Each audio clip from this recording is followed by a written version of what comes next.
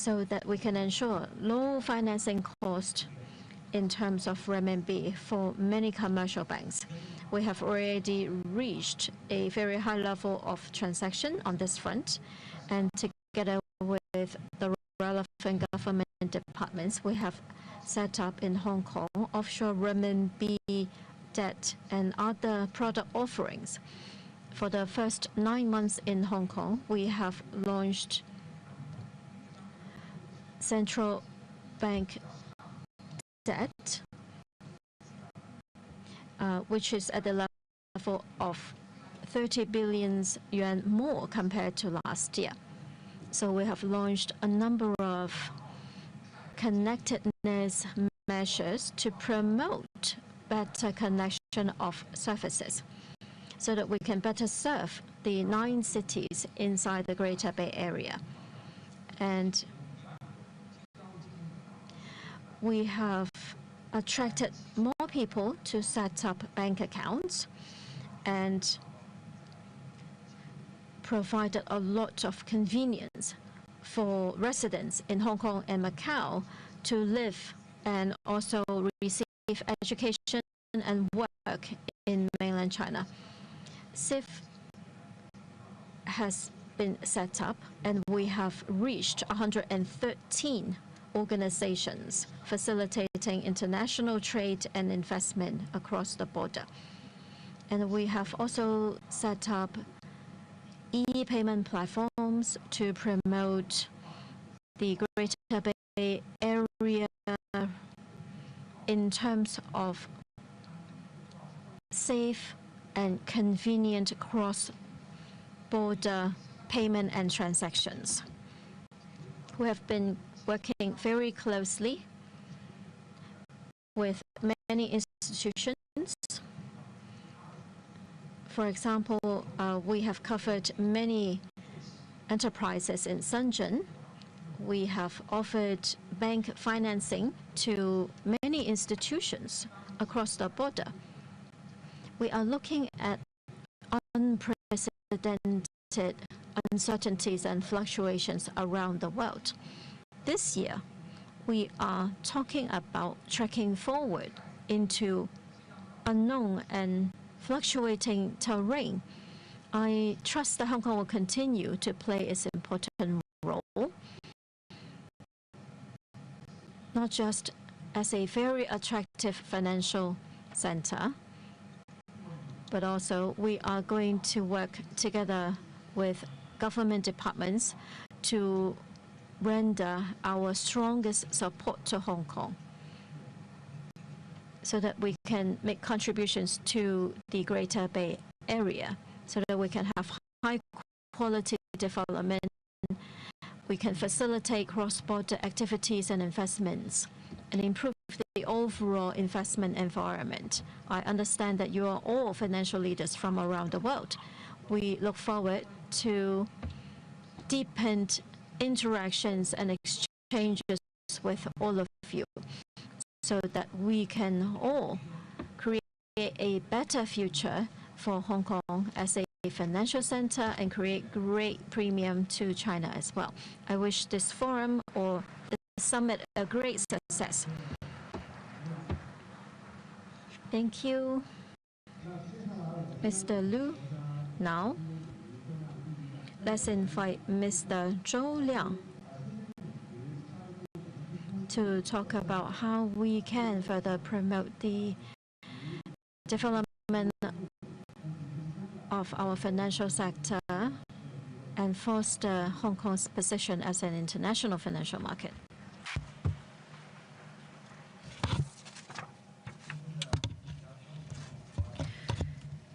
Distinguished Chief Executive Lee, Mr. Xu, Mr. Paul Chan, Mr. Eddie Yuan, distinguished guests, ladies and gentlemen, it is very honored for me to attend the 4th Global Financial Leaders Investment Summit. Mr. Xi Jinping attached great importance to the long-term stability and prosperity of Hong Kong and has made a series of important instructions, and Mr. He Lifeng has already made a speech through the video, and we will continue to implement the instructions accordingly. As we know that the fourth plenary session of the 20th CBC meeting has already summarized the achievement of our country, which includes the important part of the achievements in the Chinese mainland and the financial system here in Hong Kong. I would like to summarize it in 4 aspects. The first one is the high quality development of the the financial industry. As we know that the banking and insurance total asset has exceeded more than 500 billion, and as the world's first biggest banking market and the second insurance market, we have seen great performance. The trustees and insurance asset management companies are managing more than 10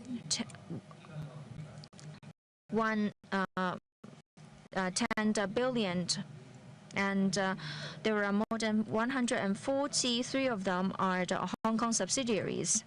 And we have seen great performance for different indicators for the foreign banks in China. And secondly, we have seen great improvement of the service level. In the past 5 years, we have seen funding of more than 1.3 million provided by the banks. We have seen improvement for the inclusive loans. And we have seen more than yuan trillion of investments that goes into science and technology. And insurance as the buffer for risk, we have seen a claim of more than 9 trillion. And third one is about the stable operations of the financial system. The major indicators of the finance are still very healthy. The non-performing loans for banks is around 1.47%. The profitability of insurance companies have greatly enhanced, and the provisions for risk and capital has exceeded more than 5 billion. And we have seen also the stabilization of our property market, and we have seen great solutions for the local debts. And the fourth one is the continuous consolidation of the IFC positioning of Hong Kong. Hong Kong has banking industries from more than 40 countries and regions. And we have seen great penetrations and coverage of insurance. And from the first 10 months of this year, the IPO scale in Hong Kong is ranked #1. And at the same time, Hong Kong is now undertaking more than 75% of the offshore RMB settlement and payment business. And connectivity schemes, including the Shanghai, Shenzhen, Hong Kong Bond Connect, Wealth Management Connect, and other schemes have been greatly integrated into the national development. And we can see that the fourth plenary session of the 20th CBC meeting has already confirmed the 15th five-year plan for the country, which suggests that we need to build the country into a financial powerhouse, and we need to focus on science and green finance, inclusive finance, pension finance, digital finance, etc. We need to make sure that the financial institutions can focus on their specialty and complete the overall governance framework. It is also suggested that Hong Kong and Macau should play its role as an important connector of the world and the Chinese mainland. And Hong Kong's position as an international financial center, shipping center, trade centers should be further enhanced. And the country supports Hong Kong to build it into an international science and technology hub. All these targets and requirements have created new opportunities for Hong Kong.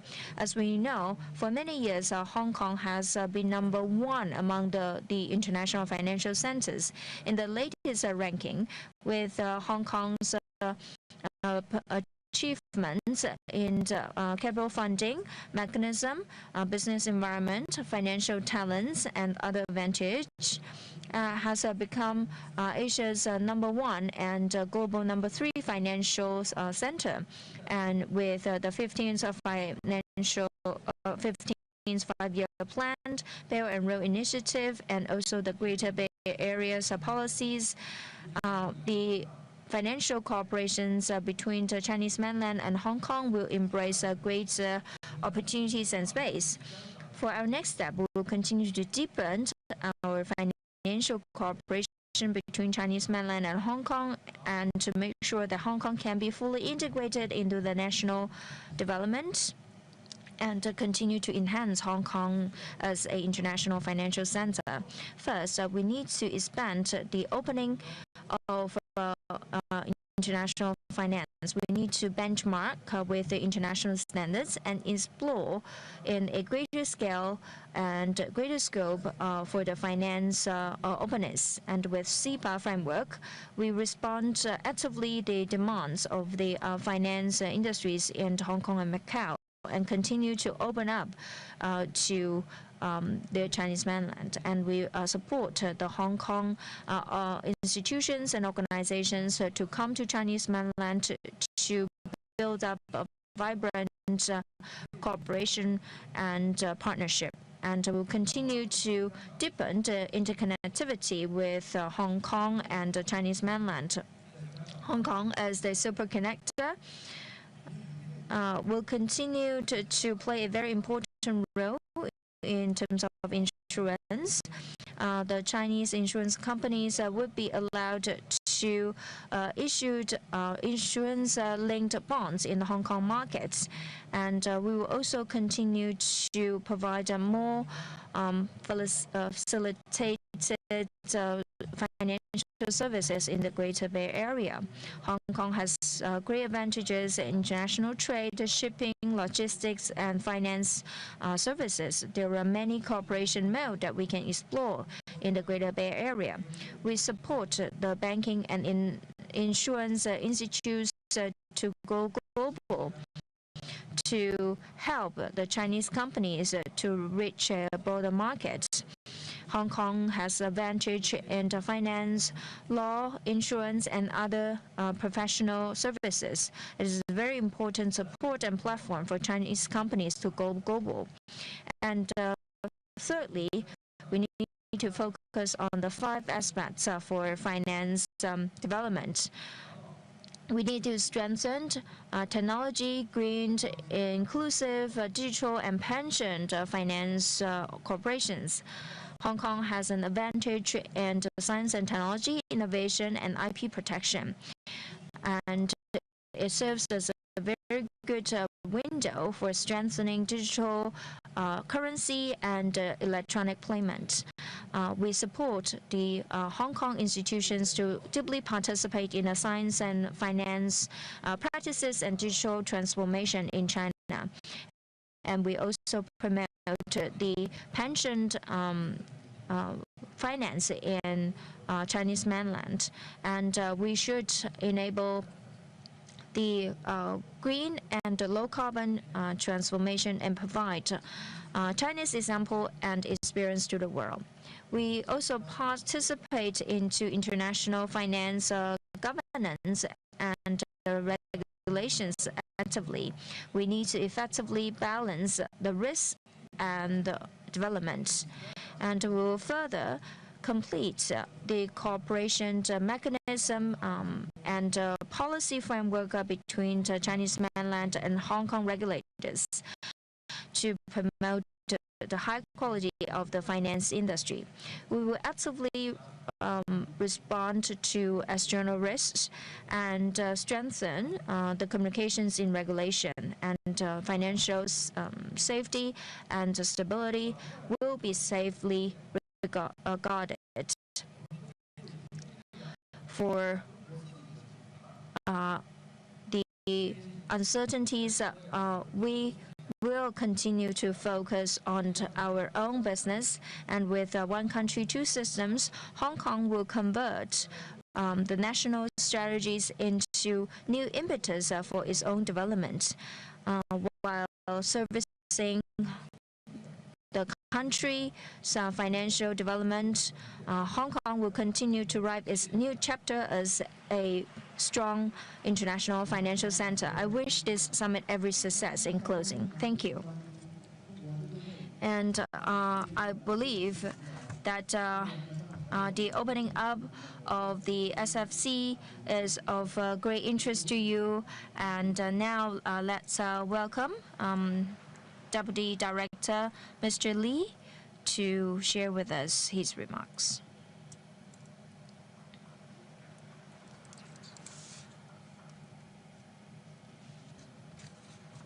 Distinguished Mr. John Lee,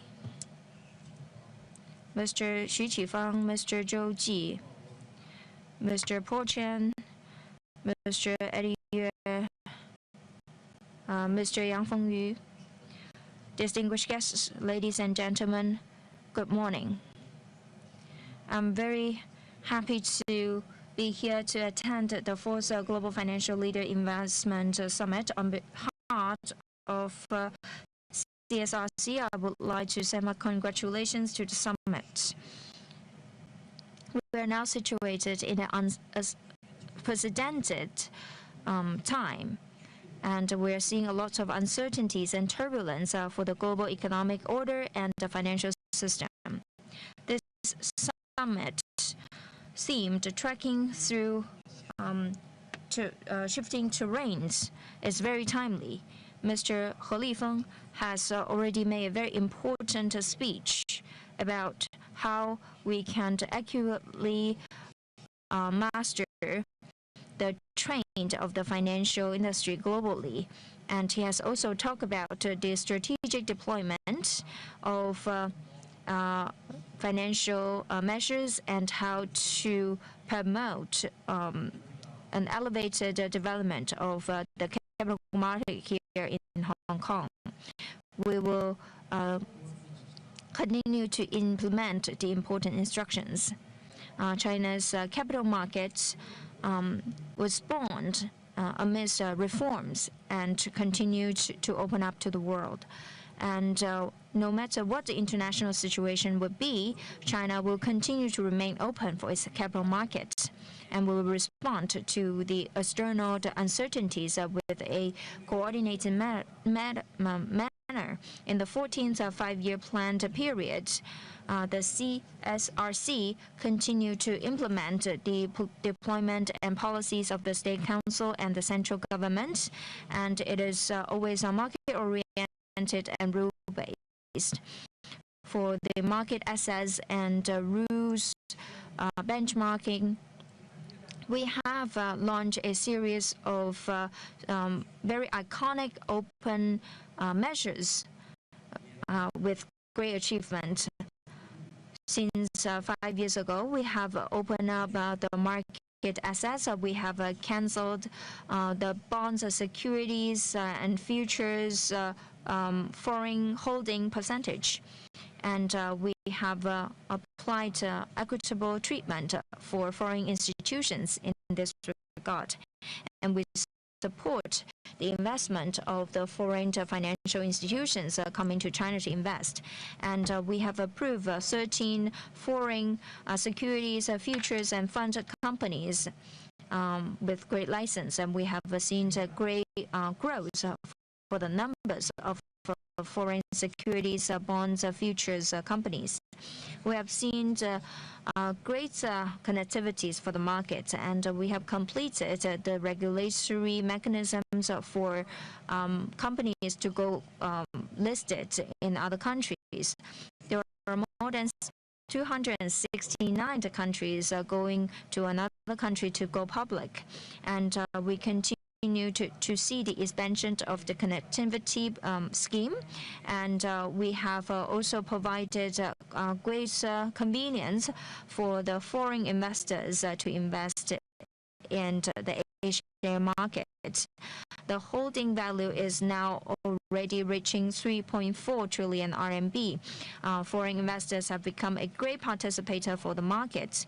And we have seen greater openness in the products.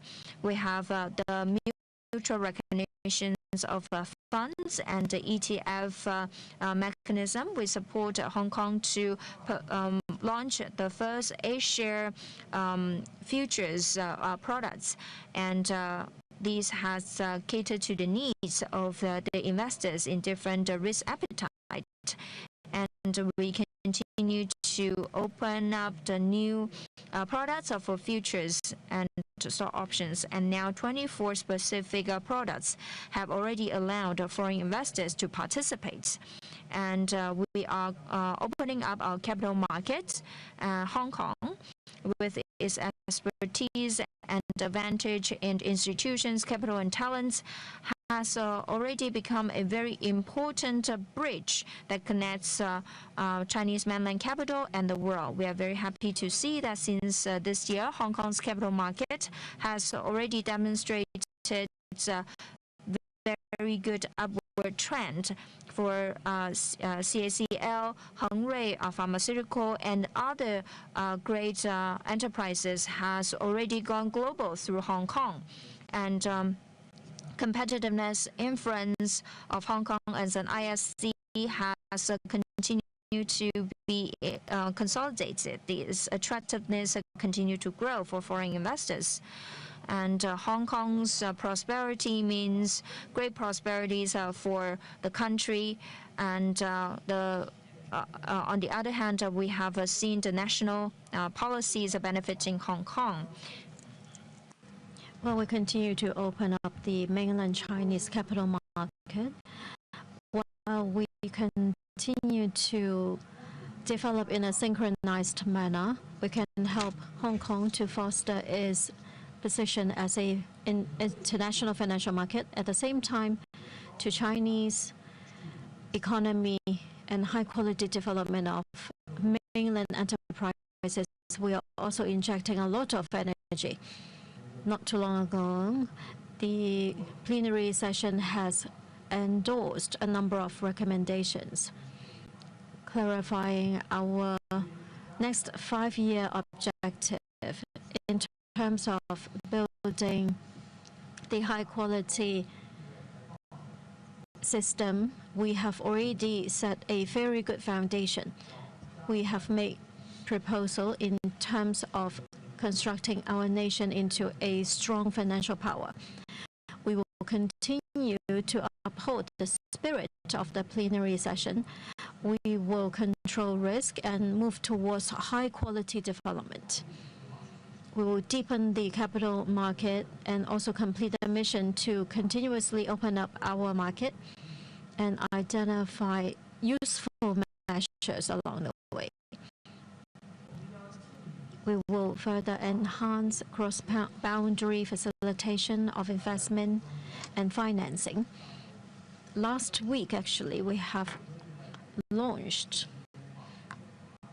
a working plan to optimize investors' system so that we can enhance the efficiency and expand the scope of investment from foreign investors and enrich investment options and provide facilitation and highly efficient measures to further support them, provide more predictability and also clarity to our investors. We'll continue our dialogue so as to expeditiously implement these measures. We will deepen our collaboration with the capital market in Hong Kong. We will enhance efficiency for IPO in Hong Kong, renminbi stock transaction counters would be included into our framework. We will support the futures market in Hong Kong, enrich the management tools for offshore renminbi initiatives, and help Hong Kong to continuously foster its position as an international financial market. We will create healthy interactions. Thirdly, we will further enhance our regulatory capability and risk aversion capability. We will deepen cross-boundary legal protection and collaboration, including the Hong Kong MA. We will share more information, co-negotiation of policies to prevent risk from crossing the border. At the same time, under the OSCO framework, we will continuously promote the capital markets' fair, just, and inclusive characteristics. Dear guests, dear friends, Chairman Xi has already pointed out, if you work with China, you are working with opportunities. If you trust China, you are believing in your future. Under the 14th Five-Year Plan, we have achieved a growth of 5.5%, and we have provided 35% of stability to the world economy. We have very good pillars of support for the Chinese economy. If you look at our Asia market, they have stabilized and rebounded. This year, major indexes have been improving. Total market cap exceeded 111 trillion renminbi. And our two stock markets, the average daily transaction is about 2 trillion. We welcome more international institutions and long-term capital to come to China to establish your foothold so that we can develop and win together. I have a number of ideas that I would like to share. First of all, it's about investment value. Our policies and initiatives are being implemented so that our overall system continues to be optimized. Our internal tenacity has improved. In the first half, Asia companies' net profit and revenue have grown. For the first 3 quarters, our dividend payout in total reaches 2.1 trillion renminbi. And the fluctuation has eased off. So we should be your preferred destination of investment. The Chinese economy is strong, and it will provide continuously unprecedented investment opportunities to all of you. In terms of our journey on modernization, you should grasp such opportunities to share the premium of our development.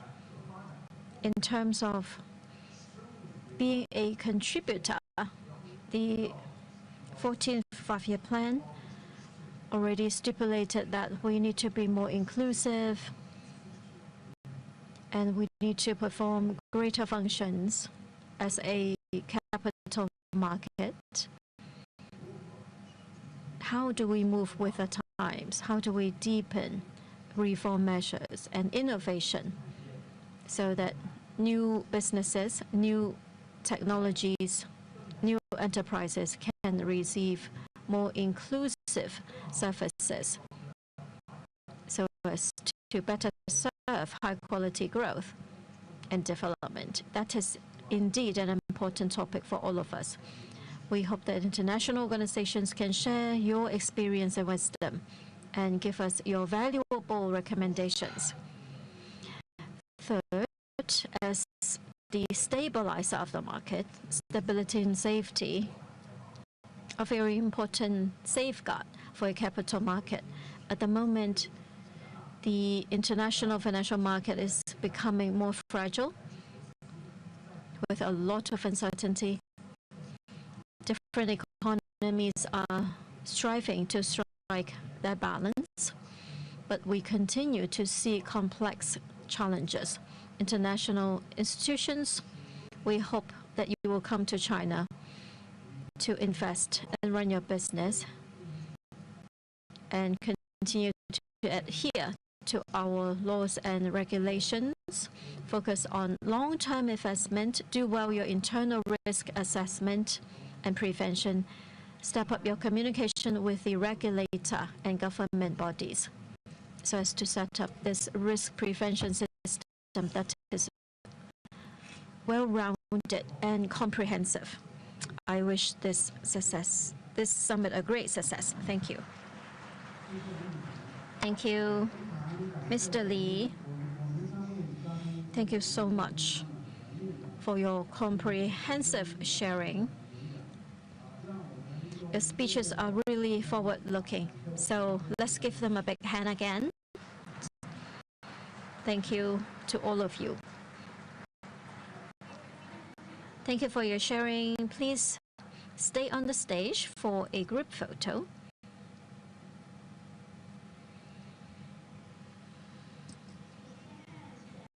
Let's look forward at our official photographer.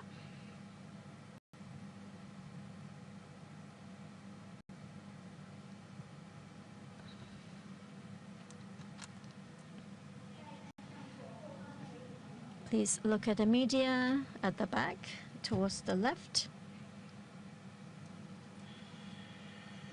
Thank you very much. Thank you all again. Please be seated off stage. Short break. Please remain seated while we set the stage for the next session. The Chief Executive, Mr. John Lee, Executive Deputy Director, Mr. Xu Qifang, and Minister Zhou Ji will now leave the venue due to other commitments. Thank you again, Mr. Lee, Mr. Xu, and Mr. Zhou for your time at the summit today.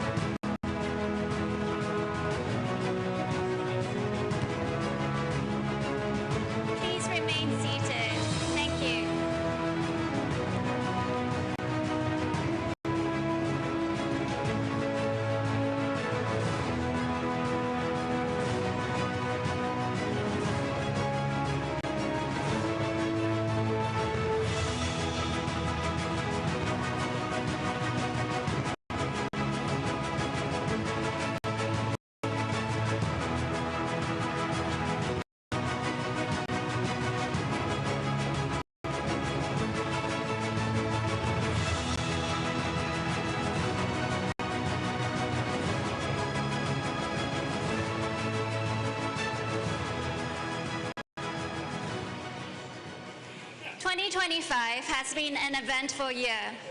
We've witnessed some of the most remarkable shifts in global economies, trade, politics, and diplomacy in peacetime. Are these becoming the new normal? Let us hear from the speakers of our next panel. Please put our hands together to welcome our moderator, Arthur Yoon from the Hong Kong Monetary Authority.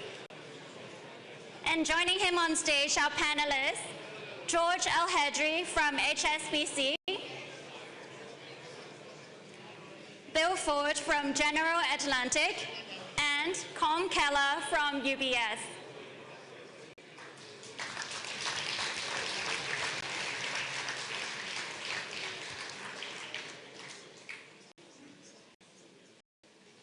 Can we also have Com Keller from UBS?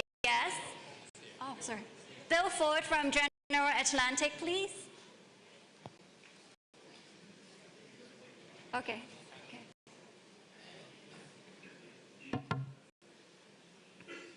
So we're waiting for one more panelist, Bill Ford. Bill, where are you?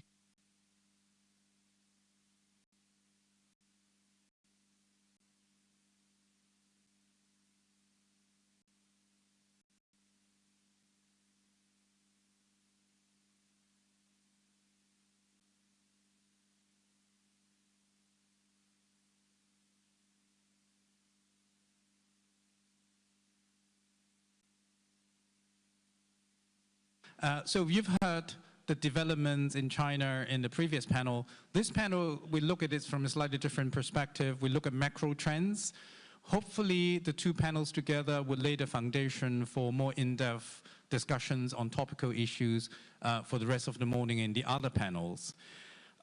So if I poll the audience for the major macro trends that really matters for the financial markets today, I think it would be fair for me to say that it come up with a list of the following issues.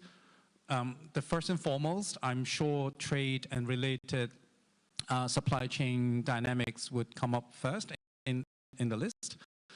And then I can't use the term green anymore, I think. But it's fair for me to say that decarbonization and sustainability related dynamics would continue to be on the list.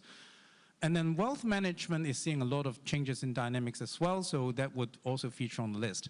And I don't think that list would be complete without any discussions about AI-related investment recently. And finally, in my recent dialogue with fellow banking supervisors around the globe, the topic of deregulation and simplification keeps coming up. So I think that would be another topic that macro trends that we need to cover in this panel. We have 25 minutes, slightly more than 20 now.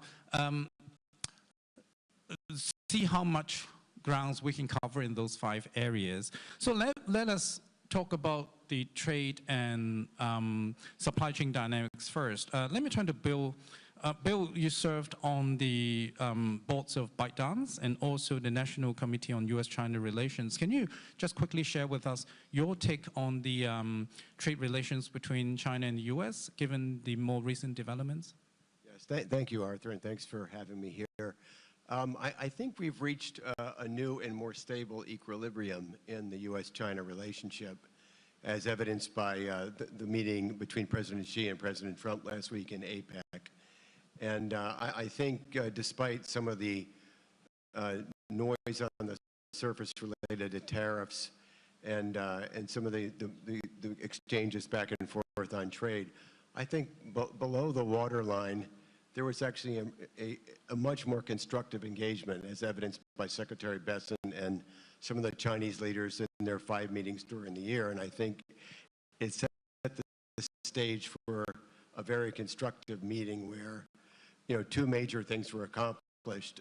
One was, fortunately, there was a TikTok agreement, final agreement, and second, a pause in any trade actions for another year. And I think it sets the stage for a much more positive and I think stable relationship between U.S. and China in the next year. So I would say it's on a cyclical upswing, despite some longer-term challenges related to national security and competition and technology. Yeah, thanks, Bill, for that very comforting remarks. Certainly, dynamics seems to be sort of, at least the temperature seems to be coming down a little bit recently, given the dialogues going on. You mentioned more stable equilibrium. I think equilibrium is one word, stable is another word. I do hope that stability would continue, but given what happened in the past 7 months in the trade fronts, stability seems to be a very scarce sort of commodity to go by. Should we be worried about the stability part of it? Well, I think we've had a lot of volatility in the relationship going all the way back to the Trump's first term, and really a lot of movement in policy on both sides. But I think there's a recognition that both countries will benefit by a more stable and more predictable environment. And I think that was my takeaway from last week's meeting and some of the build-up to it in sort of the lower level meetings between Secretary Besson and everybody else. Thanks, Bill, for that remarks. Let me turn to George. Supply chain. Supply chain uncertainties, definitely there's a very important sort of developments going on in the financial markets as well. Now, HSBC actually coined the terms Asia by Asia, I think, right? So can you share with us your take on that in terms of supply chain dynamics changes? Thank you, Arthur, and thank you, Eddie, for hosting us, bringing us together today for the next few days. A few observations I'd like to share on trade and supply chains. 5 observations. The first one is just echoing what Bill has said. On the 2nd of April this year, we felt that hell was breaking loose, and by the 31st of October, things seem to have subsided and stabilized, and we acknowledge that. There remain some challenges, but minor compared to what we were bracing for back in April. So this is the first observation. It's a relatively good news story where we stand today. The second observation is that trade has been resilient. Despite the last few quarters' uncertainty, trade has been resilient, and so we observe that 72% of global trade remains on WTO terms. This is down from 80%, but we're still talking high 70s, mid in the 70s. Also, trade volume globally have increased by 2.9%. Again, this is down from 3.5% in 24, but we're still talking growth in global trade. The third observation is that trade has been reconfiguring, and this is exactly where the phrase Asia buys Asia comes in. This is one of the major reconfiguration of global trade, where we've seen effectively Asia starting to be much more engaged with itself through various intra-regional corridors, but also between Asia and the Middle East and other corridors around the world, somewhat taking, if you want, taking more prominence compared to what historically was the summary of global trade being China produces and then sells to the US consumer. That's definitely become much more sophisticated and nuanced today with Asia buying Asia. We believe Asia buys Asia brings about 1.8% additional GDP to Asia. So this is that much more wealth that will be created because of the Asia buys Asia. But this reconfiguration is also not only about the geographic reconfiguration, is also the content reconfiguration, and where we see now technology and AI goods contribute to about half of the growth in global trade. And we're seeing, of course, outside the trade in goods, trade in services grow at twice the pace of trade in goods. So there are definitely reconfigurations across geographies, content, and the substance that's behind it. The fourth observation, Arthur, I'd like to share is that trade is not only about trade. Trade has become a major driver of foreign direct investment and a major driver for employment. And we've seen that very clearly in ASEAN with Chinese foreign direct investment to build manufacturing capabilities, be it autos in Thailand, be it electronics in Malaysia, be it logistics in Singapore, et cetera, Vietnam, Indonesia have been also big beneficiaries. But also places like India and Mexico have been big beneficiaries of these FDI flows. So they bring with them hard currency, they bring with them employment, they bring with them wealth, they bring with them export capabilities. And they partly benefited from low wages in many of these countries compared now, for instance, to China. But also, the potential of this growth is massive, because when you look at the FDIs from within Asia, specifically China, we remain at substantial, or multiples lower than the FDIs of some of the more mature economies, such as the US, Germany, the UK, Japan, Korea. So there is massive potential for more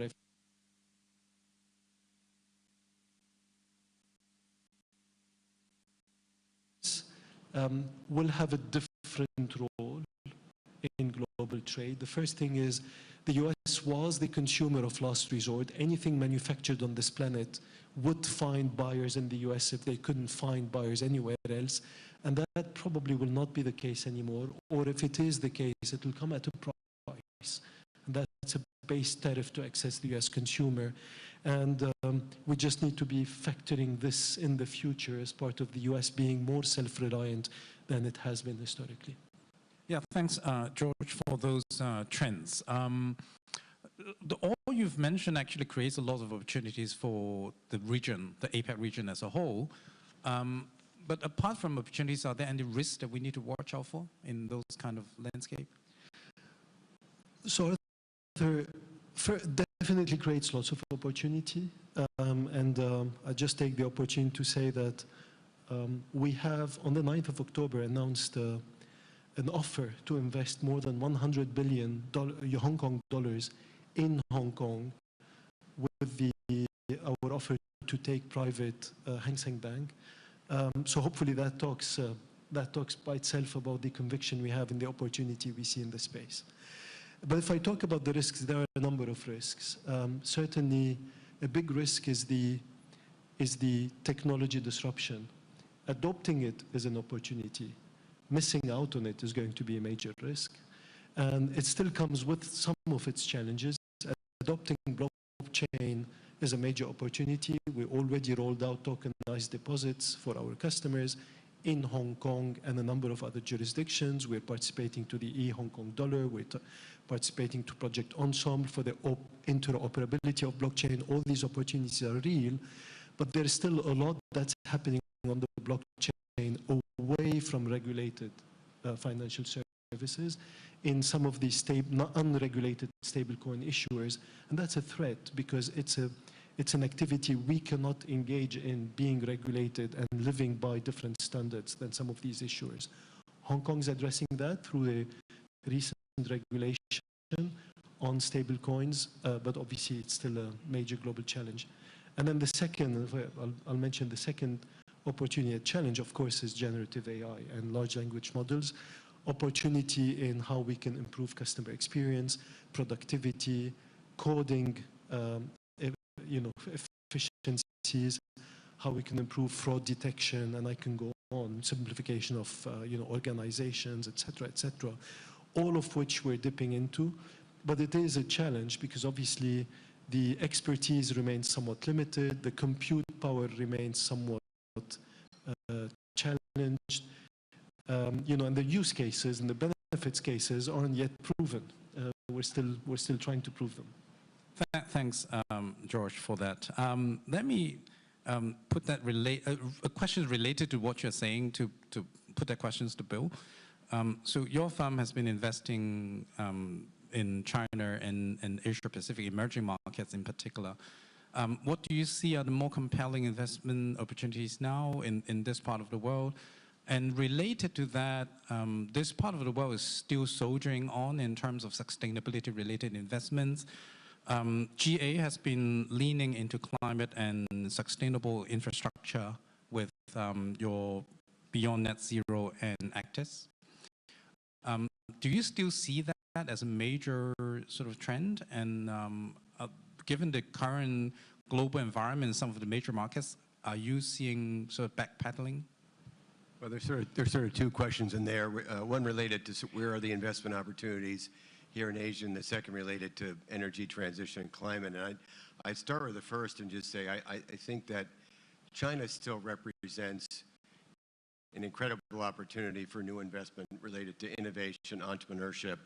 And there's a new cycle of entrepreneurship, I think, happening in areas like life sciences, med tech, some in energy transition, consumer electronics. And just having spent a week in mainland China, I was amazed just at how a new generation of entrepreneurs are carrying forward. So I think it's very hard to not if you're a growth investor or someone who's focused on innovation, it's hard not to put China at the top of the list in terms of opportunity set. I think India is also having its digital decade. If you look at some of the facts over the last 5 to 10 years in India, I mean, you have Jio, the mobile internet provider, over 500 million users.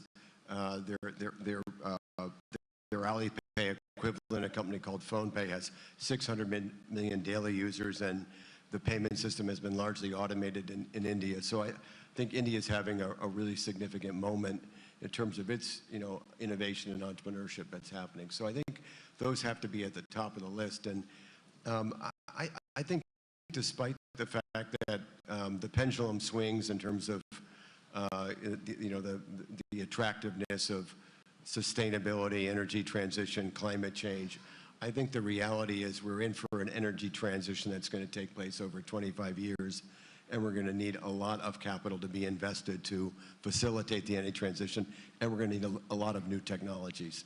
And that's been our focus, is what are the technologies that will facilitate energy transition, sustainability, as the demand for power around the world is, if anything, it's inflecting up significantly because of AI. So I think the opportunities for that theme, the energy transition theme, are alive and well, and will be for a while.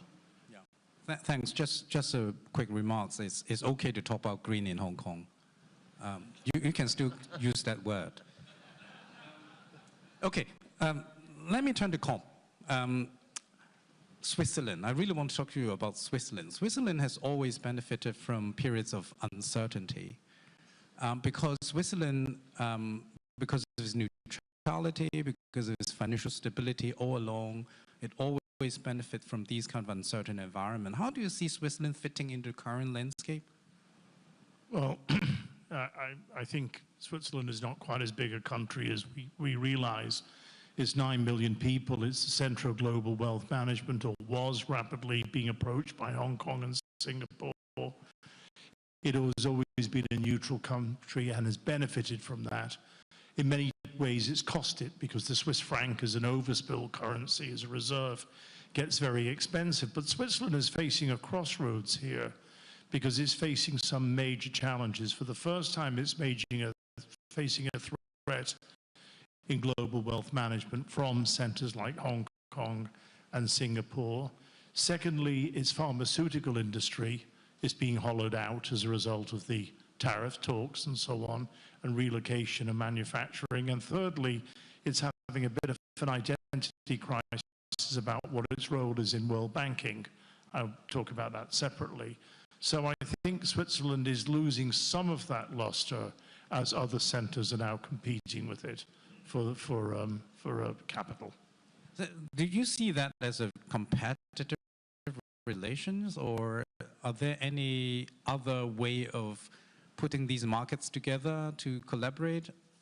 Like Hong Kong, Singapore, you mentioned, that quickly catching up? Well, the world is an increasingly linked place from a regulatory point of view, and we have two major disconnects in global regulation. One you've heard me talk about before, which is the lack of regulation or effective regulation in the shadow banking system. I'm not trying to upset anybody in this room like I did a few years ago. And the second one is actually, if you look at the regulated banking industry, you've now seen a different speed in terms of, let's call it simplification, whether it's the US, which is leading the way, quite rightly, I think, because the US has decided that capital is yesterday's problem, and what you need to do is, having settled the issue of capital for banks, you need to have effective regulation to let economies grow, and slowly the UK is following. The ECB doesn't quite know what to do yet, and Switzerland is going the other way. So, so you've got these two big trends in global regulation, one where there's lack of effective regulation, and the other where there's a disparate speed in regulation. Interesting that you mentioned regulation repeatedly, because one of the areas that we want to talk about is deregulation, because increasingly I've heard that word being mumbled in the international community, particularly amongst the major markets. If I want you to pick one area of regulation that you think can be simplified or deregulated, what would you pick? Well, I think the US is doing it. They're talking about deregulation. In fact, what it is simplification and focus on what needs to be done. Let's take an example. Everybody says that Silicon Valley Bank was a failure of regulation. It was a failure of regulation because of incomplete application of the rules that were in place. There already were rules, but the regulators did not apply those rules properly. They got too caught up on orthodoxy, on rule application itself. When you have a CCAR submission that's 125,000 pages, who reads it? When you have 450 regulators sitting in a bank every day, what are they doing? I think this is what the current administration in the US is trying to do. It's trying to assess what is the risk, what are we trying to do? And in fact now, if you look at what's happening in the UK with respect, and certainly with the SSM in Europe, what we've got is total form over substance. And I think this is something that people are now trying to change. It's interesting you mentioned CCAR. I trust that means that you think FINMA is doing all the right things. Sorry, you don't have to answer the questions. Thank you, Arthur. George, you pick your pick of one area for simplification and deregulation? So I'll probably pick two, if you allow me, Arthur. The first one is prudential. We've all been told Basel III is the solution of unification of prudential regulation across the planet. Basel III has gone in all sorts of different directions. Actually, even the name, is it Basel III, 3.1, 3.5, Basel IV, Basel III Endgame, and I can go on. 3. That's the Hong Kong. Yes. So, but the substantive problem is still there. We have very different interpretations of Basel III, some of it known, some of it unknown, but definitely more on the diversion track. And that's not helpful. That's not helpful because of financial markets are inherently international. And if you're not playing by the same rules and the same standards, there is going to be risks of concentrations in areas of activities that is going to become unhealthy. The second area I want to call out is regulation of the fully unregulated space of stablecoin issuers. Now, arguably, some of the non-bank financial institutions have lighter regulation than banks, but at least we're playing by the same standards of financial crime, the same standard of regulation, and we can argue about how light or not light. But there are segments of the world of finance that are totally unregulated. They're called DeFi, or they used to be called DeFi, and inherently go against what central banks stand for, which is centralization of finance. So there is a real risk that that this is a totally segregated space where businesses are being done, where consumers are putting money, where the prudential rules are at best a list of suggestions, and where financial crime rules are abhorred because they're anonymous payment is really the name of the game, and we know what anonymous payment can lead to in terms of financial crime risks, and that is a real risk that we face, that consumers someday may face challenges, and no one here from the regulated industries is supposedly here to support them. Thank you. Turning back to you, just very quickly, this topic about deregulation or simplification, it was actually founded on the basis that we're entering an era of slower growth, and therefore policymakers do need to strike the right balance between stability, financial stability, and growth and developments. You think that balance could easily be struck? And is that an impossible sort of dual goal? Look, I think regulators lost control because in their desire to over-regulate the banking system, they chased a huge amount of product out of the banking system into the shadow banking sector, which is not regulated on the same basis. And if you look at what Besant is doing in the States, it is trying to kickstart the economy. It's trying to feed lubricant into the economy to get banks to lend more because they can control that. But no, I don't think they do have control. For instance, let's take, and I hope I upset nobody in this room now, But let's take the insurance business, right? Increasingly in insurance business, particularly in the States, it's regulated on a state-by-state basis, not a national basis. We're beginning to see huge rating agency arbitrage in the insurance business. Remember in 2007, subprime was all about rating agency arbitrage. What you're seeing now is a massive growth in small rating agencies ticking the box for compliance of investment.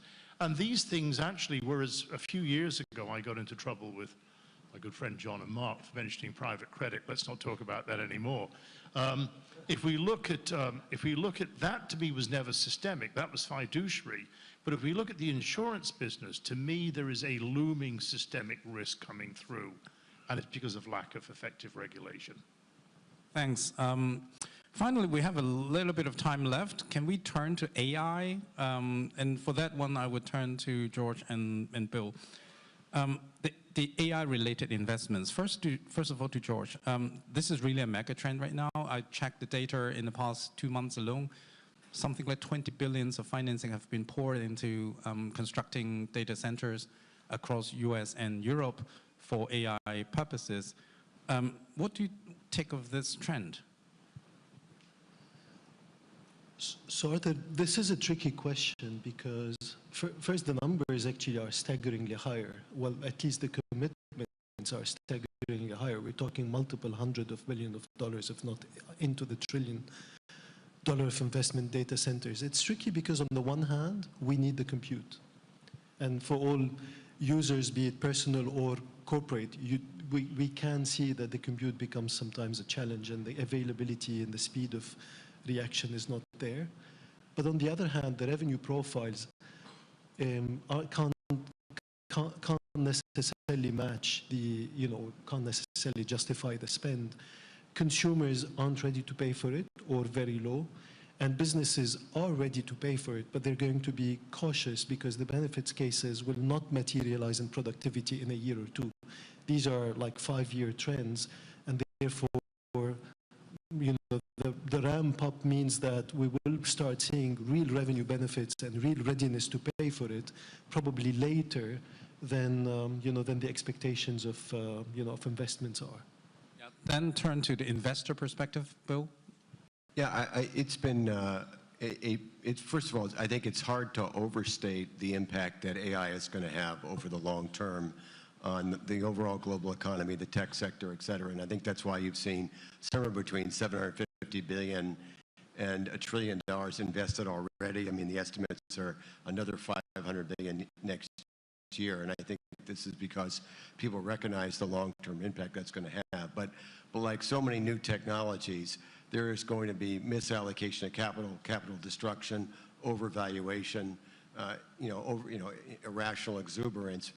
But I do think long-term you're going to create a whole new set of industries and applications, and there will be a productivity payoff.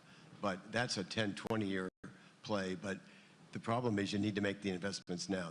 Unlike the internet, this cycle is very capital intensive, and you need to sort of pay up front for the opportunity that's going to come down the road. And as George has mentioned, the return profile is very different from the internet age. It's hard to pick winners and losers right now, and it's hard to know the exact nature of the return. You're really betting on this being a broad-based technology, more like railroads or electricity, that had profound impacts over time, but and reshaped the economy. But we're very hard to predict exactly how in the first few years. Yeah. Okay. Thank you very much. We have used up all the times allocated to us. Let's put our hands together for the generous sharing by the panelists. Thank you very much. Thank you very much, Arthur, and our speakers. May I now invite you to take a photo at the front of the stage, please. Please remain on stage for a group photo. Please look to our official camera in the front.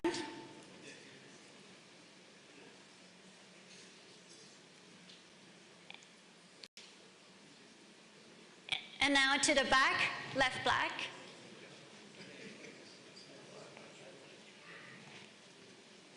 Thank you very much, our speakers. You may now be seated.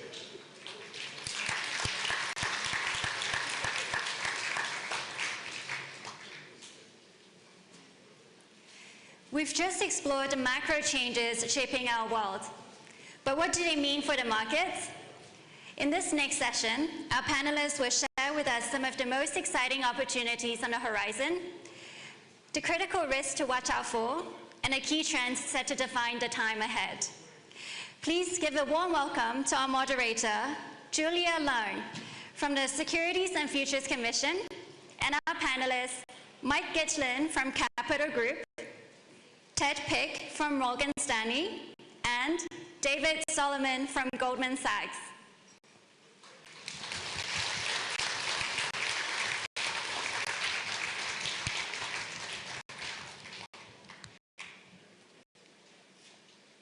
Julia, over to you. Thank you. A very warm welcome to our panel on markets. And I'm glad that I'm joined by three CEOs who need no introduction. I'm Mike, Ted, and David. Just now, Arthur's panel on macro economics trends set a perfect backdrop to what we are discussing. To borrow the summit's theme of tracking and shifting terrains, the terrains have indeed shifted quite a bit in the last year since we last met here.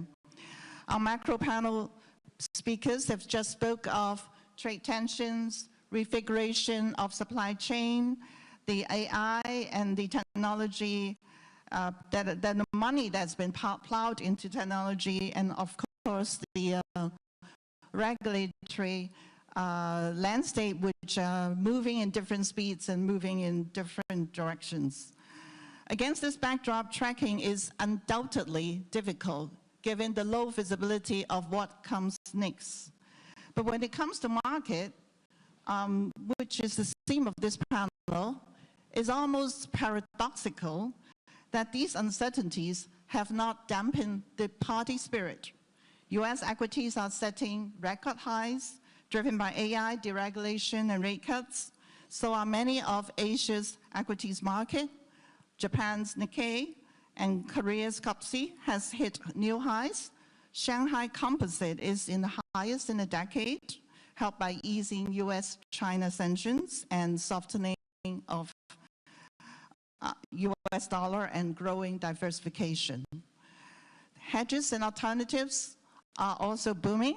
Gold, silver, Bitcoin prices have been up sharply, so are private markets and structured products. So is it risk on or risk off, or it's just formal? Surely alarm bells have set off. Jay Powers of US Fed sounded caution on the US stocks valuation. Andrew Bailey of Bank of England was concerned about the rapid growth of structured products, and IMF warned of the potential for a sharp market correction. To borrow an English idiom, which is often used in Chinese in exactly the same term, some would say the risk-reward profile right now is like pulling chestnuts out of the fire. So would the proverbial cat's paws be burned? So that's why, gentlemen, here's my first question for your quick take. Is all this sustainable going into 2026? I'll start with Mike. Well, thank you, and I appreciate being here. Is it all sustainable going into 26? We tend to think of 2036 more than 2026, but if you look forward, what are some of the things that are sustainable? AI deployment and diffusion, adoption, productivity will continue to get better. It will take a long time, but it will continue to get better. Diversification into non-dollar assets. We continue to see demand for non-dollar assets around the world. Dispersion in terms of corporate opportunities and company opportunities around the world for investment. We talked a little bit about deregulation. There's a positive growth impulse to that, and I think the economies, and Colm talked about this, and I always love presenting after Colm. It makes it so much easier, so thank you. If you look at the deregulation, I think that's a positive growth impulse. And last, earnings. Earnings are strong, and that's super important. What's a little more challenging are valuations. I think everybody in this room, if we looked at a pendulum or a scale and said we had cheap, fair, and full value, and you had a plot somewhere on there, I think the majority of people in the room would say we're somewhere between fair and full. But I don't think a lot of people would say we're between cheap and fair. So on a valuation perspective, that's challenging. And I think if you look at the credit markets as well, if you look at 30 years of data, we're in the richest decile of credit spreads. So stock markets aren't cheap, credit's not cheap, and there's speculation in both precious metals and also cryptocurrency. So I think on a near-term valuation side, there's some challenges, but there's some long-term sustainability in some of the themes. Ted. Yeah, I agree with everything Gitz just said. We've come a long way. There's still policy error risk. There's still geopolitical uncertainty. But you think about where we were a year ago sitting on this stage, new administration coming in and talking about re-architecting industrial policy and addressing these enormous fiscal and trade imbalances. And look at what's happened. In April, we had the height of the headwinds when we had DOGE and immigration and the bill being put through, and tariffs if the courts hold them up. So we come to today, and yes, markets seem expensive, as Mike said, but the reality is systematic risk is probably narrowed. So if we were sitting here thinking last year about whether risk-taking in equities was itself problematic, now we're talking about valuation itself, which gets me to the same place looking into 2026, which is earnings. I think to the extent that companies are able to demonstrate on the back of pretty benign consumer and corporate data that they can inure the needed spend on AI and they can actually continue to build comparative advantage and produce good earnings, they're going to outperform. We're going to see that dispersion. Those companies that can't, they will underperform. But the new issue market is active around the world. Investors want to take risks. So I'd say the overall environment feels pretty good going forward. We should also welcome the possibility that there would be drawdowns, 10 to 15% drawdowns that are not driven by some sort of macro cliff effect, just the reality that, for example, metals have really run. I think that's a healthy development, and what we'll be looking to see in 26 is whether the market, in fact, broadens and we see that kind of dispersion. So, David, would you agree with them or not? Well, going third is always easier because the two smart gentlemen on the stage have said most of what I would say on those topics. I mean, things I'd add just for perspective. In 1996, Alan Greenspan started talking about irrational exuberance in markets, and the NASDAQ was 1,300, and it peaked 3.5 years later at over 5,000. So when you have these cycles, things can run for a period of time. But there are things that will change sentiment and will create drawdowns or change the perspective on the growth trajectory, and none of us are smart enough to see them until they actually occur. And it won't be any different, this time at some point. Technology multiples are full. I'd say technology multiples are kind of 80th percentile in a historical context. But when you look at the broad market, there are lots of things where the multiples aren't as full, especially given earnings growth and kind of the momentum in economies. Most governments are running most developed economies are running very, very aggressive fiscal plays, and that, underlies economic strength and forward momentum. And so I think it's a pretty constructive environment. Give you lots of things that could go wrong, but at the moment, those don't seem likely in the short-term distribution of outcomes. Well, David, you actually, my next set of questions is about strategic asset allocation, which will be directed individually to you. So I'll start with David. You actually mentioned drawdown and Ted as well. Not recently, then you have actually say that you expect and predict a drawdown in the next 12 to 24 months. That's a very long span. What are the factors? I mean, maybe you can elaborate on the factors that trigger that drawdown. And you guys have avoided using correction or crash or something, but drawdown. So explain what is your advice giving your clients to prepare for that drawdown? Our advice generally, the firm's advice for a long period of time has been to stay invested and look at your portfolio allocation and stay invested, and that advice has served people well. You know, none of us are market timers. It's a little bit what Mike said. He's looking at 2036, not 2026. But if you believe in growth in the world, you have a portfolio allocation as a global capital allocator, and generally speaking, you know, a 10 to 15% drawdown, which by the way happens often through, you know, even positive market cycles, is not something that changes your fundamental, you know, structural belief as to how you want to allocate capital. So, you know, when I made that comment at Italian Tech Week about a month ago. I said, and I don't remember how the question was framed, but the question was framed in a way where I said, of course, it is likely there'll be, you know, a 10 to 20% drawdown in equity markets sometime in the next 12 to 24 months.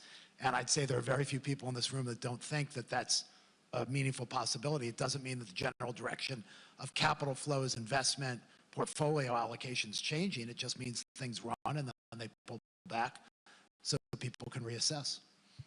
All right, it's more like while the music goes on, then let's continue to dance. No, I didn't say that. Right. Ted, as a strategy to diversify, investors have increased allocation to alternative investments. Like Morgan Stanley has suggested between 15 to 20% allocation to alternatives. So which alternative assets in particular, and private market seems to present a case of high risk, high reward, as seen in the First Brands bankruptcy. So how are you going to take advantage of these opportunities while mitigating the risk, or, so to say, avoid the cockroaches that your peers said? Well, diversification, risk management, they all matter. Pricing, liquidity. The context here is that the private assets market has tripled to 15 trillion over the last decade. So there's been the real institutional branding of the product, and now it's come of age. Over the last 12 to 18 months, we've now begun to see, through deregulation and technology innovation, the democratization of those private assets for retail. And that is exciting, because the retail investor wants to have the opportunity to own a SpaceX, for example, in the years before it goes public. Private companies stay private for 14 years instead of 5. So some of that alpha is interesting to get to high net worth. If you look at our own allocation to private assets, we have about 5 trillion of non-self-directed wealth management assets in the U.S., and about 250 of that 5 trillion is in private assets across private equity, private credit, real estate infrastructure. That's about a 5% weighting, right? 250 over 5 trillion. And I would think over time, over the long span of time, that number could work its way towards 10%, but diversification will be important. And for us, we're open architecture. The 250 billion that we have is over 260 managers. We have product from these gentlemen's shops. We also have evergreen products where you can, on single ticket, a product we call PMAX, you can have a single ticket that gives you diversified coverage and investment to a broad array of strategies, so you are protected from the single CUSIP or single company experience. The other piece of this, of course, is the ability to trade those private assets, and there too, I think that's going to be an exciting development. There are products and companies like EquityZen that will be able to trade these private assets on a single name basis before they go public. That's interesting for those private companies as they look to grow into fees option plans, but it's also interesting for investors who want to be able to allocate not just funds across these strategies, but single companies too.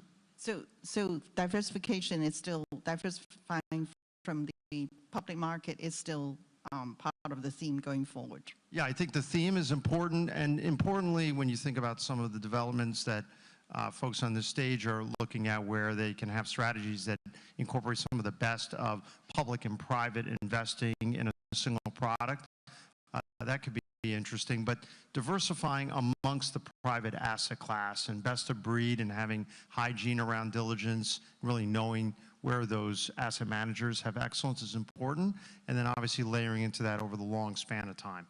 And then importantly too, to be considering what your real liquidity preference is at the client level. And that's an education for the financial advisor, knowing their clients and what kind of liquidity windows they actually have, both for investing and then also for wealth transfer, tax optimization, all of that. The technology that is coming to age is pretty exciting around the ability to actually do that in an effective way at the individual investor level. I certainly agree. We in Hong Kong are looking at hybrids where on the retailization on private funds, then we are more like hybrids as a starting point for education. Let me turn to Mike, fixed income. So in this highly uncertain political environment and with fiscal debt, which our previous panel talked about being in a very high level for development markets, some would say that they would avoid US Treasury. The fiscal debt situation has worsened, but none of you actually highlight it as an area for concern, but because everyone is talking about 2035, you started it. So, but I think corporate credits still, even though they're still fairly tight. So what kind of investor portfolio mix would you look at? Will there be a change in maturities that one should look into going into the near term, not 35, please? Yeah. Well, if you look at fixed income, one of the things you do when spreads are tight is you go up in credit quality. So we're seeing a lot of interest in high yield from going from triple C's up to single B's and double B's, with investment grade going from triple B's up to single A and double A. Just go up in credit quality. The diversification benefits of fixed income are real. 2022 was an anomaly. It's very rare you have zero interest rate periods where rates go up 500 basis points very quickly. So those diversification benefits are real. If you look over the last 30 years in the public markets in a 60-40 portfolio, and the 60-40 portfolio's death is greatly exaggerated. If you look at the returns over that 30-year period, you've annualized 9% returns. Super good public market, transparent, liquid, relatively inexpensive, so benefits from those diversification. And then I think if you look at the macro environment, monetary policy is supportive. So if we look back 3 years and you're looking at returns in the fixed income market, corporate, core, high yield, emerging market debt, your annualized returns in these asset classes over the last 3 years is anywhere between 5 and 11%. So if you have 7% capital market assumptions, you're getting a long way there in your fixed income total returns, and your starting point in yields today is a pretty good indicator of your 5-year forward-looking return. So if the risk-free rate is still relatively high, fixed income still constructive. It doesn't mean spreads aren't tight. It just means all-in yields are relatively high, and if company earnings, like Ted mentioned, remain strong, it's still a constructive environment. Thank you. My next set of questions is about continuing on the theme of asset diversification, but we'll focus on geographical regions, and particularly China and rest of Asia. I'll start with David again. Goldman Sachs has been very active in China, and I just learned that you're flying up to Beijing after this, this morning's session. So since this DeepSeek moment, people are taking a different view on China, and given what's happened last week with the, what do you call, truce or trade pact between US and China, how are sentiments changing, and what would you like, and what would you see in the next few years?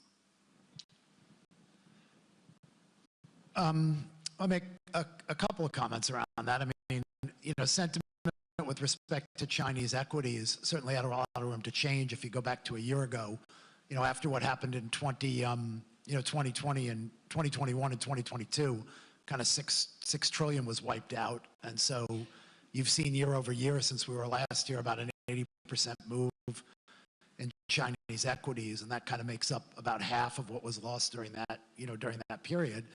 And I think it's reflective of whether it's the DeepSeek moment or just a more normalized kind of long-term view, and also just the fact that on a global basis, with valuations moving up, a lot of these Chinese equities look very, very attractive. China is one of the largest, most important economies in the world. Global capital allocators will continue to be interested in China in almost any environment. I think what you've seen over the course of the last year is a little bit, after a shift away, a little bit of a shift back from global capital allocators. And, my guess is that'll continue with this a little bit greater stability over the course of the next year versus what we've seen over the last 12 months. I moved to Ted for the rest of Asia. You've seen actually the regional markets are actually growing very rapidly as well. That includes India, Japan, and Southeast Asia. So the MSCI Asia Pacific Index are up 20% this year. So we remain positive. Morgan Stanley remain positive on Asia in this region.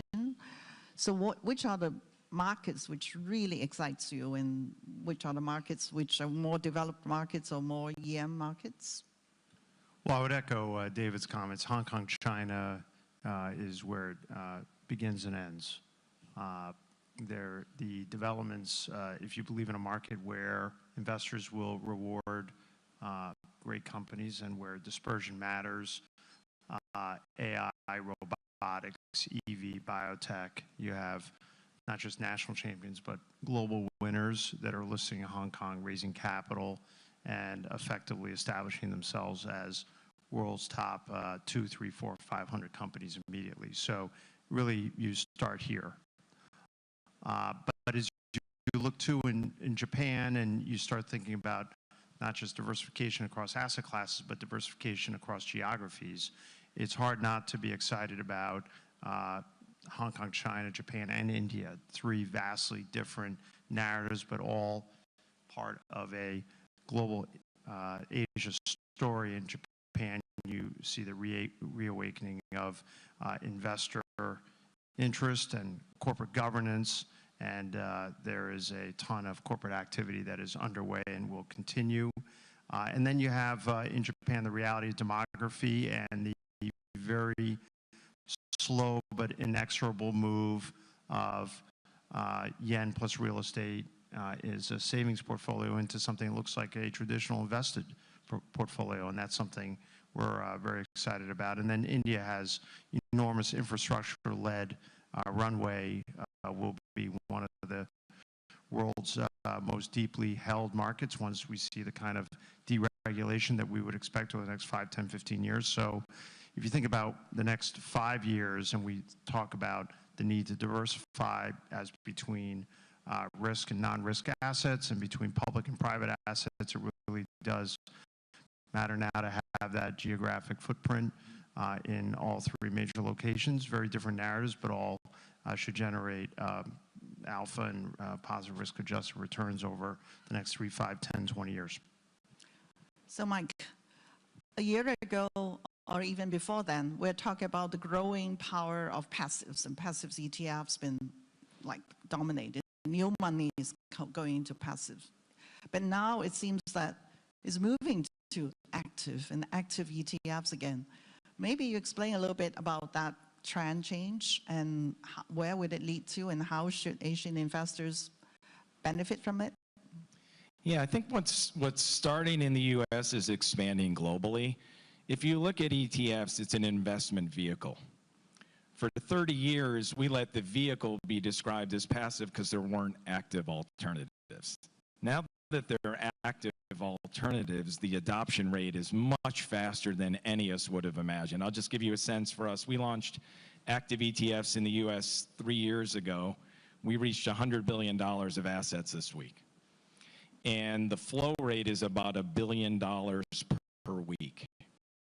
So the interest in getting those active outperformance in the ETF vehicle that's so well desired, again, in the U.S. for mainly tax reasons as well, but globally the vehicle adoption's growing.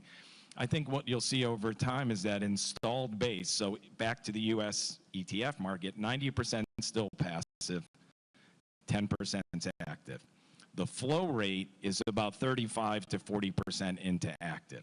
So over time, 90-10 will be 80-20, 70-30, et cetera, just for the opportunity to be able to gain the intellectual capital in a different vehicle other than a mutual fund or a separately managed account or a collective investment trust. It's just a vehicle of choice mentality, and the adoption rate tends to be high when you offer the vehicle that consumers want.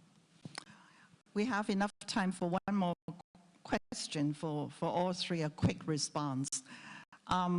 We've been talking about the trillions or hundreds of billions of US dollar plowed into AI, but we're not seeing, and the return will be spread out maybe 10 years, 2035. So, but in between, the investors might be, as the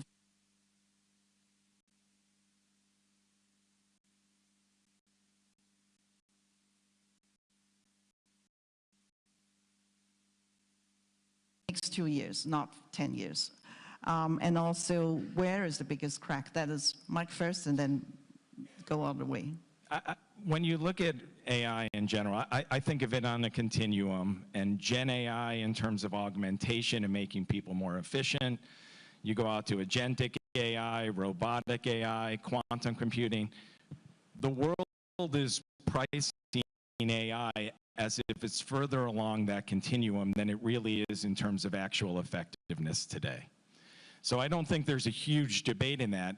Everyone uses the term overestimating the impact in the near term, underestimating the long term. While I believe that, the valuations today would suggest there's a lot built in to future expectations. Ted?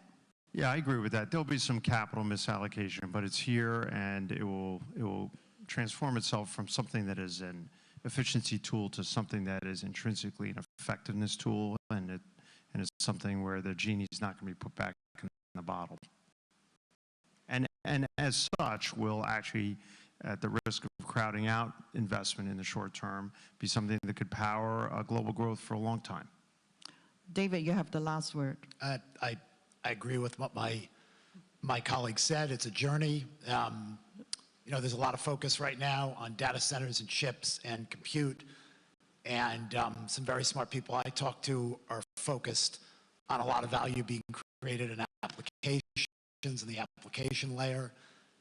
But whenever there's excitement about a new technology, and this is real, you know, people believe the opportunity, and generally speaking, things run ahead of the speed at which it ramps up.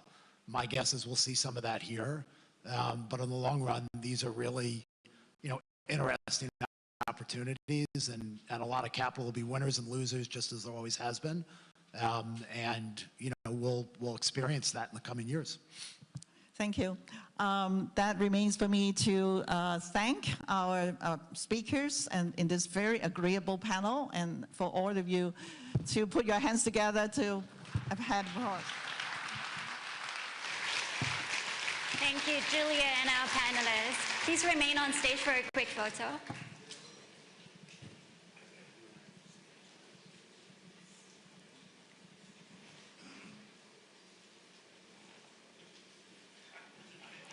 Please now look towards the left for our media friends.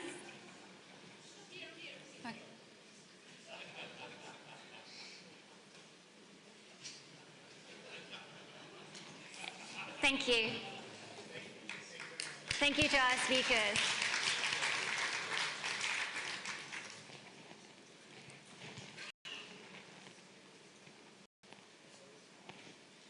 Ladies and gentlemen, we'll now take a 15-minute break. Coffee and refreshments will be served in the foyer area, and we'll see you shortly. Thank you.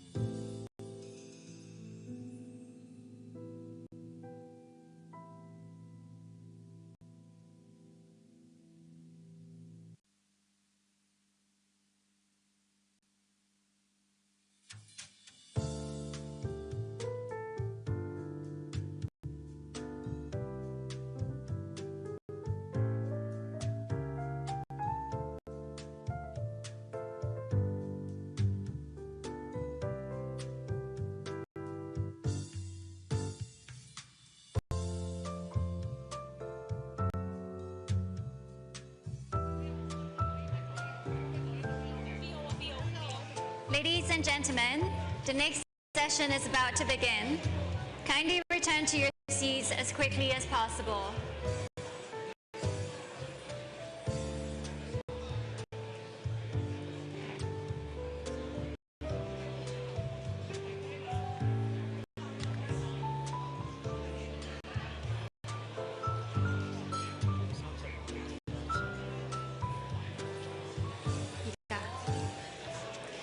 Ladies and gentlemen, the next session is about to begin.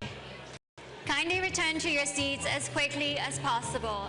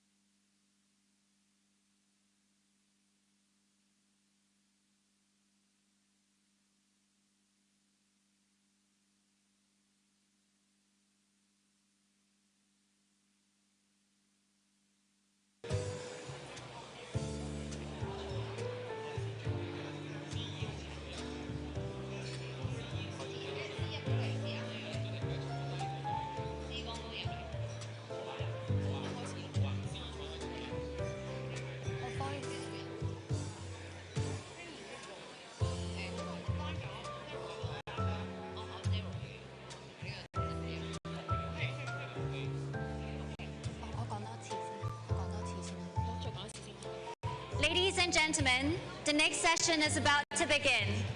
Kindly return to your seats as quickly as possible. Thank you.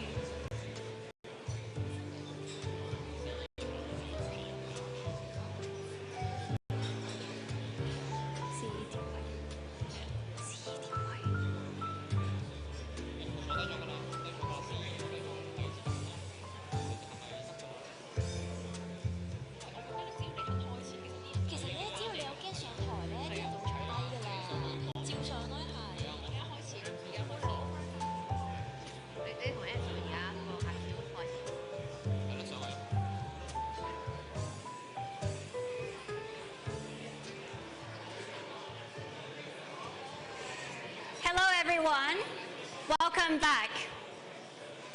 Up next, we're thrilled to have with us industry leaders coming from the two ends of the market spectrum. Their firms have been dominating forces in the public and private markets respectively, and are both looking to expand into the other markets. They share their perspectives with us on this hybrid investment approach and other markets dynamics in this next panel. Let us now welcome our moderator, Daryl Chen from the Hong Kong Monetary Authority, and joining him on stage, we're honored to have Jonathan Gray from Blackstone and Emmanuel Roman from PIMCO.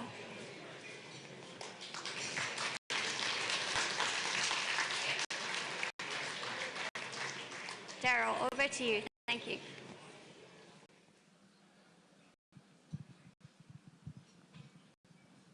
Okay, welcome back. And good morning to everyone. Welcome, John. Welcome, Annie, for joining us today. And now, this panel is about best of both worlds. And so we'll be covering both public and private markets. But let's start with something less clear-cut, which is the convergence or the blurring of the two markets. John, since you took up the current role, you doubled the AUM of Blackstone, and now you're the biggest alternative asset manager. And for many, since you took over the PIMCO role, you turned around the fixed income business, and you're now truly a bond giant. So my first question to both of you is that, okay, you seem to be doing remarkably well in your respective space, but why are you interested in the other's playground? Oh, I love that question, Daryl. It's great to be here. Congrats to Eddie and everybody at HKMA for another great conference. I guess I'd say it a little bit differently, which is what we've really been on is a journey to expand access to private markets. That if you went back a couple decades ago, we had just a couple hundred customers, pension plans, sovereign wealth plans, funds, endowments. And what we've been trying to do is say, how can we expand the benefits of the higher returns from alternatives, the diversification benefits? What can we do? And so we've expanded with insurance clients, more institutional clients, and then in the wealth arena, the idea has been, can we create products that others can access? And so we started 20 years ago with individual investors in drawdown funds, about a decade ago in these semi-liquid funds, and now we're moving towards products that partner with best-in-class liquid managers. We've got a growing partnership with both Vanguard and Wellington in active and passive liquid, both debt and equity. And the idea is, if we partner those with our products, can you offer something really compelling to individual investors?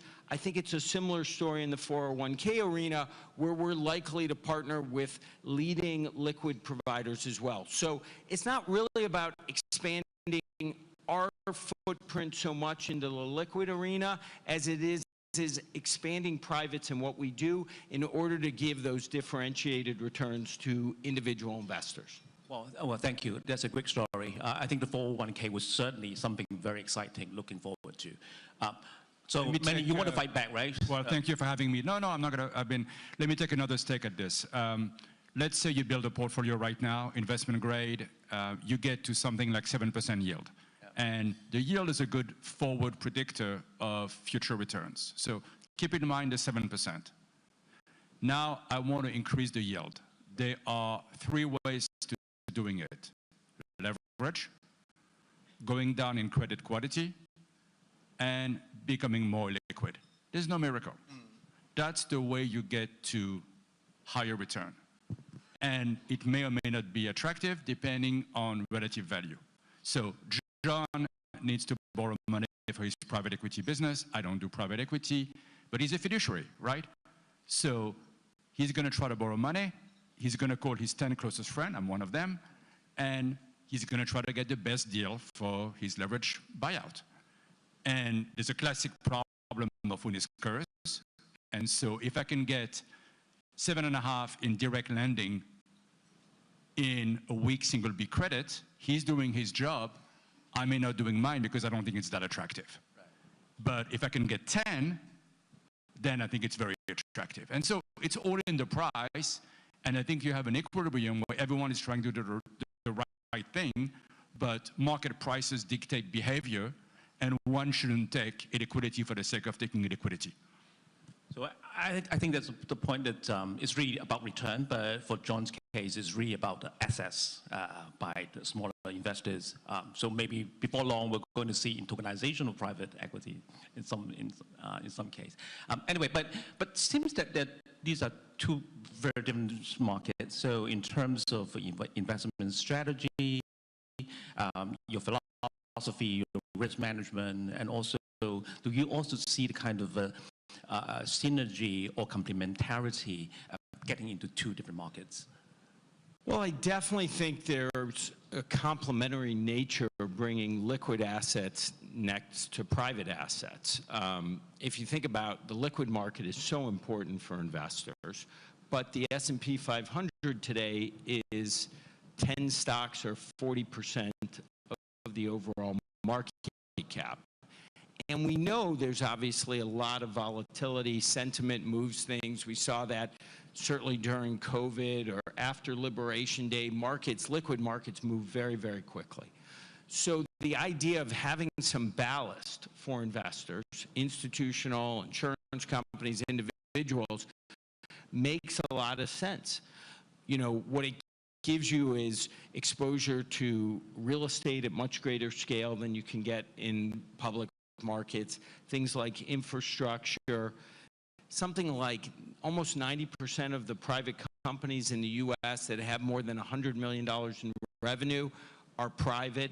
And so to be able to construct a portfolio that gives you access to all of those companies and puts it side by side with your liquids portfolio makes sense. So no one's up here saying you're going to put 100% of your assets in private markets. But should you put 10, 20, 30%, most of the big institutional clients we have put about a third in, because again, the premium returns and the diversification benefits. So to us, this is just sort of a natural journey. It continues to expand, but again, you have to deliver for the clients because they are trading away a measure of liquidity. So let me take a slightly different angle. In fixed income, you have a biodiversity second to none. So you have a very liquid market, you have structured product, you have asset-backed finance, you have a municipal bond market, you have more exotic type of payout like royalty finance and aviation and so on and so forth. And so at any point in time, different segment of the market may be more or less attractive depending on what the opportunity is. So I think either Ted or David mentioned before that investment grades are very, very tight. They're tight. It's good for John to borrow. It's less good for me to invest. And high yields are very expensive. You know, we have this chart which shows that between 1992 and 2008, you made 70 bips a year owning high yield. You lost everything in 2008 and more. And so we haven't seen a recession. And so to some extent, some of these returns in higher octane type of fixed income haven't been really tested. And I'm not being provocative. I'm making a very obvious point that in a growing economy, when things are good and there's no recession, things look better than they ought to on a risk-adjusted basis. Yeah, that makes a lot of sense, I mean, in terms of allocation. So let's move on to the next question, which is about private markets. Now, John, the first question is, some say that the private credit space has been having a lot of strong traction in recent years, and that partly has to do with the challenges in fundraising as well as exit in the PE space. What's your take on that? I see it a little differently, Daryl. I think it really has happened because of the excess return you've been able to deliver. If you think about what private credit is, we're bringing an investor, let's say an institution, right up to the borrower, and in the process, eliminating a lot of origination, securitization, all those costs that ultimately take away from the individual, from the ultimate end investor. And so when you're able to have that direct-to-customer model, farm to table, you can deliver higher returns. For our insurance clients with private investment grade, we've been delivering in the last year 170 basis points premium. So if you can deliver 7% instead of 5%, that's very helpful. Similar story in the leveraged loan market versus direct lending, where again, by having that direct-to-customer model, you provide a premium. So that to me has really been the driving force. It was certainly accelerated after the inflation surge, after rates went up and spreads widened because you got these very, very high rates of return. But that cyclical element, as it goes away, doesn't take away from the long-term secular benefits of private credit. And so I think this trend will continue and it will take up a larger component of investors' portfolios. Again, they'll still have a very large liquid fixed income portfolio, but just like they have a big public equity portfolio, they now have a larger private equity portfolio. It'll be the same dynamic in credit. Okay, thank you. That's the upside, but let me talk a bit about risk in the private credit space. Now, in the media interview in August, you said, and I quote, "Private markets haven't been tested." And recently, we're seeing some high-profile bankruptcy cases in some private credit-backed investments. There's even mention of the crawling little creatures out there. Not my words. So, what's no, look, I think here's the way to understand it. You have a mortgage market which is super efficient. For lower quality borrower, you always had other form of financing where the credit is much worse and then the risk of fraud is higher. I mean, I was telling you when we were preparing for this that I remember a case in 1999 which pretty much looked like the one we're seeing today. And so if you've been through this and you've seen fake invoicing and all of these things that we both know about, I think you sort of mentally prepare for it and you make sure that you don't do it. And so that's, I think, part number one. How many more are there? I think it's very hard to tell. I think everyone in this room scrub their book and try to make sure that, none of us are exposed to this. But it could be that one of the sector where you've seen a lot of activity, like software, for example, where AI is going to be a major disruptor, you're going to have a problem, not because anyone is doing anything wrong, simply because there's a business model that is being destroyed by technology. And I think that's, that's a Schumpeterian way of looking at an ecosystem, and I think that's, I think that keeps everyone in this room awake at night because, it's a good, bad thing in terms of what's happening. John, you want to jump in on that point? Well, I would agree with Manny's comment. I think these high-profile bankruptcies were interesting in that they were non-institutional borrowers. What we tend to do is lend to private equity firms or public companies. These were non-traditional borrowers. They also, it appears, committed fraud, asset-backed, where there wasn't really assets there. And then to look at that and say somehow, therefore, the direct lending market or the investment-grade private credit market is flawed, particularly where in both of the high-profile cases, these were bank-led situations, that seems like an odd conclusion. But it matters how people underwrite. And yes, you have to be mindful of what you're doing in the credit space. But I think these are both idiosyncratic. And when we look at the overall credit books of the banks, of public debt markets, of the private credit, you see very low default rates, very low losses. To me, that's more representative than a couple of these idiosyncratic cases. Okay, thank you. So perhaps no need to grab the pesticides, at least for now. Agree. Oh, okay. So my next question is on AI. So everyone is talking about AI. We can't avoid that.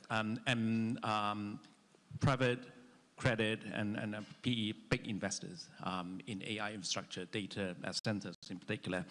But there's also increasing concern whether there's actually a bubble out there. And so there's a guy saying that, well, okay, so this time it's probably a good bubble, well, meaning that, well, the investment put into it, the productivity gain, that will actually benefit, leaving lasting benefit for the society, even if the shares collapsed. So do we have a bubble, good bubble or bad bubble? John? I'm a little more optimistic.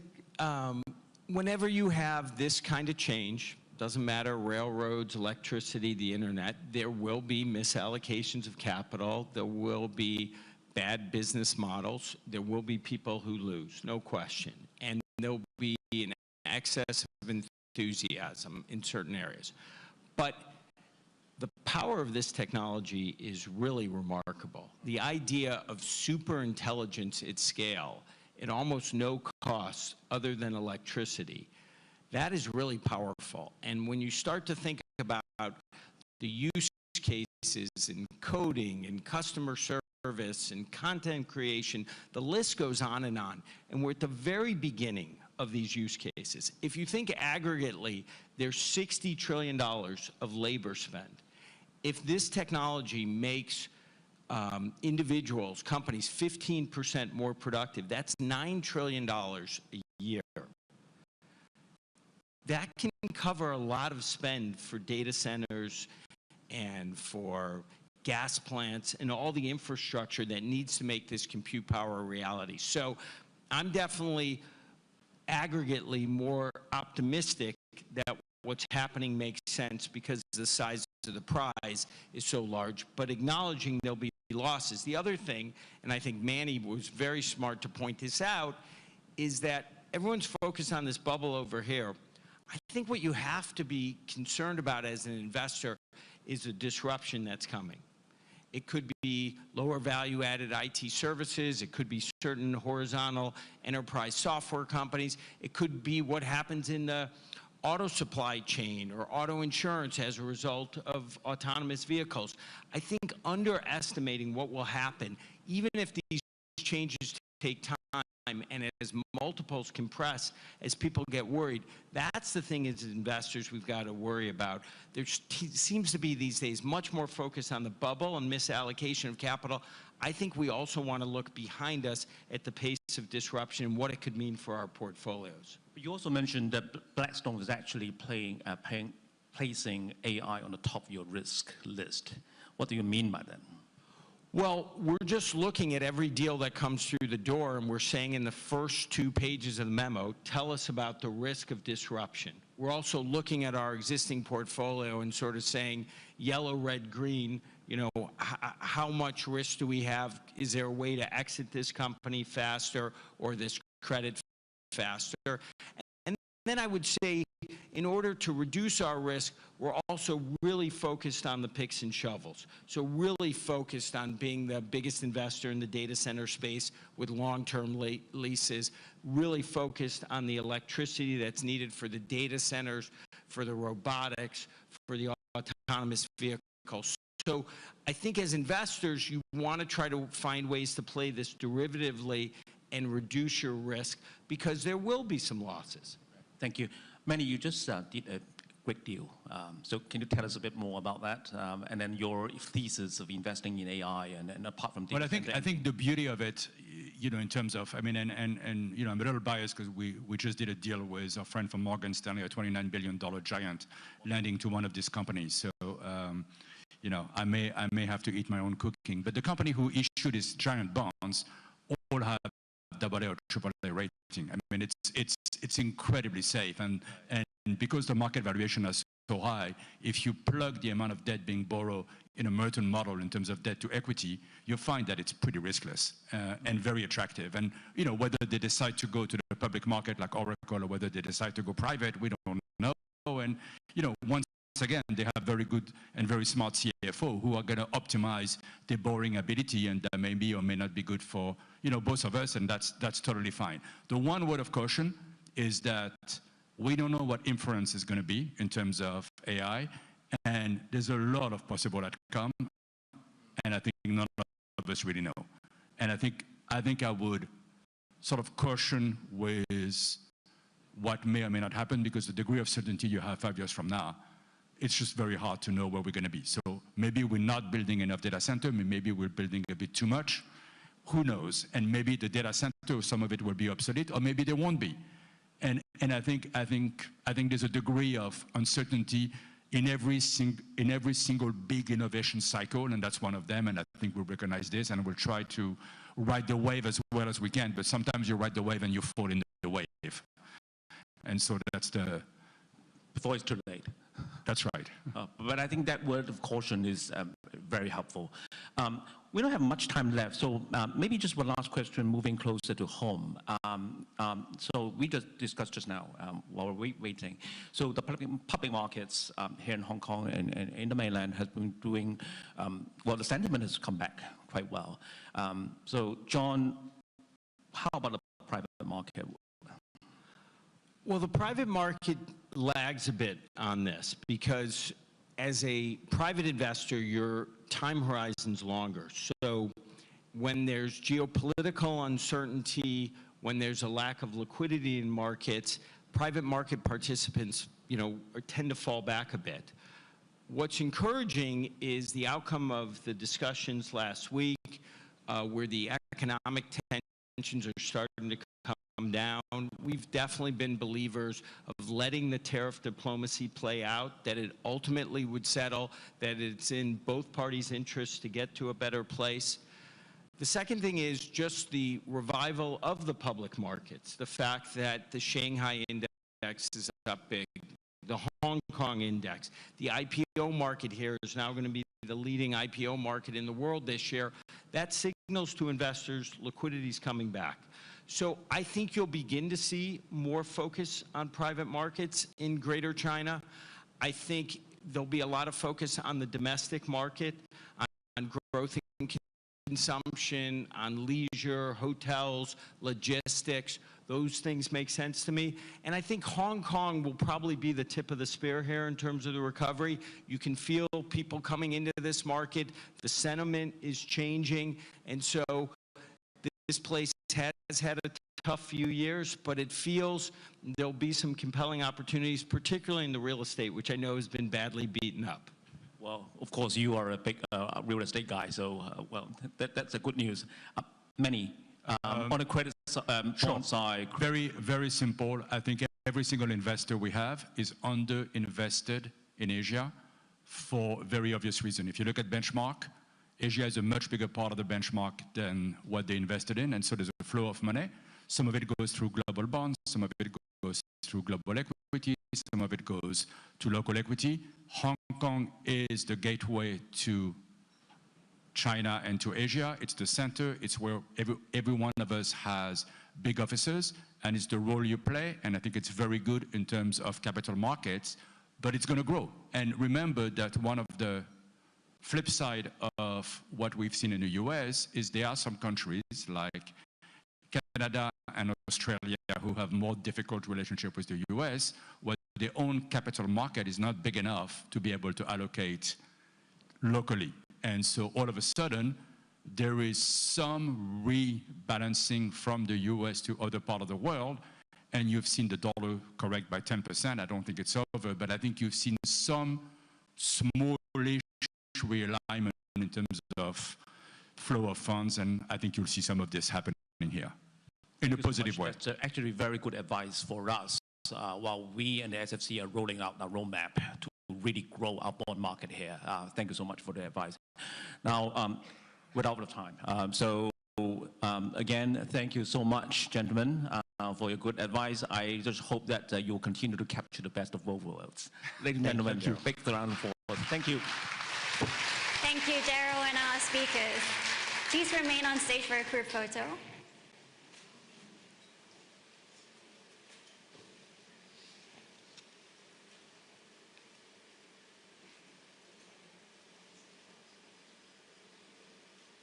Please look towards the back for our media friends.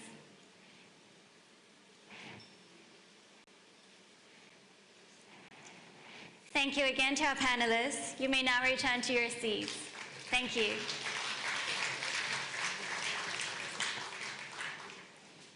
The private equity landscape is navigating a period of change, with shifting investment strategies and an evolving market environment that are reshaping the competitive landscape. Let's hear from the industry leaders on their take of the stake of the private equity. Please give a warm welcome to our moderator, Juan Delgado Moreira from Hamilton Lane, and our panelists, Joe Bay from KKR, Rob Lucas from CVC, and Harvey Schwartz from Carlyle. Juan, over to you. Thank you. Thank you. Good morning, everyone. I think the job is, I'm standing in for an extension of HKMA. My job is to ask tough questions as an investor would look at this, and notice the challenge word on the title, right? Fortunately, thanks to the previous panel, we don't have to cover private credit. So that one's done. But I think it's fair to acknowledge that we have a period of transformation and change in the industry.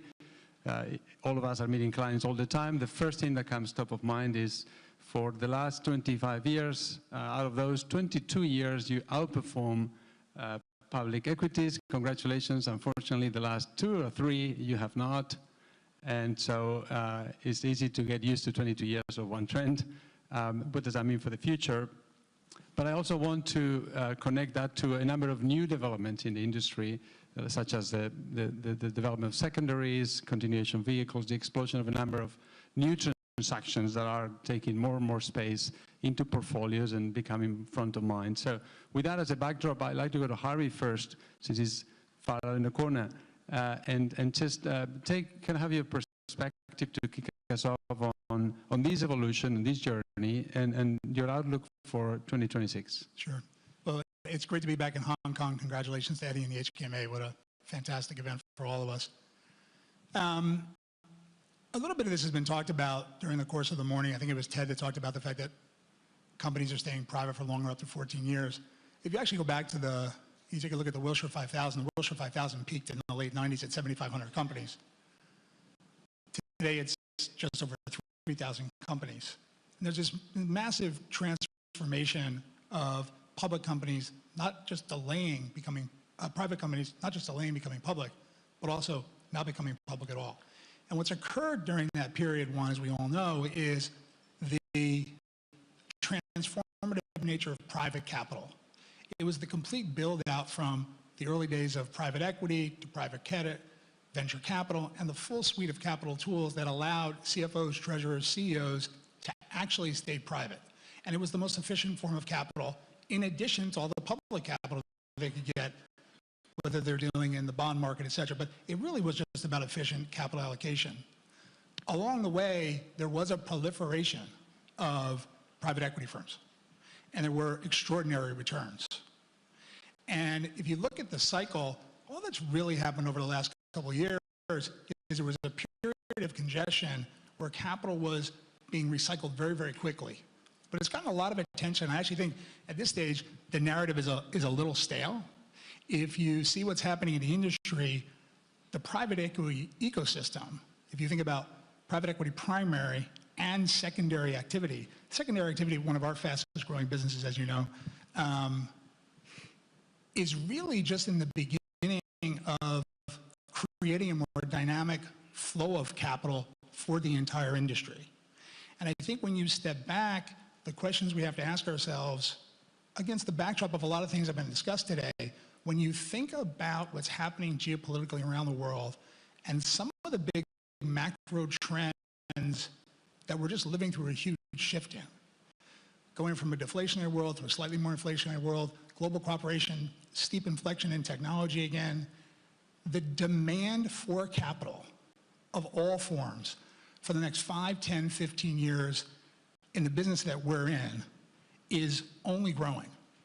And everywhere we go in the world, and it was discussed here earlier today, it's about economic growth and economic competitiveness, and the demand for capital will be very high. So I feel quite optimistic. We've taken 4 companies public in the last year, largest privately owned company in Japan, largest private owned company in India, third largest private company, third largest IPO in the United States.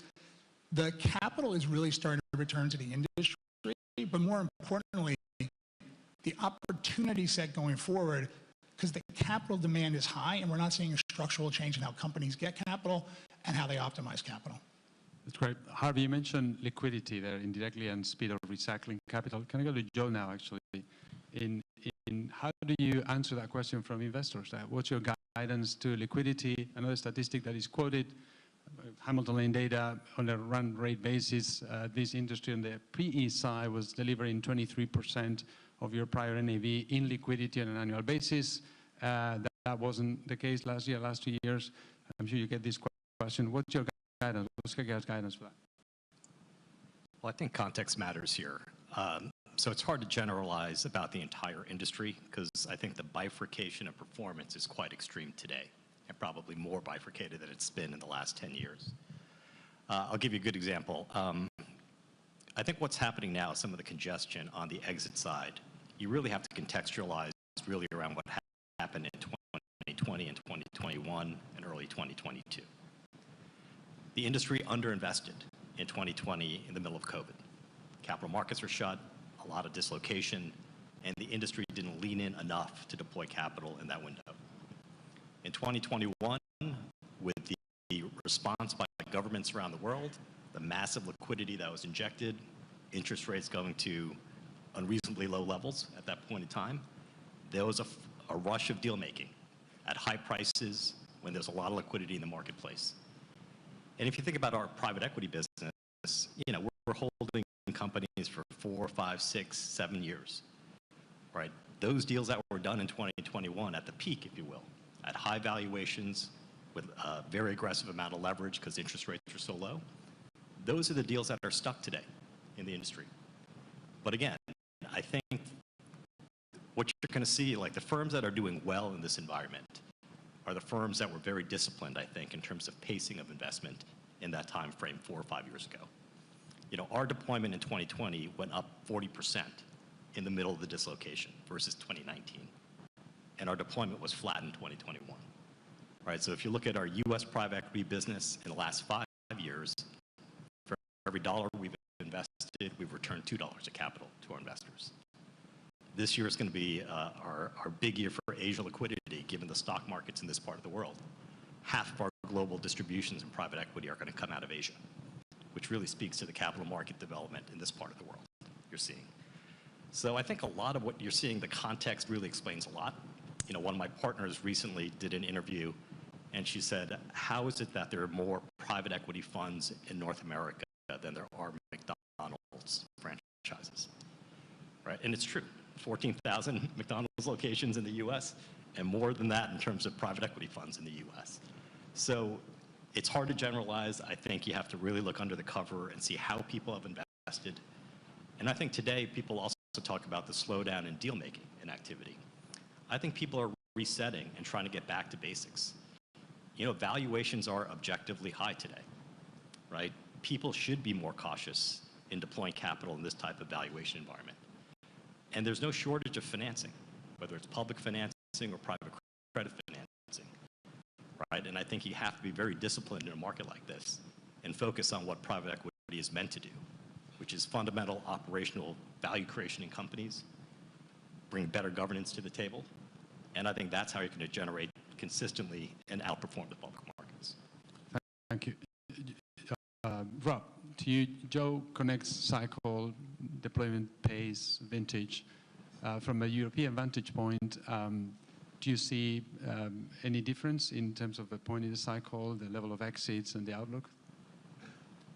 Yeah, thank you. And thank you, Eddie, for having us back. It's great to be here. I think it's a very exciting time at the moment, I've got to say. I think it's very hard, as Joe's just been mentioning there, to underestimate what we've been through over the last 5 or 6 years as a global economy. It's very easy to forget that come sort of February, March of this year, it'll be 6 years since COVID hit us. All the destabilization, all the volatility since, geopolitical, economic, and actually the resilience of the global economy, but the resilience of the world in which we're in, the alternatives, I think has been pretty astounding in actual fact. I totally agree with Joe that we're seeing a real bifurcation in the industry. I mean, it's always been there, but of course, the more players you have, the greater the levels of volatility within the market, the more that shows through. So, just taking your point about the European outlook, yeah, we are seeing strong flows into Europe, and Europe's always been a very interesting and successful place for private equity investing and alternative investing.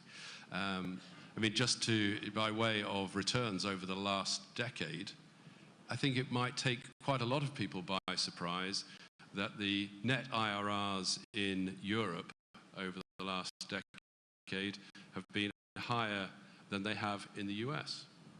16% net IRR over the last decade in Europe versus 15 in the US.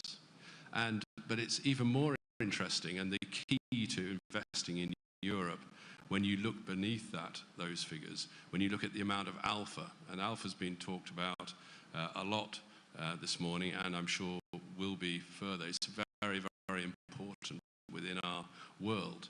And if we look at what Europe has managed to produce, within Europe, half of that 16% is alpha. In the US, there have been, we know, very strong tailwinds to the US market. But that has actually meant that the levels of alpha have been 1.5% as opposed to 8%. Now, you know, why is that? Well, the US market is a very active, very liquid market, but it's also a very efficient market. Europe is a fascinating place to invest because of all the challenges and the imperfections that the European market has. And that means that if you have players like KKR, like Carlyle, like ourselves on the ground in those local markets, the ability to produce high alpha, the ability to produce strong returns in that market is very strong. And that is what's really recognized by the most sophisticated LPs and institutional investors out there. Just to, before I let you go on liquidity, all of you, secondaries was mentioned as well. It's front of mind. Harvey mentioned one of our fastest growing areas. The LP angle here is, are they really exits? One of the issues against Europe was that a big percentage, as much as 40–50%, were actually secondary transactions, not IPOs as much as. Can I have a quick reaction on that? And maybe you might be wanting, Joe, to grow your secondaries business. So, Harvey, can I give a quick reaction of how you think of secondaries? It's a continuation vehicle, a true exit, yes or no? Sure. So I think one of the things I find quite fascinating is narratives can be quite stale. I think one of the stale narratives is that there's not an opportunity in private equity because exits were slow for a couple of years, and I think my panelist partners here have covered it quite well in terms of the dynamic in the industry and what's happening. What I also find quite fascinating is that secondaries has been growing quite quickly over the last couple of years as a liquidity solution. But the industry should be evolving with liquidity solutions. I actually think this is a trend that's in the very early days, and I actually think it's quite good for the industry because I think the availability of more exits, more efficient capital allocation is only a positive. And so it was one of the fastest growing parts of our business. I think that's a sustainable trend because I think the industry sector will continue to grow. We may see consolidation. I don't know. And that was the first time I knew there were more private equity firms than McDonald's. I thought it was quite fascinating myself. But I think there'll be a tail of consolidation. There will always be specialist funds, just like there's 4,000 banks or whatever the number is in the United States, but we think of them as the people that were on the stage earlier. And so I just think that this is an early phase of evolution of the asset class where however you monetize, as long as you're monetizing with the types of returns we're talking about, then I think it's actually more proof of concept versus test of concept. Yeah, no, that's great. Joe, then connecting, you said earlier 50% of your exit activity was in Asia. Can we go back to Asia? You've obviously built the business here, so you're front and center and it's close and dear to your heart. But you know, how do you think of investing in Asia? How is that statistic? Can you unpack that a bit for the audience? Sure. Love being back in Hong Kong. I spent 10 years living out here from 05 to 15, building out our business initially. So we've been investing in this part of the world for a little over 20 years now. And I would say at KKR, Asia is by far, at least in private equity, our fastest growing business. And the one where we see the most, I think, unique opportunities in this environment today. And I think that's underpinned by a number of just fundamental trends and tailwinds in Asia. There's been a lot of talk about Korea, Japan, and the real opportunities on the back of corporate governance reform. It's no surprise that the Tokyo stock market and the Korean stock market have gone up dramatically since these reforms were implemented. It's just hard to get deals done, right? But you have large conglomerate structures. You have now CEOs and boards focused on ROE. So they're selling non-core businesses, they're selling non-core assets. And we're starting to finally see a pipeline of large-scale divestitures out of companies. For us at KKR and Global PE, outside of the United States, the largest destination of private equity capital today, after the US, is Japan. And India is probably top 4 markets as well. So Asia is a huge part of what we do. We have 9 offices in the region, around 650 people on the ground, very localized, and around $80 billion of investments in the ground today. So it's corporate governance and buyouts, corporate carve-outs, it's clearly the tailwinds around domestic consumption in these key markets. 3 billion consumers, Asia 60 to 65% of global GDP growth. As that middle class keeps growing, basic things in consumption, value-added services, healthcare, they're all going to be really exciting areas to invest over time. On technology trends, there's been a lot of talk about AI. I think that's really more of a China opportunity in many ways because, Korea, Japan have great technology, but they're short on energy, and you need both. And they're short on land, right? So China, I think, is going to be the real dominant challenger to the U.S. in AI because they have that combination of assets to really scale AI quite dramatically. But in Korea and Japan, I think there's as big an opportunity, though, given their demographics, the aging population. They are really big leaders in robotics and industrial automation. And I think that's going to be probably in the next 5 years the bigger opportunity for Korea and Japan than just pure AI applications. And then I'd say the final thing is really around intra-Asia economic integration. Like, that's a big deal, right? Asia is trading more with Asia. China, Japan, Korea, India, Southeast Asia. Intra-Asia trade is just a little over 60% of trade within Asia. That number's probably going to 75%. So when you think about where to invest in this part of the world, betting on the region, I think, is a pretty safe bet long term. Great. We're down to the last 5 minutes, so I'll ask the members of the panel for quicker answers on the following rounds. But Rob, Harvey mentioned, and you mentioned, Joe mentioned, more GPs than McDonald's. A fellow European, Per Franzen from EQT, said 5,000 fund managers at GPs would disappear in the last few years. Really? What's your take on that? What form could consolidation take? You acquire one firm in secondary space. What's your take from a European perspective of consolidation, and what will be CVC's approach to it? Sure. Well, let me just go back 40 years to my first day in the office at 3i when I started my career in private equity. Hadn't been invented, so it was venture capital back in those days. And I arrive in the office, and the first thing I'm greeted with is, welcome to 3i, welcome to venture capital.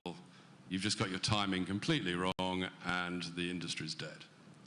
And the reason I recount that tale is because, of course, it was wrong, but also over the years we've heard a lot of times, I'm sure we've all heard, that the industry is finished in its current form. And the reason I make that point is because we should never underestimate how adaptable private equity and the alternates market is generally. And that's what's happening at the moment. We are adapting to a very different world. And it's the ability to adapt so rapidly that is such a powerful part of the industry. And so, yes, to your consolidation point, there will be consolidation.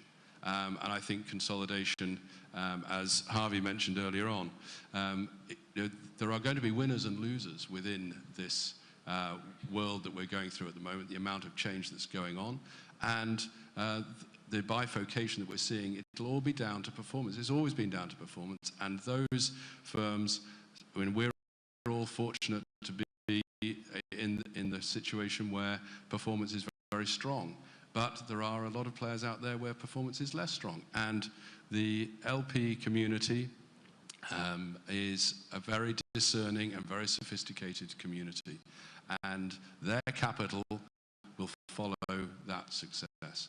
And the stronger will, where they can really bring onto their platforms important and additional aspects, that consolidation will occur. So we acquired our secondaries business, we acquired our infrastructure business, and should the opportunities arise further, no doubt that we will acquire more.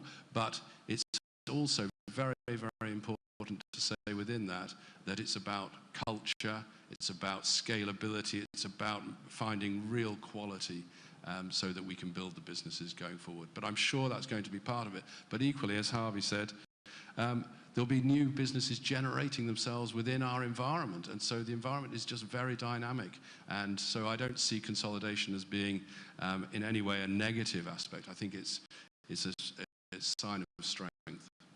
Connecting, if I make consolidation with the conversions, also linking it to the previous panel. Harry, you started us off, closed us off on public and private hybrids.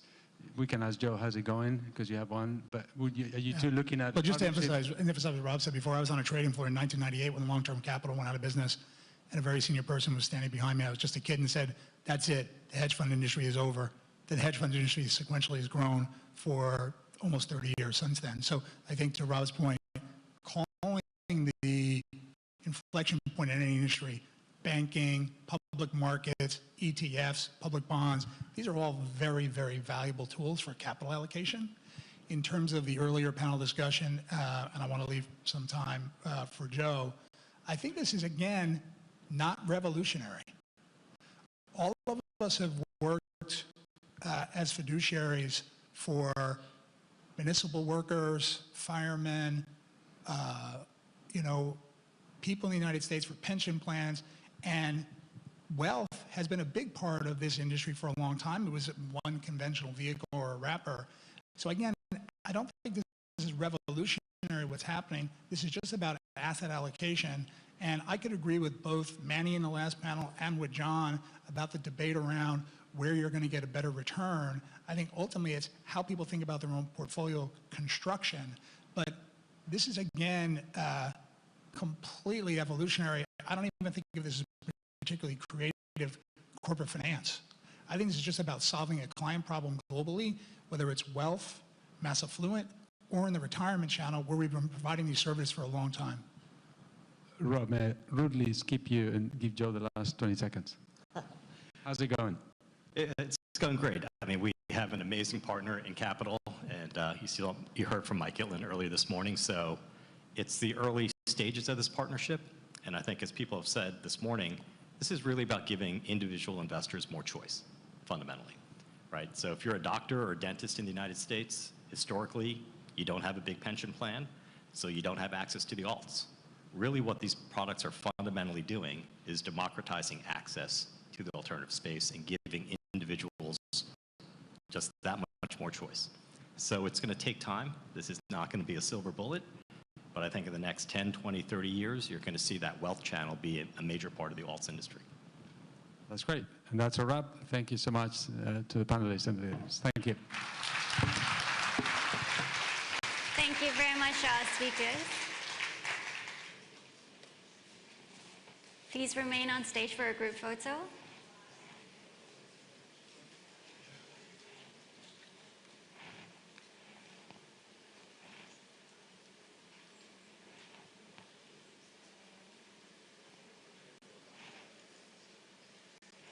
Please now look towards the back for our media friends.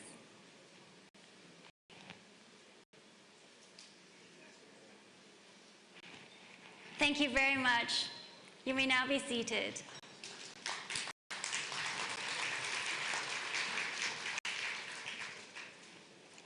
Diversification. This word has been a buzzword in recent months, but where should we diversify into? From Europe to Asia and beyond, and across different asset classes. The next panel will provide insights into where growth and investment opportunities can be found. The session will be partially conducted in Putonghua. You may use the headset in front of you for English simultaneous interpretation. Let us now put our hands together to welcome our moderator, Bonnie Chan from Hong Kong Stock Exchange, and our panelists, Valerie Botson from Amundi, Ronald O'Henley from State Street, and Zhang Hui from Bank of China.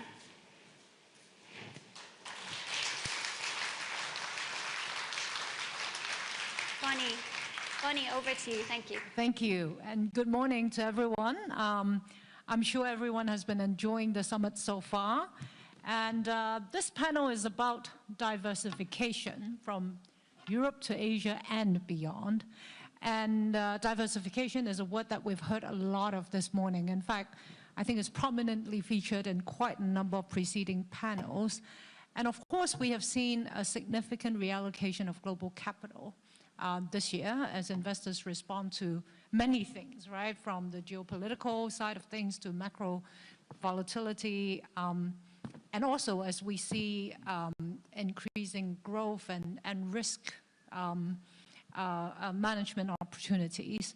So as the world seek for this new equilibrium, shall we say, I think we should just expect this trend of diversification to continue.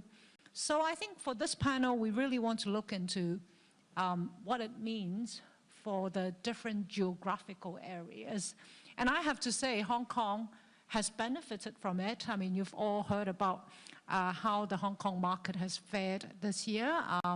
It's very refreshing to be referred to as the tip of the spear as opposed to the relic of an international financial center. That unfortunately was a label put on Hong Kong a few years ago. So we're very fortunate today with this panel. And so without further ado, let's get started. And I would like to start with Valerie. So Valerie, we are seeing opportunities arising from the EU's competitiveness agenda. And I think similar to the Hong Kong market, quite a number of European markets have also done very well. The DAX have improved more than 20% year to date. So can you help us understand this? Whether you are seeing, in fact, global investors pivoting more towards European assets, and what does it mean for a firm like yours, Amundi? Well, thank you very much, Bonnie. Good morning to everyone. Yeah, let me start maybe by drawing very quickly the European political and economic agenda to answer your question. There have been a few initiatives, 3 of them mainly, over the past few months, which I think are very interesting for Europe and we should attract worldwide investors. The first one is the launch of the Savings and Investment Union. The idea here was to make sure that the abundant savings of European citizens can be channeled very directly and very clearly towards long-term investment in order to speed up the competitiveness of Europe and European industry and economy. The second one, of course, is around defense. You may have heard about it. EU increased its financial commitment by multiplying by 5 the budget in the European Competitiveness Fund, the defense budget. And as you probably know, we also have European countries which we committed to invest 5% of their budget in defense by 35. So this will obviously increase the valuation and the dynamic of defense companies in Europe. And last but not least, Germany, which was known for its very strict fiscal orthodoxy, has launched an ambition, a multi-year plan to invest in infrastructures. So I think all these 3 initiatives are going to be very good for the economy in the short term and will be, I would say, speeding up the valuation of some company. And if I may add, 2 more structural reforms which are being handled on the financial area. The first one is around pensions in Europe, which is transforming everywhere. You know that the population is aging worldwide. It's specifically true in Europe, and the pension system is being reformed country by country, sometimes in a different way, but all the time with a clear vision of feeding long-term investments toward Europe. And retail participation to markets as well is being very much encouraged. For all that reasons, I think we should be comfortable and positive about the future of European economy, and we have been seen already and will go on seeing investors from all over the world participating to this growth. Thank you. So 3 initiatives and 2 structural reforms. In fact, I always tend to think about Europe in a similar fashion as Asia, because, you know, I think both regions, we see quite a lot of fragmentation over the last few years, and therefore, if there's a chance to really have all the, you know, different countries and markets within that region, you know, joining hands, that should create a much stronger momentum. So with that remark, maybe I'll turn to Mr. Zhang Hui, and I'm going to ask this question in Mandarin. So if you need translation, please do put use the headphones.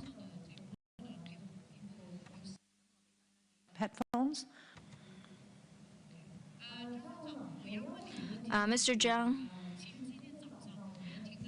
this morning we have listened to the leadership's instruction about consumption. Can we know your view on China's ambition to build a mega-sized consumer economy to boost private consumption?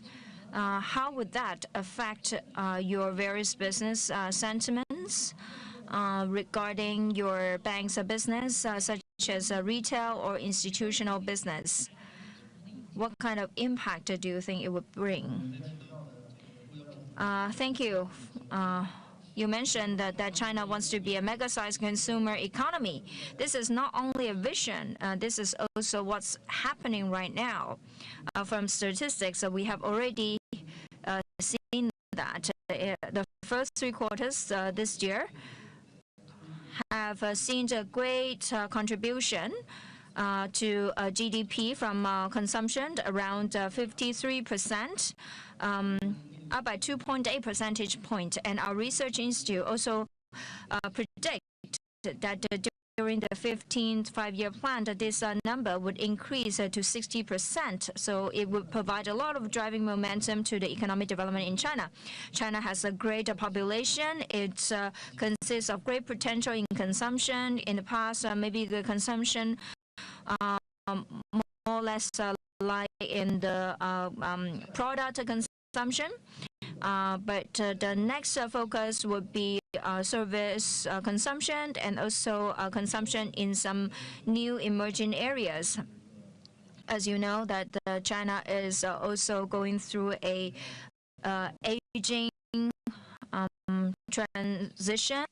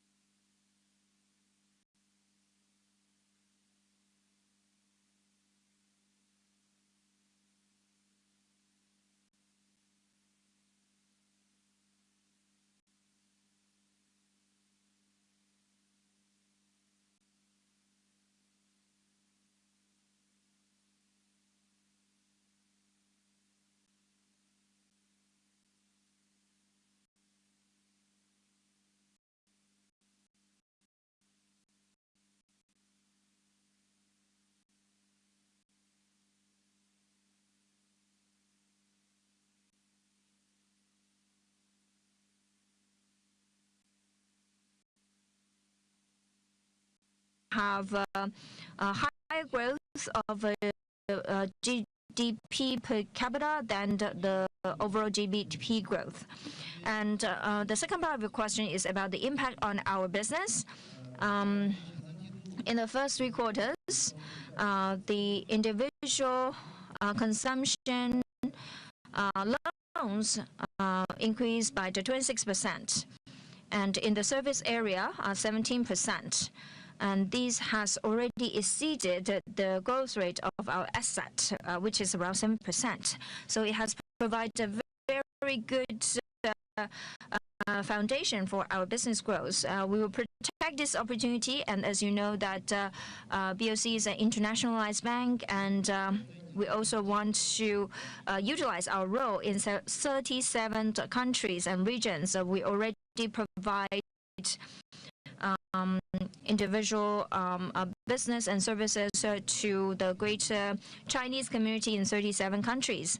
And as we know that there are lots of convenience for foreigners visiting China. So now we have the tax refund business in the 19 provinces and autonomy districts. And these can provide great support for tourism in domestic markets. And we can also provide different kind of consumption loans and financing to guide or tap into the potential of consumption. On the supply side, we would focus on service-related consumption and new retail consumption, and will provide financing support. So we can cover both the supply side and the demand side. On the other hand, we can provide asset management service to the individual consumers to enhance their capabilities to spend. So we will grasp that opportunity on that front. Thank you, Mr. Zhang.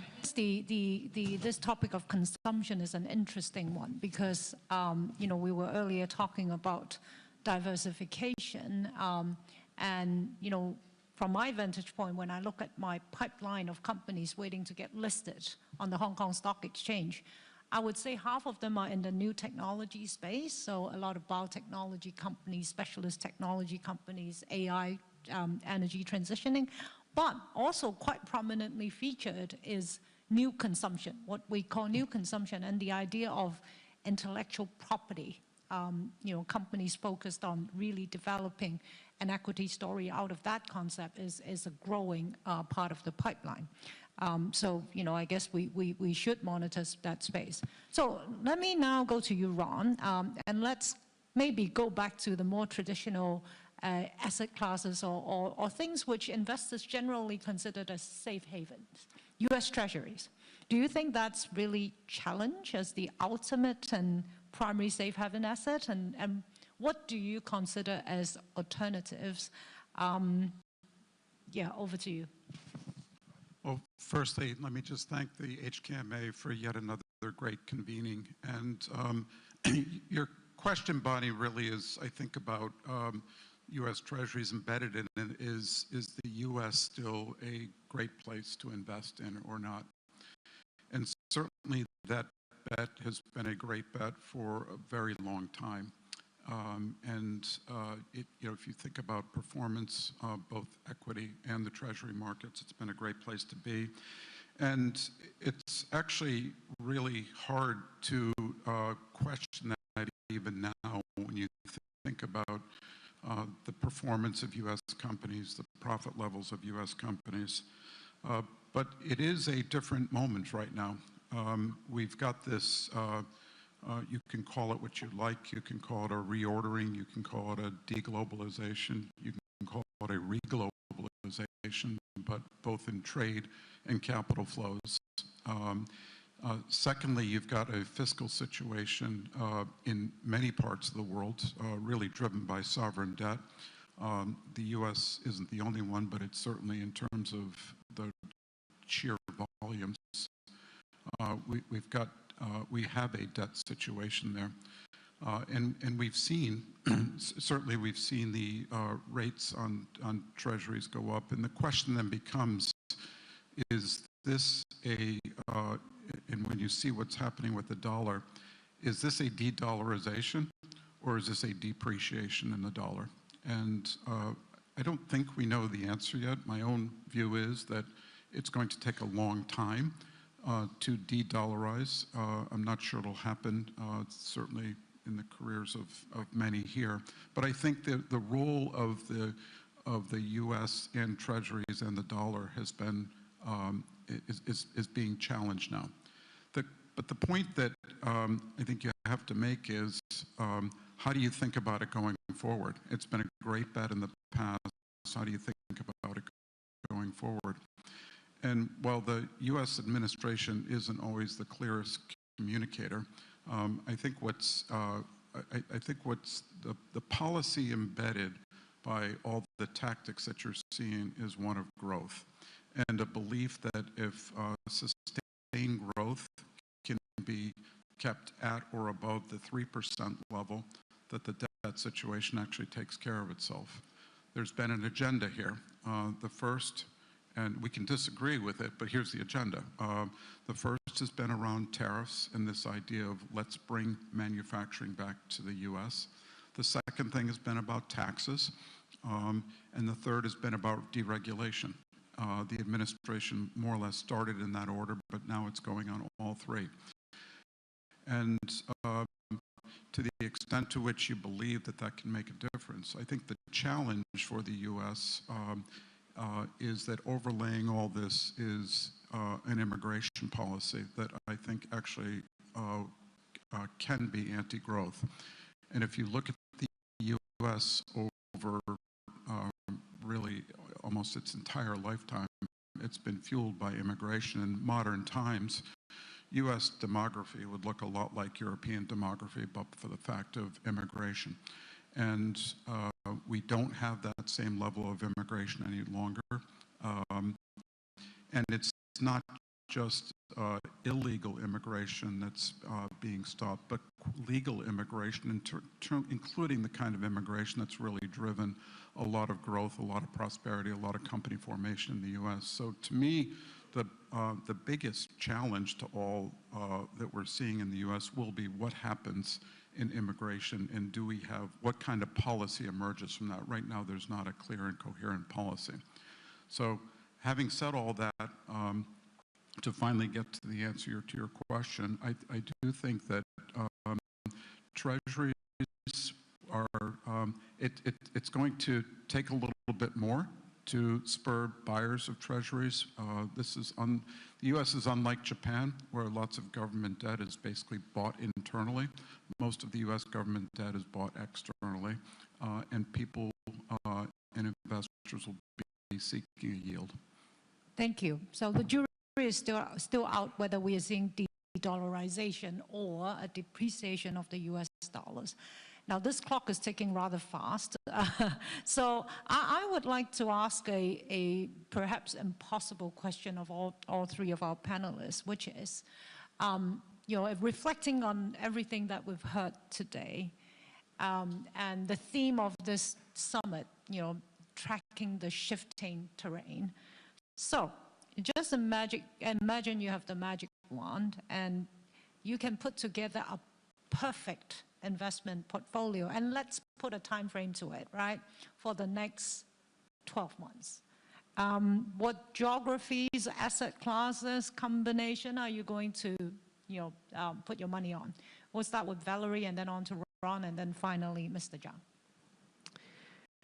Well, I think that, as you know, we have at Amundi, we are a leading European asset manager. But we are based worldwide, and most of our clients are either European or Asian. So I will answer with this important DNA that I share with our European and Asian clients. What I see is that they're all questioning their US heavy exposure today. First, they've been reassessing their hedging strategies recently, considering the dollar topic we just mentioned. And when it becomes too expensive, they're really looking for diversification, which is what we really advise them to do. Speaking about Asia, I think that globally Asian assets are very well positioned. The valuations are globally attractive when we compare them to in a worldwide area. Of course, you need to be selective, but Asian assets for us are a must. In Europe, I think investment-grade corporate bonds are interesting, and when we speak about equity, we always look today mostly at quality business and valuation. If I had one advice to keep is to switch from a market cap weighted portfolio to a GDP weighted portfolio. I think it's the best way today to be clever in diversifying your portfolio. Well, I like that answer because, you know, that's a little biased towards Asia. Ron, over to you. Yeah, I'm not going to focus on geography. There's been a lot of talk here and at every conference we all go to about AI. Is there a bubble? And it really is. If you think about where all the investment is, it's in effect been about the infrastructure and the hardware. I would be highly focused on trying to figure out who are the companies that are actually going to apply it well. The application really is in its early moments here. And for good reason, because to actually do it right, one, you've got to get your data right, and that's a combination of getting your data in order and then putting the right risk and controls around it. Secondly, then, you've got to get your processes right and re-engineer those. I mean, there's no point in automating the crooked line, as they say. And then thirdly, actually then apply it. And to the extent to which you can figure out who those companies are, and there's no reason why they should be geography bound. So I think you'll see new champions emerge as a result of this. We were talking about beforehand in the session, I actually think that for all the money that's being invested in the hardware and the enablers and the infrastructure, I don't think it's going to be the same level of investment to actually apply it.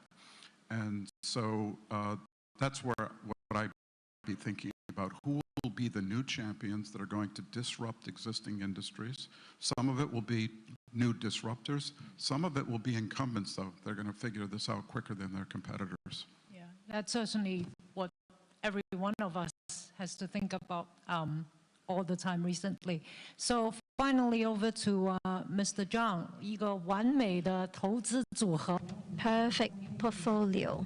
What are you going to allocate?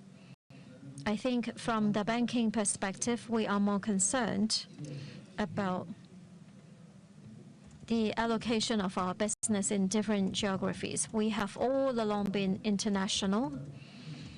When our internal environment has been changing and globalization has also impacted on our international efforts. So I can give you some figures. You would know that right now we have a low interest rate environment, and commercial banks are facing a lot of pressure. But because of our international foothold, through our overseas business in relation to the support to our revenue and also profit, there is good hedging. In terms of geographies, we will focus on Hong Kong, of course, which is our base camp.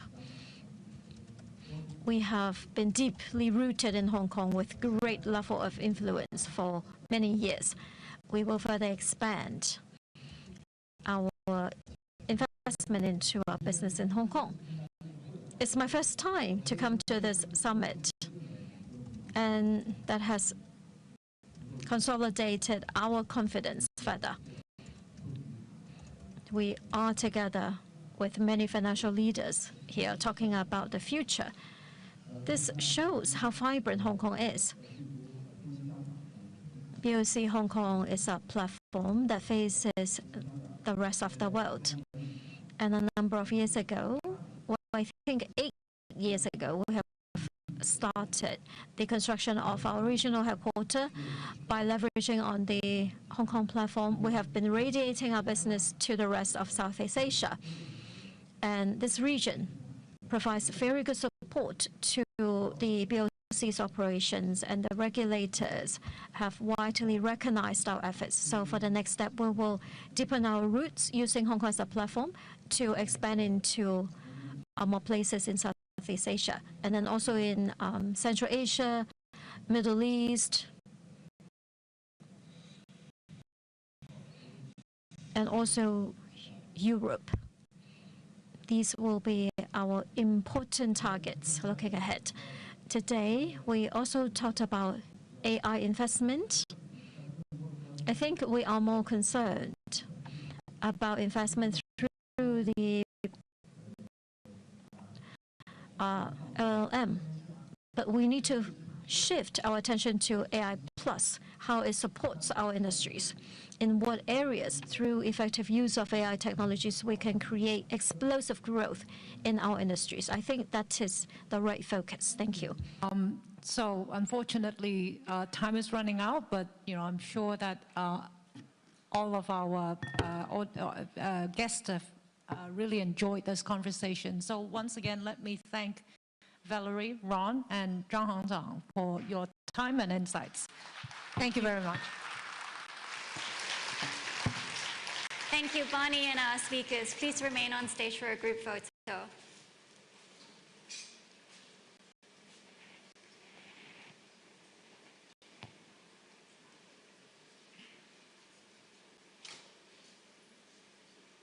Please now look towards the back for our media friends.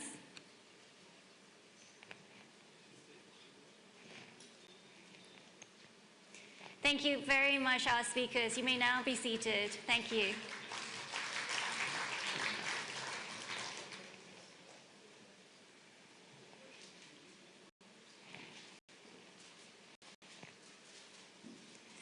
Digitalization and urbanizations have profound impact on our cities and infrastructure, particularly for the demand, generation, and transmission of energy. This panel will discuss the outlook of this sector and how investments in it could shape a more sustainable future.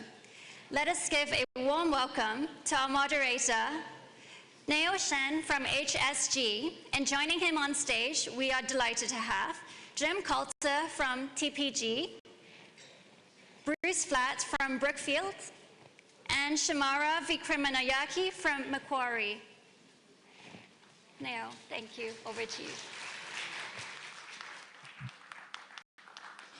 Well, thank you. I'm glad, very, very glad to be here, and this is my fourth year attending the event.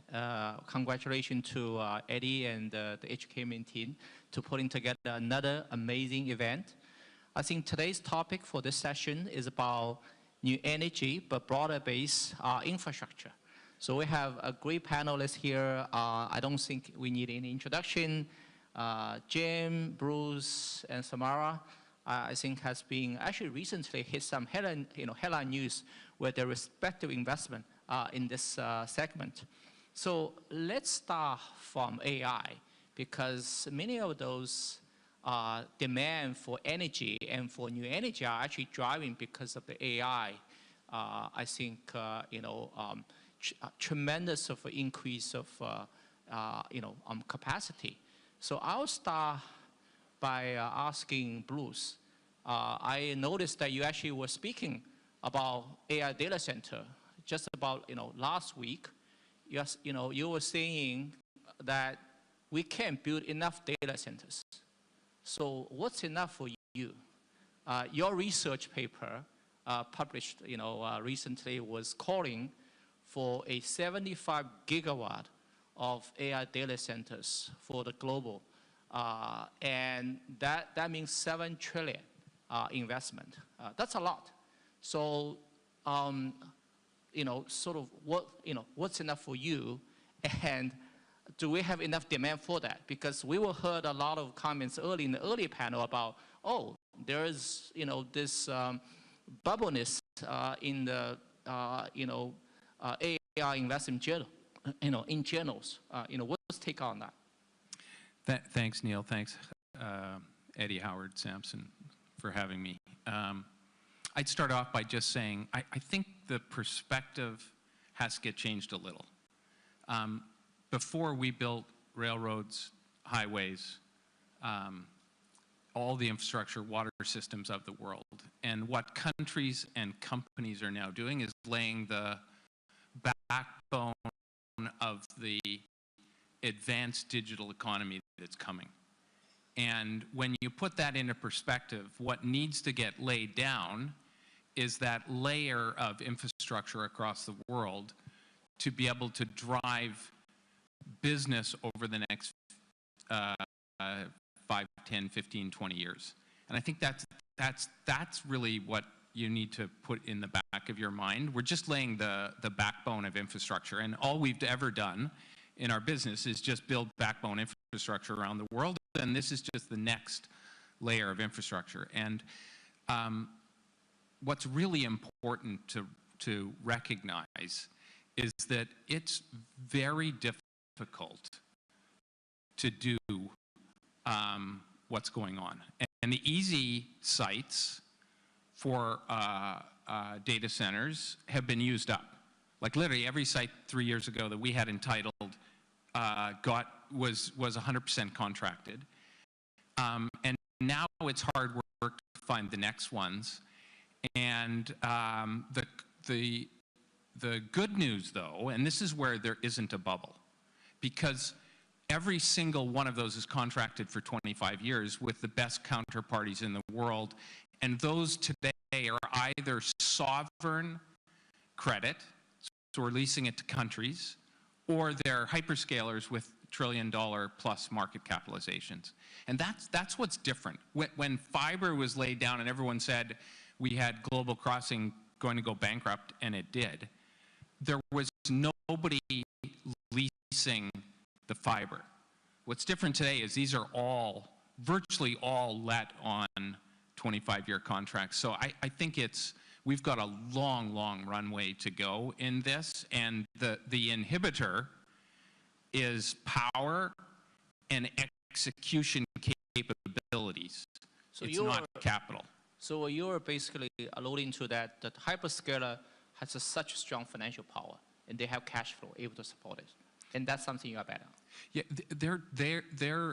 these are 100% let often to very well endowed organizations, which are driving enormous profitability within their businesses today, not from artificial intelligence. That hasn't come yet, but they're investing today. Legacy cash flow. They're spending $500 billion a year. Let's say for the next 5 or 7 years, that's $2.5 trillion. In the context of their businesses, it's not that much. And what that is laying the foundation to be able to deliver enormous profits a decade, 15 years from now. And if this all works out, these are going to be $10 trillion companies. Looks like a good math. All right, Samara, so while Bruce was talking about not enough, you are also selling those data centers. You had actually some wonderful exit, right? I mean, last year you sold AirTrunk for $24 billion. This year you just sold another major data center for $40 billion. I'm pretty sure you have your LPs or your investors must be very happy about that. Are you also put the money back to that space? I mean, and tell us how you look at that space back many years ago when you building those data centers. Yeah, and look, Ben Way, our head of asset management, is here with me, and we've had a few people asking us whether we've been calling a bell at the top in terms of data centers by exiting a portfolio here in Asia for $24 billion, as you said, last year, and then one in the US for $40 billion. But what I would say, I mean, there's been some really interesting perspectives given by people here both ways in terms of the growing demand, but then also the challenges with increasing technology with compute capacity and things, and will the demand be there, and the small group of off-takers there are. But I would say basically these exits reflect more the fact of the role we play in asset management, which is we start at the early stage and take things from about the zeros to the 20s, and then there is other capital that is well positioned for the 20 to 80 phase and other for the more stable 80 to 100. And so, you know, when we invested in AirTrunk, we took it from 450 megawatts to about a 1.8 gigawatt portfolio, 11 sites. We took it from Australia and Hong Kong into Japan, into Singapore, into Malaysia, and then we exited at a point where the capital required to keep that journey going was beyond the scope of our funds. And the same with Aligned, which we exited in the US. I think when we invested that one, I think we had AirTrunk for about 3 or 4 years. Aligned, we were in for 7 years. And we saw opportunity there to start very early with 7 megawatts. We grew it to 1.6 gigawatts of contracted offtake when we exited it. So we're selling a portfolio that it went from 7 million of EBITDA to 1.6 billion of EBITDA. So the people who came in are holding a more mature asset, but still scope for growth. So I think it's the role we play, and in private markets, there are many of us that play different roles. There are much larger funds that hold it through the next phase. The other thing I would say is here,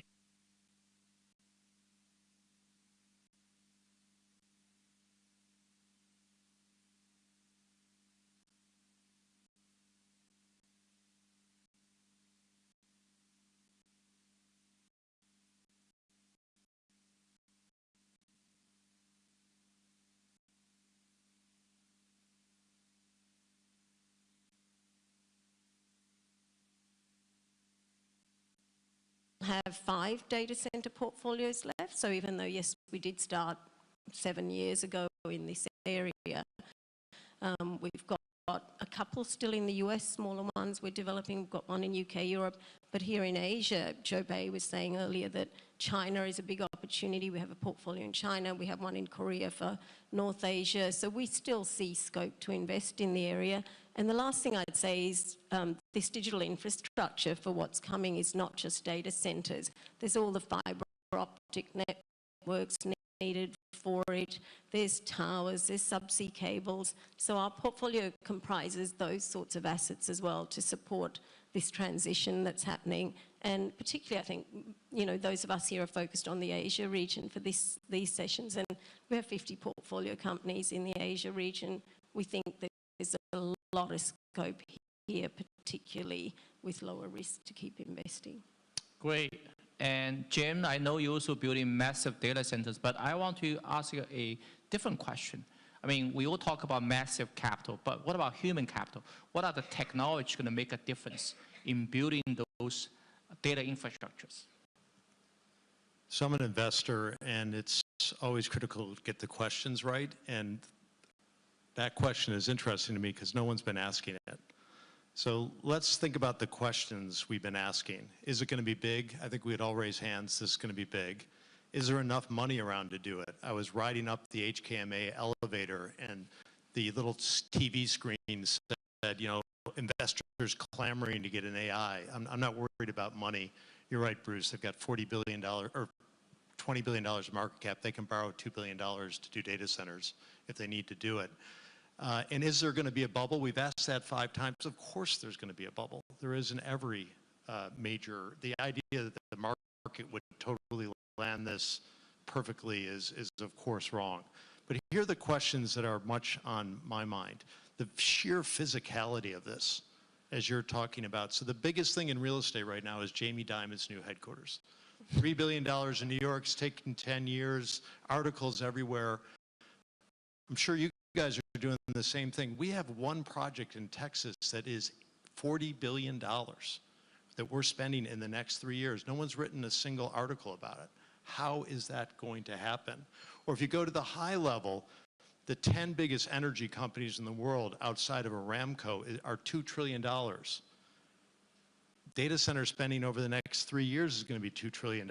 If data is the new oil, we've got to remake the entire energy business in the next 3. Like, how is that going to happen? And the question, I don't have a good answer, but if you ask that question, if you figure out how that's going to happen, there is massive opportunity. The second question behind that, though, that no one's asking is like, who's going to do this? All of you are looking for AI advisors. I moved in high school. The first people who want to be your friends are not the people you want to be friends with. If they are advising you, and they're really good, they should be in San Francisco, because I can tell you that's where it's happening. There's $200 million pay package if you really understand. Likewise, you guys know there isn't the human capital to build a lot of these data centers. The old data centers are real estate plays. They were just hook it into the energy, hook it into the trunk. Like these are total, we're building massive energy malls. There's only a few people around the world that these large hyperscalers are going to trust to do it. And then are you even thinking about it right? We tend to think by asset class. To understand what's going on, you've got to have technology, you got to have chips, you got to have services, you got to have a supply chain. So this is a massively complicated set of questions. And we keep asking the same question over and over again, where the benefit is going to be in these questions that were maybe not even asked. So if you go away from this, I hope you'll actually take some questions home with you, because I certainly don't know the answer, but one of the great techniques in investing is to buy complexity and sell simplicity. So if we can buy the complexity of this market and figure out the simple answers, you know, that's the key. Great, and we all knew that you know, energy is a key bottleneck of that AI ramp up, right? So Jim, I mean, when TPG Rise gets set up, you talk about, you know, green transitions, new energy investment, but clearly with the tremendous growth of AI demand, you're not just looking at new energy anymore, right? So, you know, we heard some new buzzword, nuclear, which was not the case back 2 years ago when we went talk about solar and wind. So what are the pockets of opportunity in the new energy space that you are most excited about? Or broader based energy? All three of us will have a lot to say about this, but there's been, you need to first of all start with a totally different mindset than we all had a few years ago. So let me just go through the mindset shift that is happening. First of all, we were talking about energy transition. The key now is electricity addition. Energy and electricity are not exactly the same thing. As you guys know, in an energy transition, heat is important. Electricity has different attributes and has different winners in that. Second thing is we were all focused on policy up through August, like what would they do with grandfathering? This is no longer about policy. This is totally about practicality. And it is no longer a religious debate over whether it's fossil fuels or not fossil fuels. It's essentially all of the above. So, you know, you guys have a great deal going in nuclear. So it's nuclear, it's everything, because we are short electricity in the world for the first time. In the US, we haven't been short in a long, long time. And so the entire mindset has changed. And we now are going to see, you know, just back to my sizing of this, the three biggest electricity companies in the world have a combined market cap of 200 million. And we're going to spend 200 million on the electricity market each year for the next 5 years in the US. Like, I have no idea how this is going to happen, but it's going to be interesting. Great. So Bruce, back 2017, you bought a company called Westinghouse, which just came out of bankruptcy. Today, it's a company was just announced last week, is entering into an $80 billion contract with US government, right? You're going to build a massive nuclear reactors around the world. Tell us about that investment, how that fits into your overall energy portfolios. So we have been for 30 years one of the biggest builders of power plants. We started in hydro, we went to wind, we went to solar, and in 17 we saw an opportunity to buy a nuclear company at a value which was how much you paid? Which was a value-based purchase. We put $1 billion of equity up, and we thought if nothing changed in the world, we'd do okay, and if odds favored that clean energy with nuclear was eventually going to come back, we just needed time. And I don't think we could have expected what happened over the last 5 years. As you know, and maybe just to step back on Jim's comment, is almost every single country of the world, but in particular in the United States, which is the largest consumer of energy, the grids are going to need to double over the next 15 to 20 years. The grids are going to double over the next 15 to 20 years. They've been flat for 25 years. That's what's going on. So the US government just gave us an order to buy upwards of $100 billion, but $80 billion to start off. It might be double that of nuclear plants. And the reason they did that is because they recognize that we need to restart the supply chain for nuclear in the United States to be able to build. And we were going to build one plant on our own, finish one in the United States, but we needed 10 to be able to build the whole supply chain out in the United States. So they committed to buy these nuclear reactors in the United States. They're going to give us locations for them on federal lands, and it's going to be really exciting for the sector. But but maybe to the point, there's over a million gigawatts of power in the United States, and this is 20 of total energy consumed for electricity. This is 20. What the point being, we need all of the amounts of energy of what's going on because of electrification of industry, of cars, and of data centers consuming enormous amounts, and so it's a very significant thing that's going on in the U.S. Just to size this, and I'll jump off a second. Why do you get excited as an investor? The market for energy addition has been about 29 terawatt hours a year in the U.S. for the last 15 years. It needs to be 400 terawatt hours for the next 5 years. So we have a market that needs to increase 10 times, and we have high payers coming into it who are willing to pay 2 to 3 times market to get power faster. Again, I have no idea how this works out, but this is a really interesting set of questions.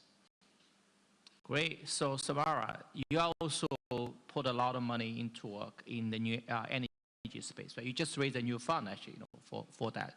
Tell us, your sort of investment strategy in this new energy energy in connection with the AI, increased demand. Yeah, and I think as Bruce said, it's not just AI, and Jim said it as well. Everything is electrifying now, so together with population growth, urbanization, all of that, these new trends of electrification of transport, everything is driving very big demand. And I think, sadly, we're dealing now, I know previously we had a sustainability climate focus on this, but we realize now we have to thread the needle between availability, the accessibility, and also the affordability of energy sources together with dealing with the climate impacts of it. And that is a difficult needle to thread, but it's going to need massive investment, not just in generation, which is what we've been talking about, but we need a lot of investment in midstream infrastructure as well. Grid capacity is constrained in just about every market we're in, transmission, distribution, also pipeline networks. So I think it is a big area that's going to need investment. The regulatory frameworks play a role in a bunch of this investment, especially bringing on new technology where they have to catalyse private sector investment through some support, but then also the planning approvals, etc. So having a good glide path for each country is important. So I think we work also with the public sector in most of the regions we're operating in to try and think about that glide path and what role our private capital can play, but we're going to need a huge amount of capital, expertise, etc. to deliver this. Thank you. So let's go back to the legacy infrastructure investment. Bruce, so you also invest heavily into commercial real estate globally. What is the dynamics there? Do we see that market coming back as people back to work? What's your take? So real estate in general, it's a cyclical business. One should always remember that. And there are two things that happened this time versus others. Interest rates went up quickly, and people, their mindset changed that people were not going to go and be in places. I think those are the two fundamental things. Each cycle is different, and this time it was those two. On the opposite side, fundamentals of most real estate in the world, Hong Kong a little different because the leases are short, but in most other places of the world, fundamentals are really strong. So you have underlying fundamentals are strong. What happened was the psyche of lenders and buyers got messed up, and interest rates went up quickly, and that affected financing. What's happened now is that interest rates are coming down. Everyone understands. Everyone's going back to the office. And all other forms of real estate are in excellent shape. What you've seen now is in most cities in the world, there is no construction going on, and there is no space left, and rents are going up. Rents have doubled in New York in good buildings, and they're going higher probably by another 50%.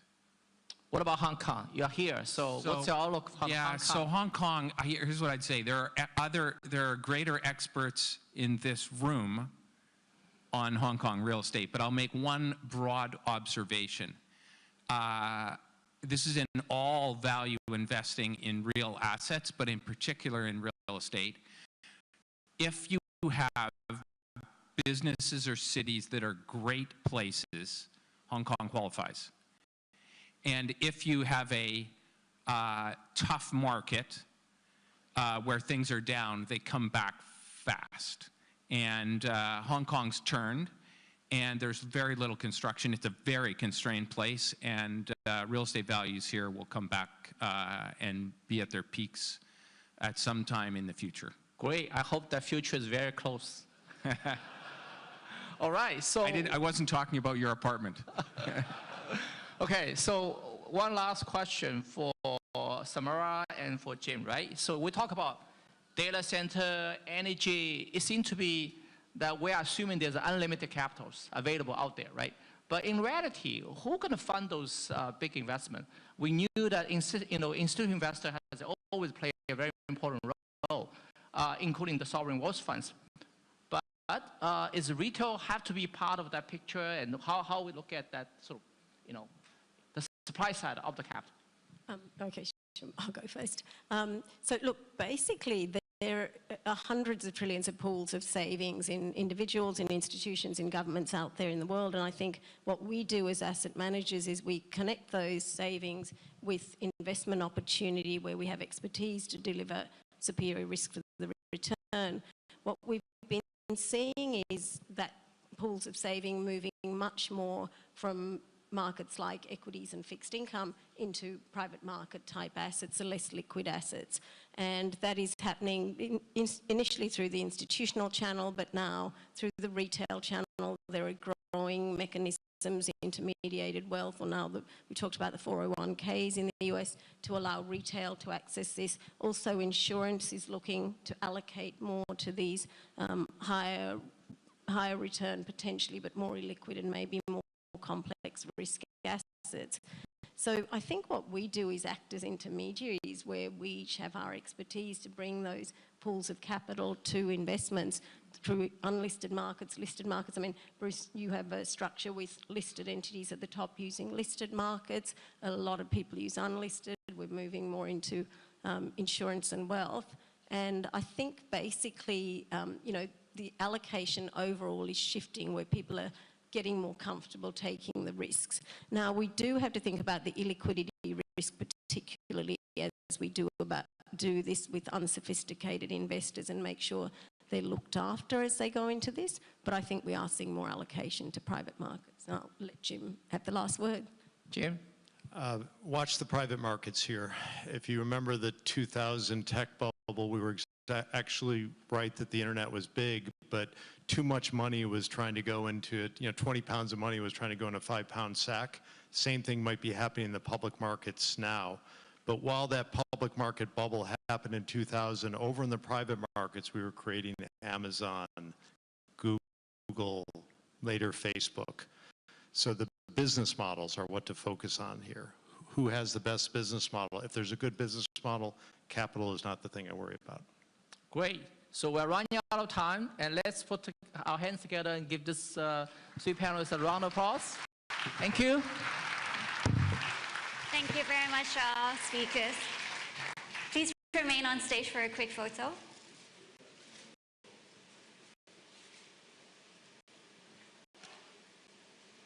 Please look straight to our official camera.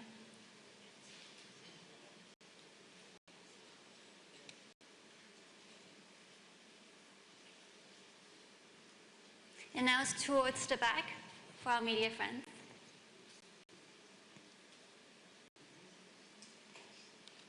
Thank you very much, speakers. You may now return to your seats.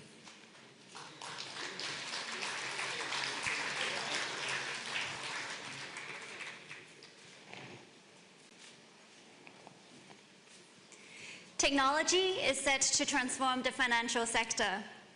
Our next panel will explore how the latest innovations will disrupt and revolutionize the way financial services are delivered and what the future holds for industry as a whole. Let us give a warm welcome to our moderator, Ernesto Torres Cantu from Citi, and our panelists, Jenny Johnson from Franklin Templeton, Danielle Pinto from JPMorgan Chase, and Bill Winters from the Standard Chartered Bank.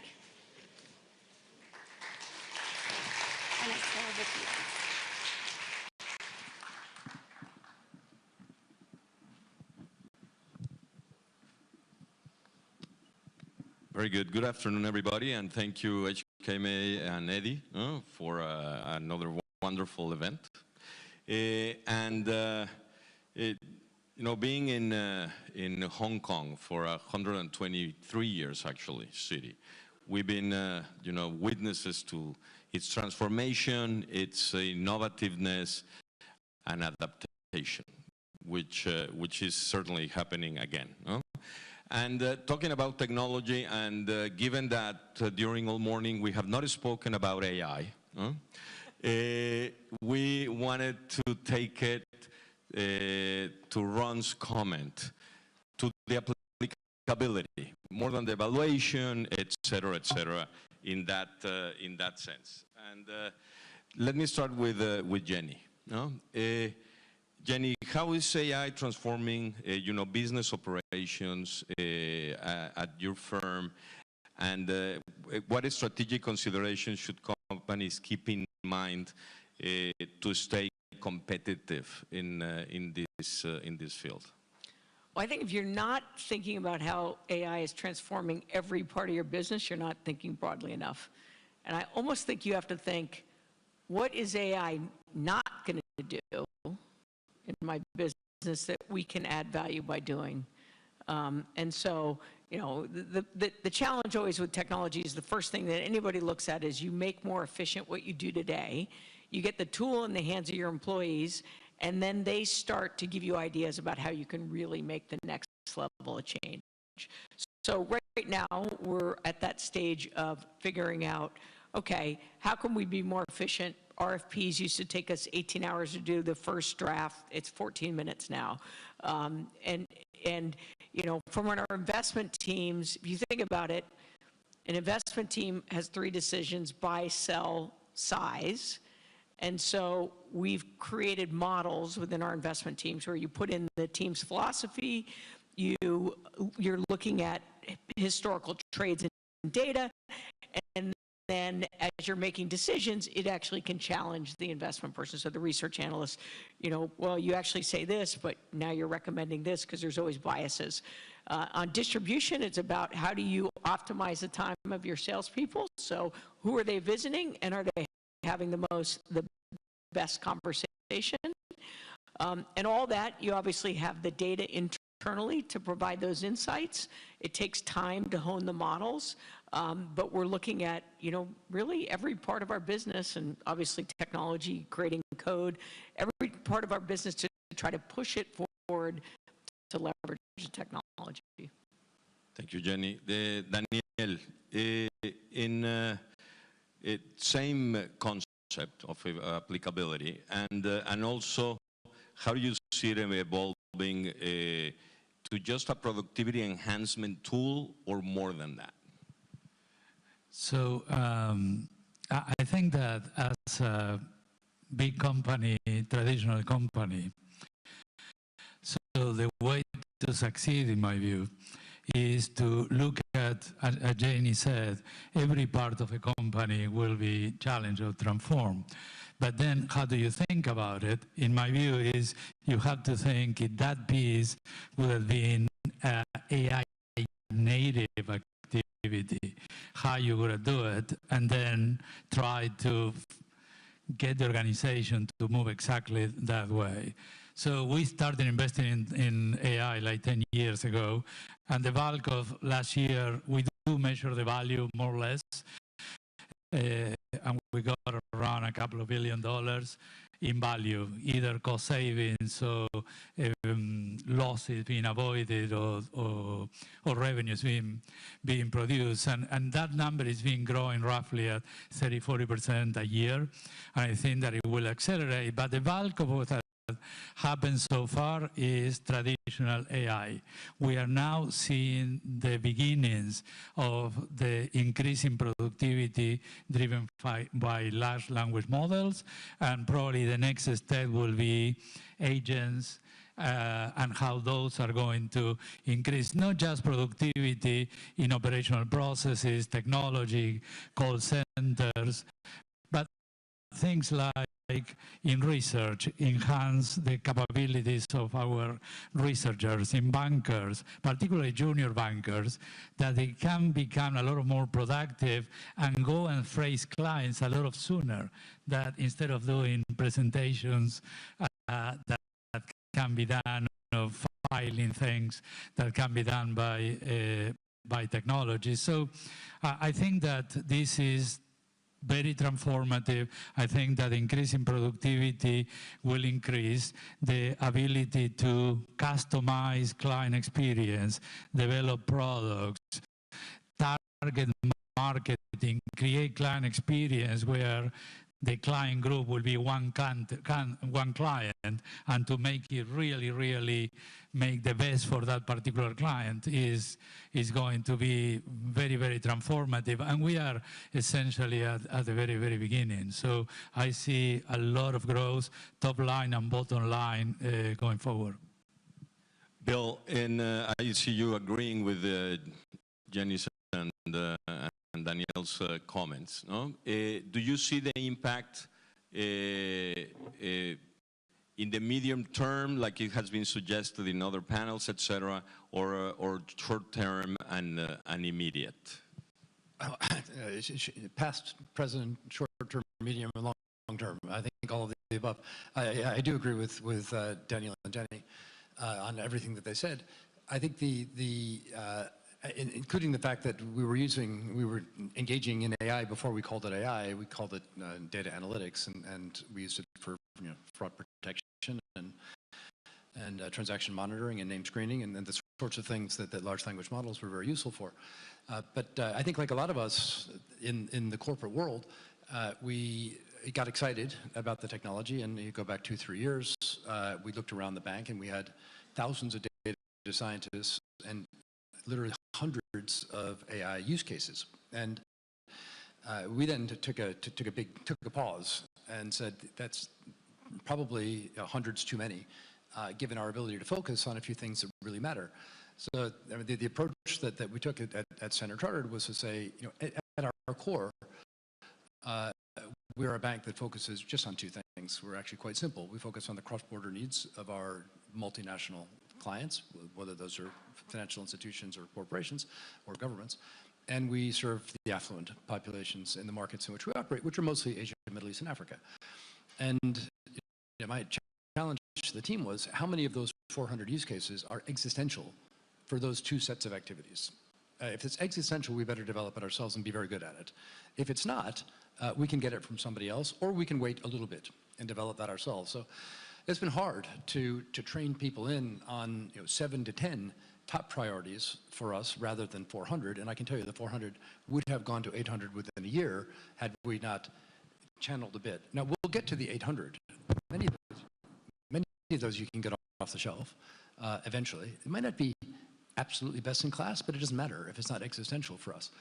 If it's existential, like my nightmare, and I find our head of retail is sitting in the room right now, the nightmare for me is to wake up one day and find some really zippy fintech who's built a much better robo-advisor that can displace our RMs in an RM-led wealth management distribution model, which is highly successful for us. So if that's your nightmare, then you better have something that is keeping pace with the nightmare. That's what we've done. That's what we're doing. So we've got an excellent, I call it AI augmentation tool for our relationship managers to make them, position them as best in class. And at some point, as appropriate, we'll expose our clients to those tools, but only when they're ready for it and when we're ready for it, which is not today. That's the medium and the long term. Very good. Thank you, Bill. Now let's move on to the other big trend, stable coins and digital assets. Jenny, you've spoken quite a bit, and clearly about the potential for tokenization and blockchain technology to transform financial services and your industry in particular. What operational challenges need to be addressed to truly unlock its potential?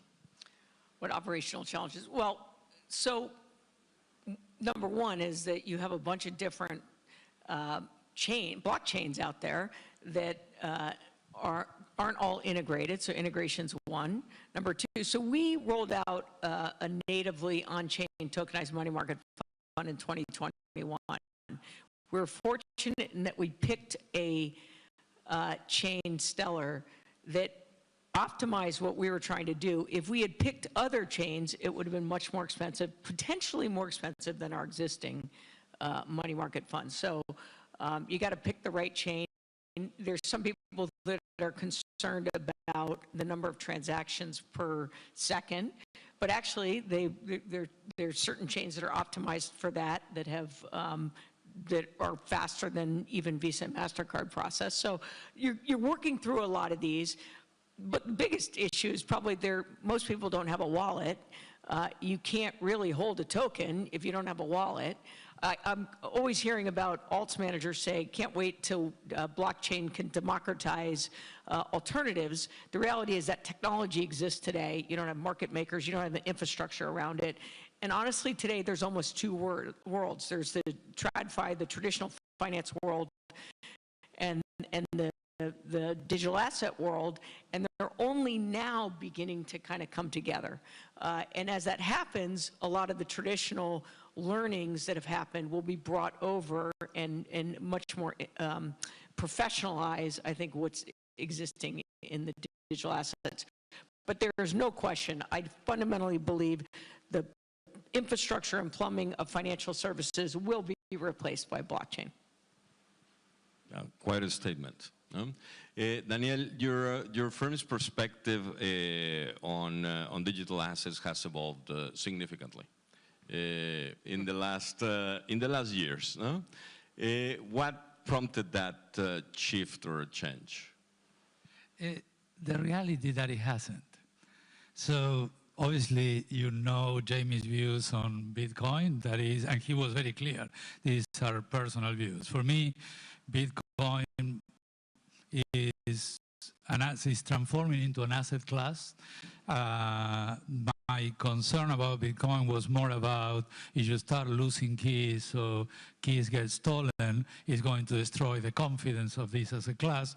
The reality, a lot of keys were lost and stolen, and here we are. So it just became an asset class that is never been is a place to store value. If you believe that you will sell it at a higher price than it was, it's not a method of payment because it's slow and expensive. So it is what it is. And I think that in the big scheme of things, Bitcoin is very relevant. But the technology is, I've been working for many, many years. We launched the JPMorgan coin in 2019. But everything that the industry have done is even private networks like the JPMorgan coin, that is a very, very effective tools for clients to optimize the flows of funding, program payments, and do instant effects. And many clients are using it, working very well. We have done with Bill and other banks the Partner program that is a 24/7 network of transferring payments among banks, led in Singapore. So we have done quite a lot. And right now we are at the point where we start experimenting with tokenized deposits, start experimenting into the public chain space that Jenny has mentioned, with essentially white label clients that you are approved your part. It's not that you put your coin there, your token there, and see how it goes. I think that that is the next layer. I think that tokenized deposits is an effective way to make a bit more interoperable the banking sector with the crypto space. The digitalization of assets is going to start growing. The issue in the banking sector is regulation is a big challenge. When you look at the Basel regulation and their interpretation, essentially prohibit banks to be in a public chain because the capital intensity is so huge that it makes essentially not possible to do that. So the Genius Act in the US for stable coins of certain characteristics is not going to follow, apparently, the Basel. So in which case is possible, and I think that there are a bunch of use cases of stable coins that they are obvious, like cross-border, small value, cross-border payments. It may be a challenge for some of the existing payment systems that exist today, like credit cards or debit cards. So I think that this is, and the technology is evolving. As Jenny said, Bitcoin is super slow. Ethereum is a bit faster but relatively expensive for low-value payments. Then there are other networks that they are evolving, that they are very, very fast, but they have other challenges. So as technology evolves, I think that it will be a challenge for the existing railways in payments, maybe a challenge for the way that we trade in markets as it gets digitalized. So I think that is something that is real, and it will take time until banks and at the proper regulation for banks to be part of this ecosystem in a substantial way. Bill, you've been quite outspoken about the potential for stable coins and tokenization. The market is it's small now. What would it take to go to the breadth and depth that you see in the future? The market is small today in traditional finance. It's, you know, there's trillions of dollars trading in the DeFi world. I think there were $27 trillion last year traded in stable coins. That's more than Visa and MasterCard combined. It's not that small. Carry on. Yeah, good answer. No, that's all good. Just, I was defending your point, Bill. We always agree. That's a problem. There's a ton going on. Obviously, it's anchored in the crypto world, and that's where it started, and it's growing. And as Daniel said, you know, the technology is the same. It ports from the crypto world into the TradFi world. We're at the earliest stage of the incorporation into the TradFi world, and I think it's inexorable. I think money will become entirely digital over a period of time. That calls for an entirely new infrastructure, which is being built. It will grow out of the crypto world. It comes with tons of challenges, and you know, how we get from where we are now to where we're going to end up is a huge open question. None of us have any idea exactly how this will evolve. And I think all of us have a high conviction that it will, which means that we need to sort of hand-in-hand cooperation with regulators and with each other in the market to create an infrastructure that's safe. And I'm going to be super sycophantic because, well, for two two reasons. One is we're regulated by the HKMA. It may surprise you to know. Our name is on the banknotes. We care a lot about what happens in Hong Kong. And the HKMA has been super progressive in this area. Not because Eddie and Arthur and team have any better idea exactly how this is going to develop, but because we just know what it is. So we're going to have to try different things. So tokenized bank deposits here in Hong Kong dollar stablecoins, maybe at some point a structural connection through to the RMB. Obviously not on the agenda at the moment, but could be, and this would be a really natural place to experiment in that regard.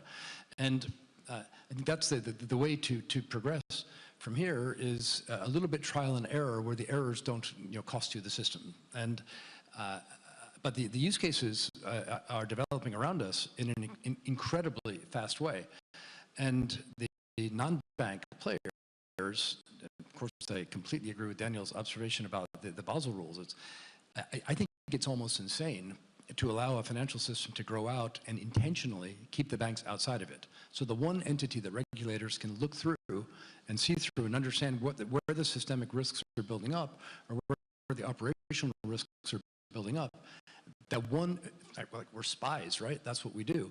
We watch markets and we report back to the regulators.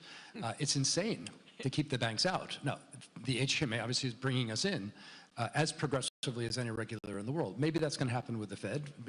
Maybe it's going to happen with, as the Fed and the U.S. regulators promote post-Genius Act reforms.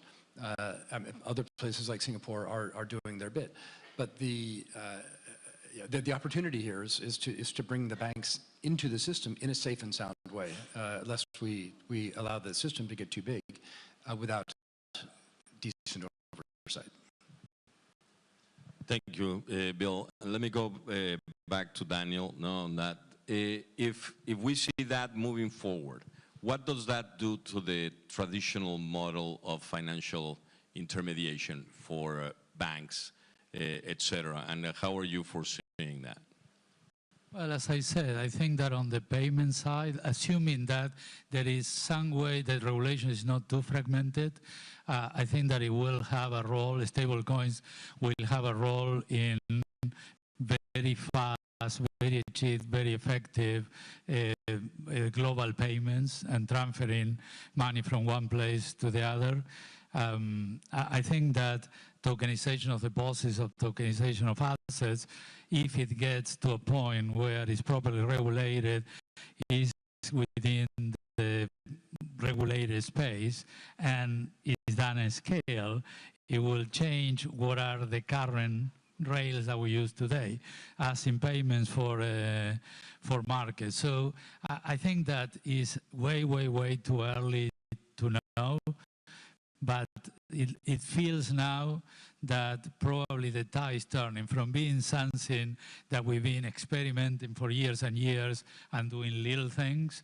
I think that now is getting to a point where most likely will escalate and hopefully escalate, as Bill said, within not just in the unregulated space, allows the regulated entities to be an important player. So therefore, if everyone will be safer in that space and we avoid the problems that we normally have when new things come into the market until they settle down. So we will see. It's still a long way to go, but I think that is real now.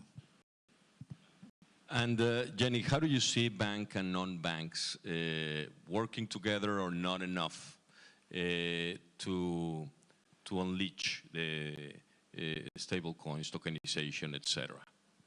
Well, I'd rather talk about blockchain than just stable coins, because I think stable coins is one, it's the current use case, but there's so many other use cases. So just kind of the question on sort of how does this impact banks? You know, if you think about today, what does this technology do? This technology has an immutable record of who owns it. Right? So huge amount of money is spent in the industry reconciling data between systems and then reconciling data with the counterparty. There you have one source of truth. You know exactly when it's relevant as soon as a transaction. The smart contract can trigger it and you get paid. So if you have atomic settlement, which means you get paid, you don't have to worry about who the counterparty is because it's wallet to wallet. I don't need to go to JPMorgan Chase to do a foreign exchange contract and worry about who the counterparty is. If one, the counterparty's wallet has been approved, whitelisted, and my token can only go into that wallet, and two, the smart contract kicks off and makes sure I get paid. So there's a lot of toll takers in transactions today that get eliminated once the ecosystem is rolled out. And if you're like a title company to prove that somebody has ownership on a home, and it gets on the blockchain, you don't need to worry about going out and validating that. So I think you have to look at a transaction and say, where am I adding value and where does this eliminate? And it'll take time to happen, but I think because it drives down costs, it's much more efficient, it will inevitably happen. Very good. And one last question, Bill. You talked about cross-border. And part of this proliferation, if you will, of each jurisdiction constructing its stable coins has a couple of things. It's the reserve currency of one or the other, and its interaction for cross-border payments, etc. How are you seeing that, Bill? I think that's, first of all, as a toll taker, I'm sure that Jenny had me and Daniel in mind. You know exactly where you're relevant. You'll continue to be relevant in those. The cross-border payments are the obvious use case because they've certainly for other than very sophisticated institutions, they tend to be slow and expensive, and less and less slow, less and less expensive, but nevertheless not 24/7 real time. So a lot of the use cases today are, for example, port operators who want to get the ship out of the dock on a Saturday, and they don't want to have to wait until Monday or Tuesday when the payment clears. Very, very simple use case, but a cross-border payment. It could also be a local payment. In the absence of any regulation or in the absence of any alternative, those transactions will be, the cross-border payments will be conducted using US dollar stablecoins, right? Because they're there. There's 280 billion of them out there. They're very liquid. The people that care already have a digital wallet. They can use those stablecoins. But that isn't the world we live in. There's regulation, and many countries said, no, you can't, either a bank can't hold a stablecoin, or a user can't use a stablecoin, or you don't have a local license to engage with a local player. And that, so regulation, as is frequently the case, is the protector of the incumbent, and the incumbent is frequently a bank. So we get to charge a little bit more and be a little bit slower for a little while longer. But water makes its way through a rock eventually, even not so porous rocks. Eventually, it comes out the back end. By the way, it comes out clean. It's been filtered along the way.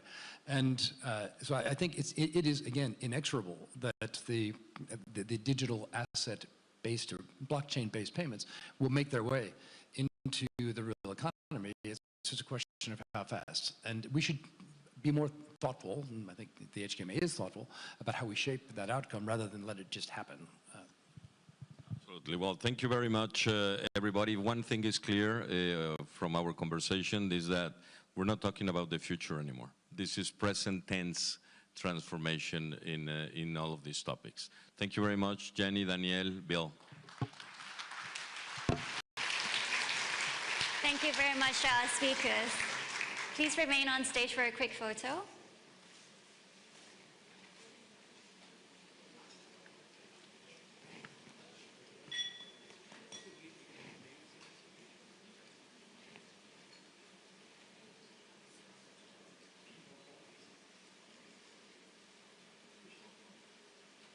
Now, please look towards the back.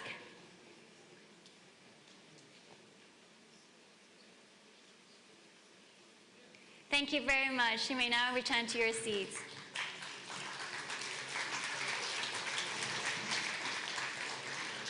Thank you very much to all our speakers this morning for their sharing. Lots of food for thoughts as we go into the lunch break. Ladies and gentlemen, please enjoy your lunch, and we'll be returning to the stage again between courses for remarks by the Hong Kong Financial Secretary and a fireside chat. Thank you.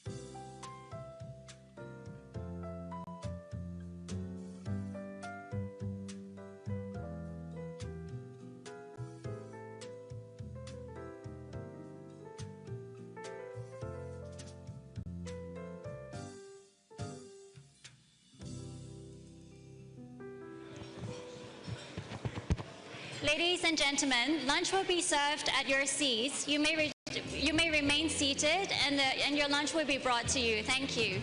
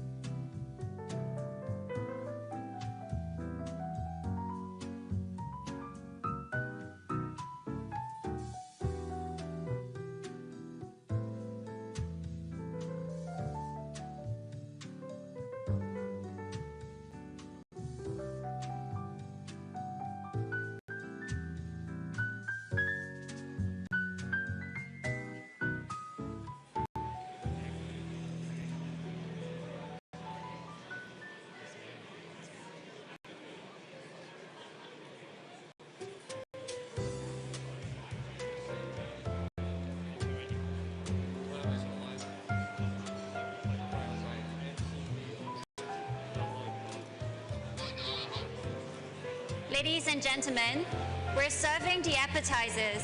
Please get seated. Ladies and gentlemen, we're going to serve the appetizers very soon. You may now return to your seats.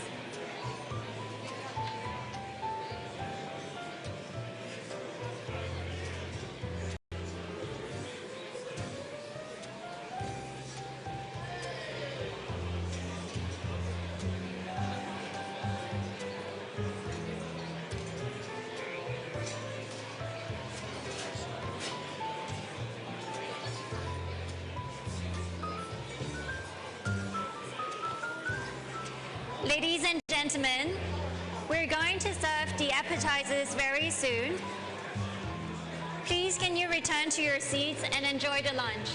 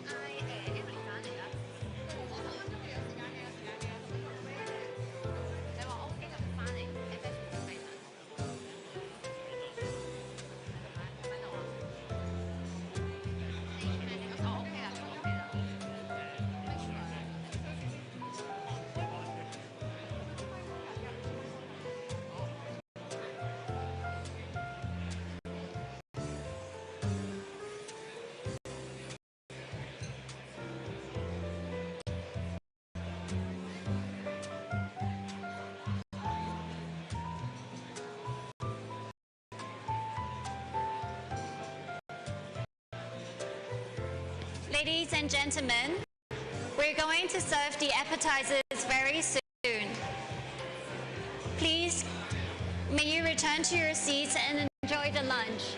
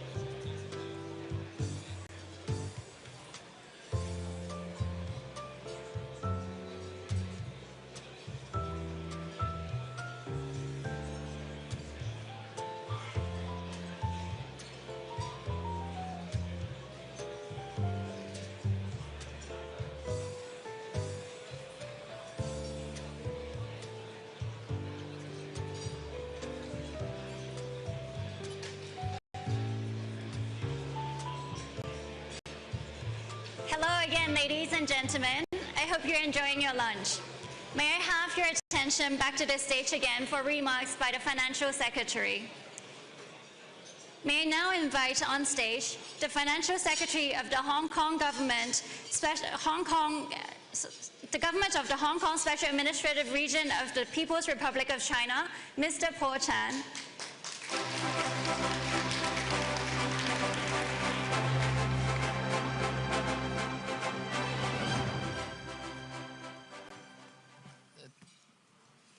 Distinguished guests, ladies and gentlemen, good afternoon. A very warm welcome to the Investment Summit Luncheon.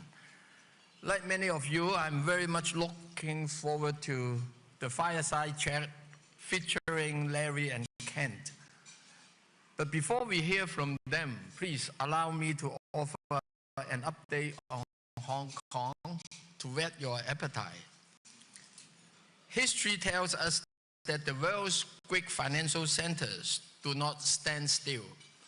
Their success depends on their ability to serve the economy, anticipate what lies ahead, embrace technological advancement, and adapt to shifting megatrends.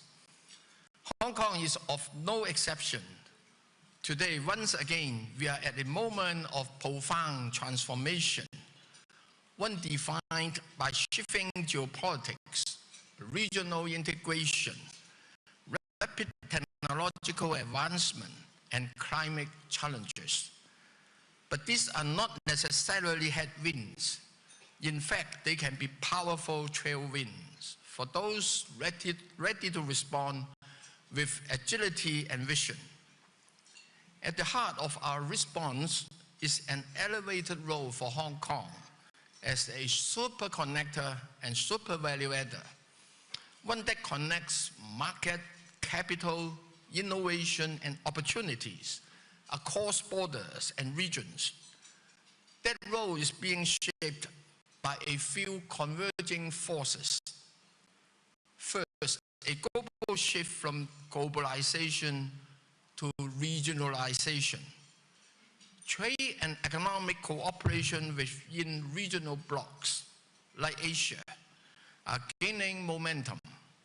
We see this in the expansion of frameworks like RCEP and CPTPP, and most recently, the FTA 3.0 between China and ASEAN. These developments are reshaping global trade and investment patterns, and Hong Kong stands at a strategic position. Second, many economies are actively seeking diversification, be it economy, market, sources of capital, supply chain, and others. The Middle East, for example, is increasingly looking eastward. Trade between the Gulf and emerging Asia has been growing at some 7% annually over the past decade. And trade between Saudi Arabia and China is expected to surpass that with the West by 2027. These statistics reflect not merely a change in trade flows, but a structural shift in strategic orientation and cross-border cooperation. Third, China's development must be reckoned on multiple fronts. Despite a complex global environment, our country continues to press ahead with high-quality development. The recent fourth plenary session of the CPC Central Committee has laid out recommendations for the country's 15th five-year plan. It has reaffirmed China's commitment to high-level two-way opening up. It has placed emphasis on technological self-reliance with strong support for technology and innovation across the entire value chain. And the deep integration of technological innovation with industry development is particularly noteworthy. All of the above developments are elevating Hong Kong's role as a two-way platform for trade, investments, and technological collaboration. As part of the national strategy, mainland enterprises are being encouraged to go global in the attempt to reconfigure their supply chain and industry chain. As they do so, they look to Hong Kong not only for capital, but also for a full suite of high-value services. At the same time, capital is floating to this part of the world too. Investors' optimism has grown, particularly since the deep-sea moment earlier this year, where the technological powers of China surprise the global investment and tech communities, and their valuation is very attractive. Separately, we have noticed strong interest in our capital market from the global south. They are seeking capital to support their ambitious infrastructure and economic development plans. Middle East is a good example. Last year, we strengthened cross-border collaboration with Saudi Arabia, full mutual listing of ETFs, tracking each other's market. Now we will soon welcome the first Middle Eastern company to list on our stock exchange. In fact, our financial regulators have already signed agreements, MOUs, with their respective counterparts for cross-border regulatory collaboration, paving the way for more companies to list here or to do a dual listing on both stock exchanges. Another important development in Hong Kong is our ambition in innovation and technology. Over the years, we have made over $200 billion in related investments and lay out a clear strategic roadmap to nurture technology and innovation as a new engine of growth, from supporting basic and translational research, nurturing startups, to attracting global and mainland enterprises and talent to Hong Kong, and rolling out special initiatives to promote advanced manufacturing. The aim is to integrate technology and innovation with industry development. Our focus is on 4 areas, namely AI and data science, biotech, fintech, new energy, and new materials. And the carrier of this vision is the Northern Metropolis. And if I may use AI, one of the key areas of focus as an example, to elaborate a little further, we adopt a twin engine strategy, developing AI as a core industry and promoting AI as an enabler to upgrade traditional sectors. We call this AI Plus. Our strategy rests on 6 pillars: computing power, algorithm, data, application scenarios, capital, and talent. Apart from building a supercomputing center and experimenting with cross-boundary flow of data and biosamples from the mainland to Hong Kong, we have been all out to attract leading companies engaged in cutting-edge technologies. So far, we have attracted over 100 such enterprises. This is supported by a vibrant ecosystem of some 4,700 tech startups. Many of them are based in our Science Park and Cyberport. As to talent, we have modified our various talent admission schemes since the end of 2022. Today, we have received more than 540,000 applications, approved about 360,000 of them, and more than 240,000 individuals have already arrived in Hong Kong. Of course, these technology companies need capital to scale beyond the full spectrum of funding options available, from angel investors to IPO. We have established the Hong Kong Investment Corporation as patient capital to channel private capital into sectors that we would like to develop, such as deep tech, biotech, and green tech. Ladies and gentlemen, Hong Kong's story has always been one of reinventing itself. Time and again, we capitalize on our unique strengths under the one country, two systems framework and ride through the waves of changes and challenges with determination, agility, and perseverance. Thank you all for walking this journey with us over the years. Your support has been highly appreciated. I wish you all an enjoyable luncheon and a thought-provoking conversation ahead. Bon appetit. Thank you, Financial Secretary, for your words.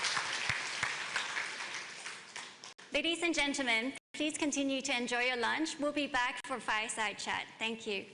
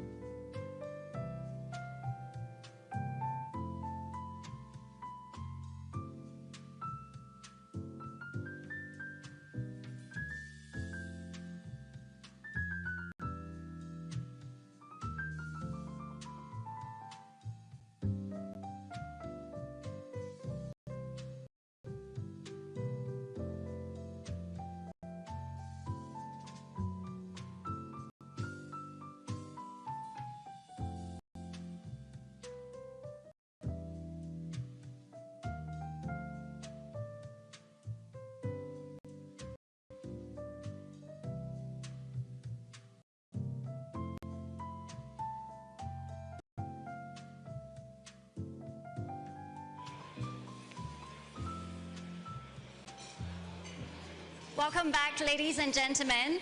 It is time for our fireside chat. It's our pleasure to welcome Larry Fink and Ken Griffin, the founders and leaders of two of the world's most successful and innovative financial institutions. From the early days of their ventures to the present, they will walk us through what drove them to start their companies, how they navigated changes and challenges, and what lies ahead of their organizations. Without further ado, please join me in welcoming our moderator, Howard Lee, from the Hong Kong Monetary Authority, and our two speakers, Larry Fink from BlackRock and Ken Griffin from Citadel.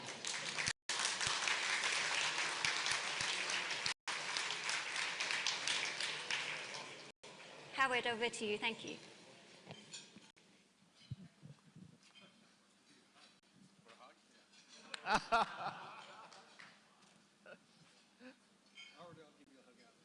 Of course.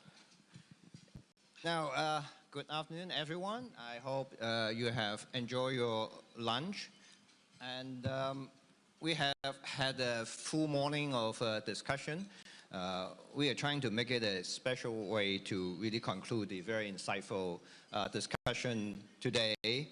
And you can see that we have two CEOs who are always in the thick of shaping the markets. Larry Fink, co-founder, chairman, and CEO of BlackRock, and Ken Griffin, founder and CEO of Citadel. Both have moved billions, it should be trillions, and moved the needle of how the financial industry thinks, acts, and adapts. Now, I would go for Larry first. Now, Larry, BlackRock has really grown through multiple market cycles and adapting to changes while holding to a very clear mission. How do you think about staying true to your purpose while evolving the business models and meet new clients' needs? And you are making big moves in acquisitions. And is it a pivot or a modification of your mission, or how do you sort of explain the different philosophy going through different parts of your building of your business? Well, it's nice to be in Hong Kong. Thank you, Howard. Eddie, thank you. It's great to be a panel with Ken. Actually, BlackRock has been invested with Ken since 1995. And I think it's now up to about, what, $1.5 billion that we have. So it's been a great partnership between BlackRock and Citadel. Our mission has never changed. I mean, everything we do, we focus on behalf of clients. The whole ideal is to be, if we could provide a better service to our clients, a more consistent service to our clients, we could ultimately win more share of wallet. That's how we look at it.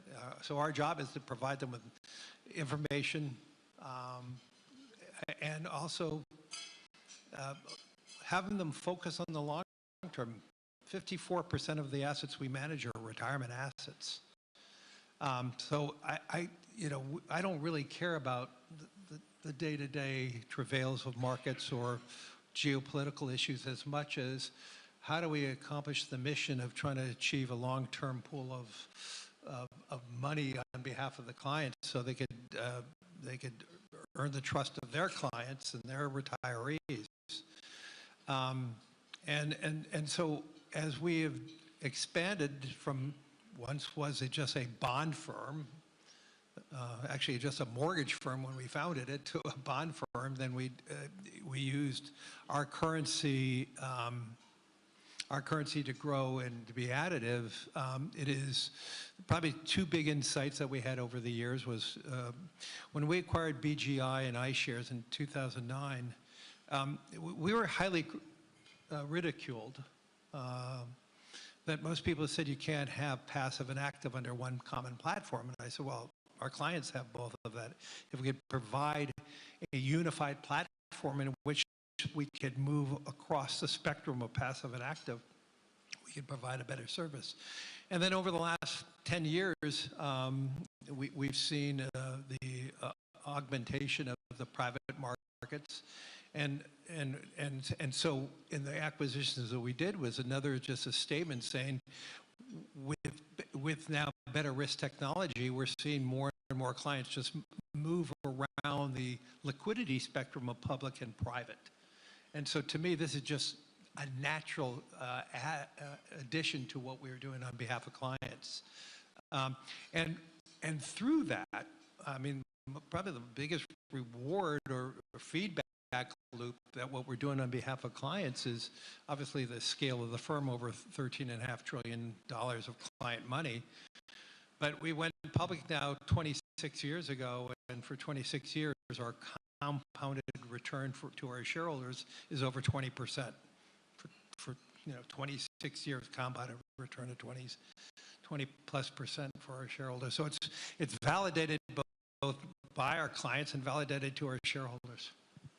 Okay, thank you, Larry. Let me turn to Ken. And now Citadel has also gone through journeys at different juncture, the volatility in 1990s, and then you are now becoming the best or most successful hedge fund in the world. And during these years, was there any moment that you feel that you have to really think of pivoting in terms of your investment style, your risk management, your talent growth, and then or is it that you started off with this vision in mind and then you consistently drive your implementation? So the hedge fund manager gets to start with his train wreck, is what you're saying. Yeah. Because that would be 2008. Let me take a huge step back. So what do we do at Citadel? We manage money on behalf of endowments and pension plans, wealthy families, medical institutions around the world. And it is a pleasure to be here in Hong Kong. Our 35th anniversary was this last weekend. We've been active in the markets here in Hong Kong for about 34 of our 35 years of existence. So it is great to be here as we now start our 35th year being in business. The business that we're in is absolute return. We try to earn a return that's uncorrelated to the market. So very low beta, very low directionality in the portfolio. And over the course of the 35 years, in general, volatile periods have actually played to our strength.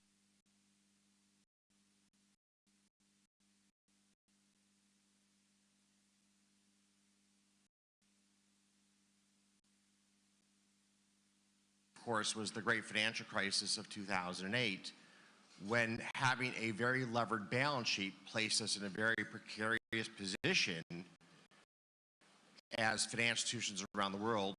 Many banks were enduring substantial losses and were forced to reduce the amount of wholesale funding they were willing to engage in, which caused a number of price dislocations in the market that traditionally had fed our success to become instant liabilities. So I know that there's a great emphasis here in Hong Kong on the regulation of the systemically important banks. That's actually very important to every single market participant. Thoughtful regulation of banks around the world underpins the vitality and strength of our financial system. And it is impressive to see HKMA's constant focus on how do you improve regulatory standards around the world, and in particular here in Asia. So 2008 was our darkest moment, and in some sense, to not try to make light of it, but we went from being in the storage business, owning a portfolio of cheap assets, financed with very cheap borrowed funds, to the moving business, trying to find more liquid assets, less leverage, a faster speed of realization of the alphas in the portfolio. We went from storage to moving.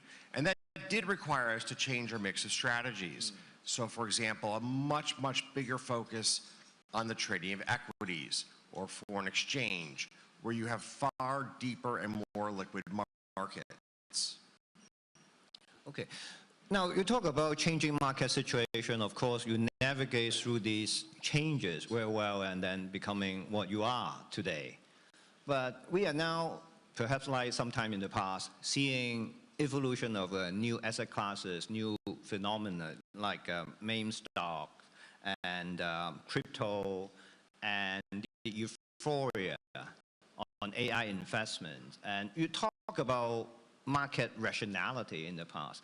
So do you see the current situation, the pretty strong investment in AI, so to speak, and really something that really leave the market a little bit less rational? And then how would investor see this and navigate this? And everybody's worried about missing the opportunity, missing the big boom. But again, the valuation, the amount of investment is really mind-boggling. What do you think? Crypto, AI, and all that? Well, I think markets tend to be most irrational in their extremes, in the heights of a bull market and in the depths of a bear market. And right now, we are very deep into a bull market in many of the major economies around the world. There's a sense that very little can go wrong, and there's great enthusiasm amongst investors. So, in some sense, your speculative fever, your FOMO, fear of missing out, will from time to time triumph common sense. And regretfully, humans will exhibit the same behavior in a bear market. They'll tend to panic out of very good investments at the very wrong moment. These are the behaviors that we as people have. And again, they tend to be exempt or magnified at the two extremes of the market cycle. Okay. Now, I turn back to Larry. We just mentioned briefly about the hype about crypto and all of that. I know BlackRock and you have some view about crypto, but you're really into tokenization, and you feel that tokenization has the future. How do you link the two, and how do you see tokenization being something that might rewrite the kind of rules for financial markets and financial transactions going forward? So most of BlackRock's business is a business of hope. You know, why would anybody invest for a 30-year outcome like retirement unless you're hopeful that in 30 years the outcome is better than keeping your money in a bank account? And so I look at everything we do is around giving hope. And I do believe hope prevails in most circumstances. You know, if you go back to even the year 2000, and you invested in equities, let's say the S&P, and then there was a 40% downdraft in 2001. But if you invested in equities in 2000 and kept it until today, your compounded return would be about 8%. So despite the financial crisis, despite the dot-com boom, despite COVID, and if you kept your money in a bank account, you would earn 1%. So I just start with that framework that most of the foundation of BlackRock is to try to give hope to people about the ability to invest over a long horizon. And I am an optimist that I do believe all the noise and all the ugliness we read, we actually mitigate most of it as human beings. And I do believe over a long period of time, hope prevails. Now, that being said, there is a role for gold, and there's a role for Bitcoin, which I believe are assets of fear.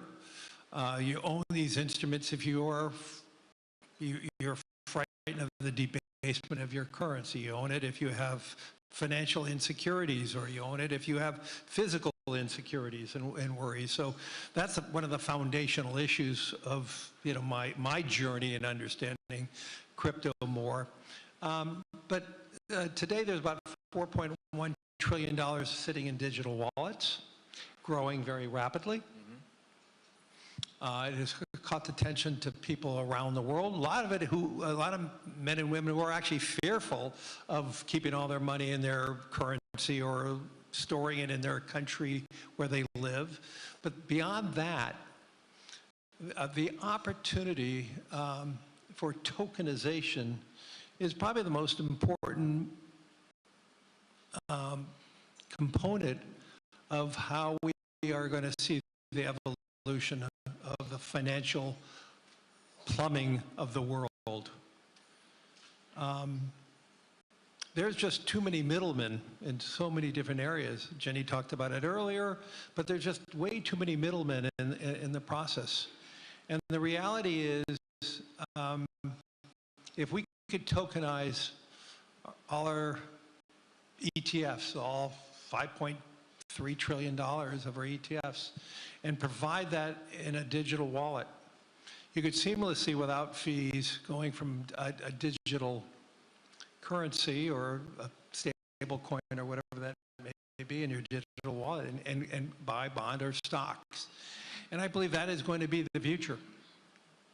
I do believe more transactions are going to be done digitally with authentication of ownership. Now, obviously, you know, should the whole financial system be on one blockchain? What does that mean? How, you know, how do we protect ourselves? So there are obviously a lot of things we have to address to make that work.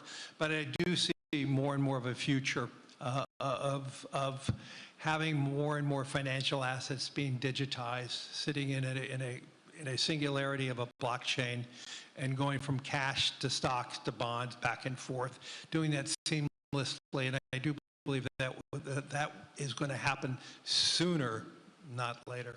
Well, thank you, Larry. I think that's a perfect entry point for me to do a little bit advertisement for Hong Kong. We have a project ensemble which are getting some name internationally, which really aims to provide a pretty unified and good platform interconnection for different asset layers and then different payment means, whether it's stable coin, central bank money, tokenized deposit, and whatever, and hopefully to create a seamless system for everyone. So I encourage you and your firm to really we'll be standing right join next hand to you with us. And okay, now you both built very successful businesses, and talent, I'm sure, is one of the key things that you would have to consider through your journey.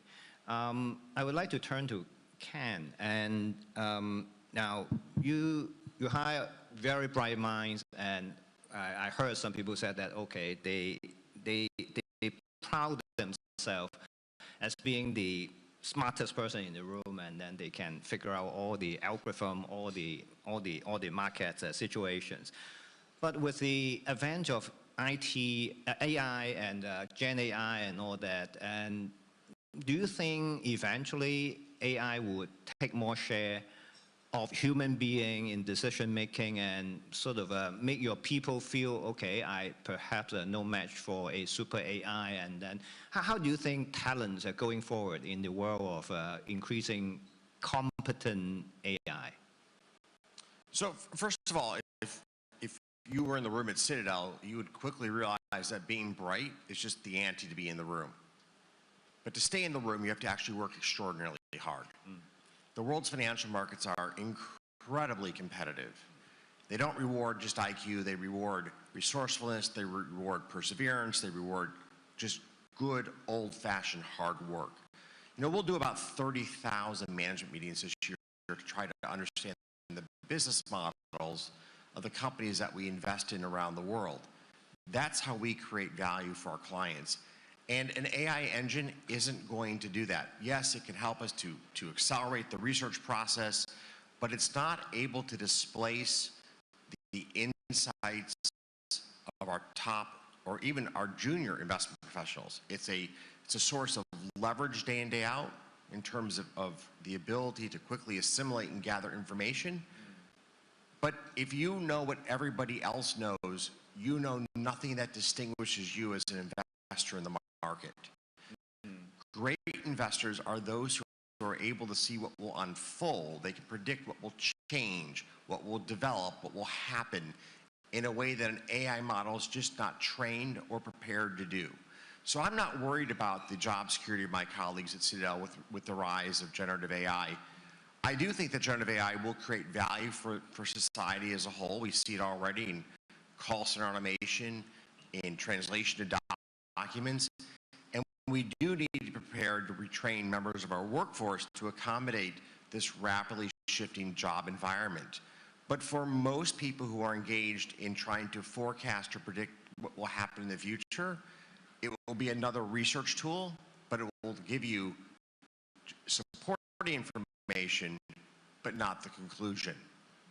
So you do not expect AI would lead to a reduction in workforce, at least perhaps not in financial institution like yourself, or whether there would be a change in skill set required to perform the function with the AI assistance? So we very carefully look at how AI is impacting the market for jobs. And remember that the United States and much of the world engaged in a tremendous amount of labor hoarding during the pandemic. So companies were unwilling to let people go, were willing to let their workforces grow. Remember, we had a booming economy, tremendous monetary and fiscal stimulus, and a moment in time where companies had really strong pricing power, which manifested itself, for example, as inflation. So what you've seen is corporate America unwilling to shed jobs. Now the economy has lost a little bit of that tailwind.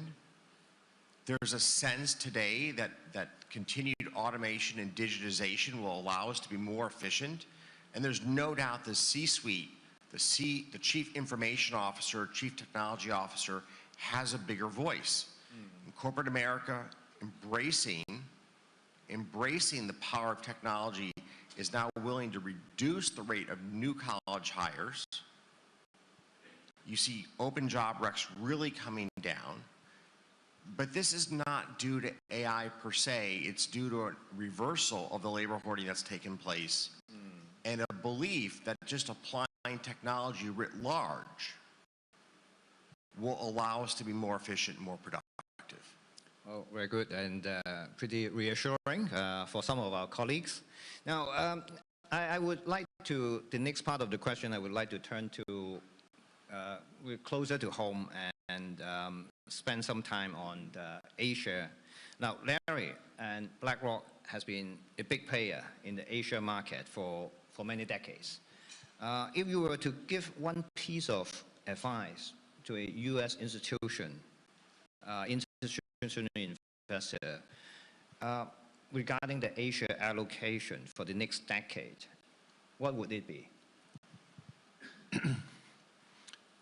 Well, I do believe that the coming decades will be more of an Asia story, whether it is the educated workforce, the work ethic, and the lifting of so many economies here in Asia that will be rising relative to other places in the world. And so with that, you will see more and more allocation to Hong Kong, to other parts of Asia. And I think that's just a natural progression. I think in addition, I expect to see more Asian countries to have a more robust retirement system. Because if you think about one of the fundamental successes of the United States and why U.S. equities typically trade at higher PEs is because the scale of our retirement system, of this Pillar 3 self-directed retirement systems. And that is a fundamental foundation why U.S. equities have done so well. If you just look in Asia, look to what has happened over the last close to now 2 years in Japan, with NISA accounts now having the ability to doubling the size of tax exemption allocation to retirement, and you've seen the attendant growth in Japanese equities. This is a story that we are talking to every government, not just in Asia, but everywhere in the world. For a great economy, whether it is every country in Asia or everywhere else in the world, a great economy means having a great banking system and a great capital market system. And in most economies, you have a strong banking system and a very weak capital market system. And that's one of the fundamental reasons why Europe was so late in rebounding after the great financial recession, because they had a very poor capital markets. And it took them a long time to, to offset the increased capital standards of banks, and so there was a sucking out of capital. And so for my optimism in Asia is all about the expansion of its self-directed retirement systems here, the opportunity to not only just attract international capital here, but importantly, to have more self-directed investing in your country. What I try to tell everybody, and I tell a lot of government leaders, you don't want your population to invest in your bonds, because that means your population is renting. You want your population to grow with your economy. And the way you grow the economy for most people is investing in the equity markets of your country. And I believe that is going to be the real theme in the future. If we want to broaden economies, and right now we're seeing a narrowing of economies, we're seeing a narrowing. We need to see more, especially in an AI world where you're going to have 4 or 5 hyperscalers worth $8+ trillion. We need to find ways to broaden the economy, and the best way of broadening the economy is expanding the retirement systems for more self-directed opportunities and investing back in your country. And by doing that, you will see wealth that is broadening across the entire economy. I see. Now, I want to go to Ken on this Asia question, but I want to bring it even closer to home. I know you are expanding your Asia operation, and you are also expanding your Hong Kong office a lot. So I really thank you for that. But can you explain a little bit why you find Hong Kong the place for you to really further explore Asia, and what are the plus and minuses you see Hong Kong in offering a platform for your expansion? Well, I think Larry just hit on the key point, which is Asia has tremendous human capital. If you look at the global financial leading cities in the world, New York's 1, London's 2, Hong Kong's 3. Why is Hong Kong 3? The depth of human capital here in Hong Kong. And that mirrors the depth of human capital across all of Greater China, whether it's in finance, whether it's in engineering, whether it's in biotechnology. This is a region of just incredible advancement and development, which is creating value for corporations at an almost unprecedented rate. So we've been in Hong Kong now for 2 decades, and we greatly appreciate the depth of talent that is here in this region. The second key element that drives Hong Kong's success from the eyes of a foreigner is that Hong Kong is the gateway to mainland China. We've been an active participant on Hong Kong Connect for years. It's been a huge success story. The combination of Hong Kong Connect, the long-standing relationships with the Hong Kong banking system, and the trust in the Hong Kong judiciary system makes Hong Kong a natural point of connectivity for firms outside of China into both Hong Kong and into mainland China. And then of great importance, Hong Kong continues to be open to bringing people from around the world to live here and to enrich the talent base of this region as need be for firms that are growing quickly. So if there's a particular expertise and we need to hire somebody who was born in Australia or who was born in Western Europe, we can bring them to Hong Kong.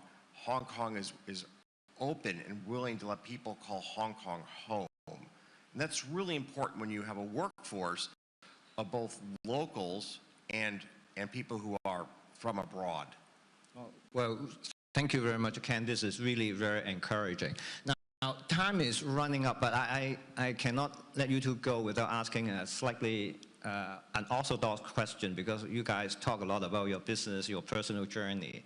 But taking the opportunity of you both on stage, can I ask you both to talk about one thing you really admire both of each other?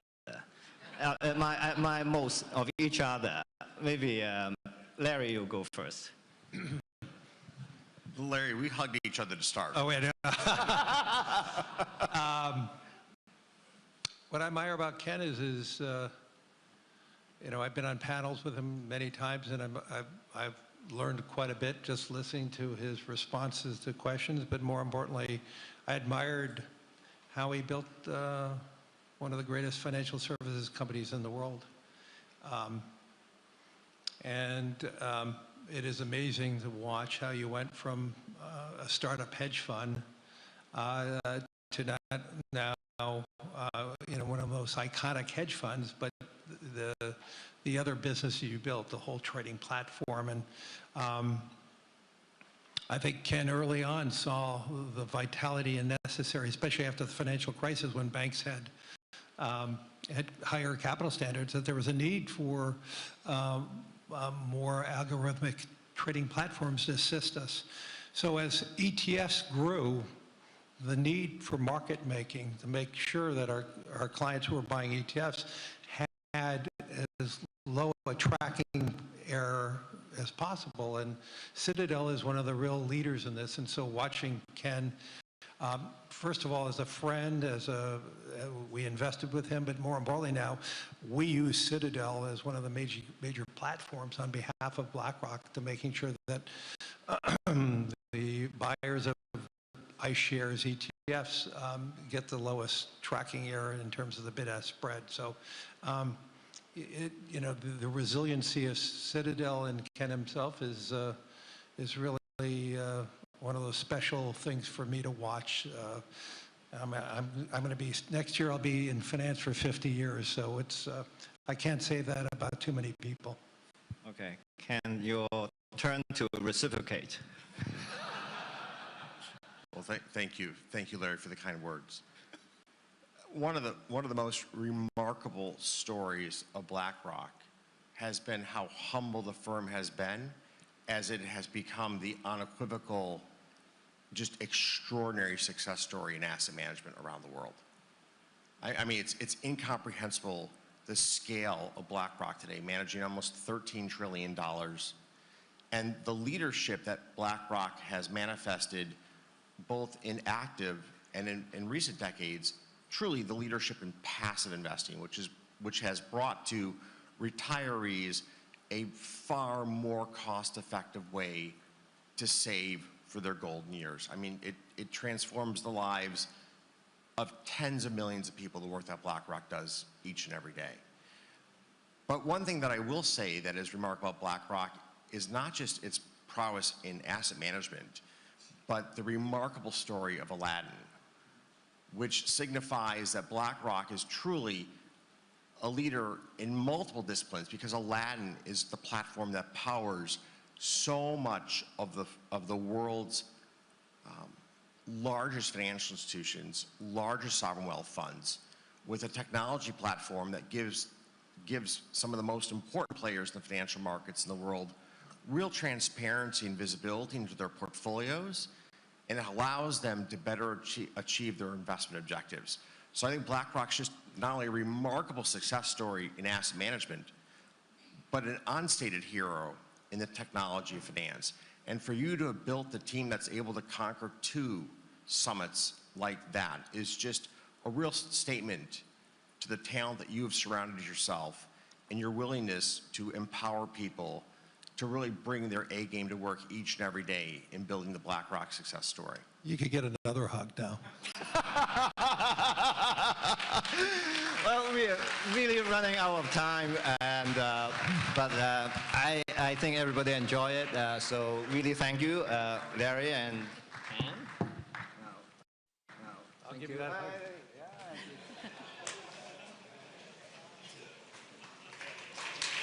Thank you very much, Howard, Larry, and Ken.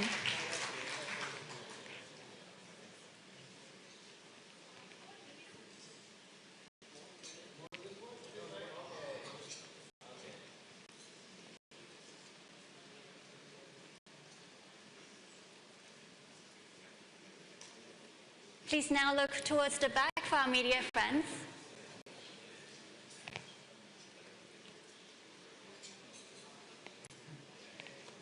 Thank you very much.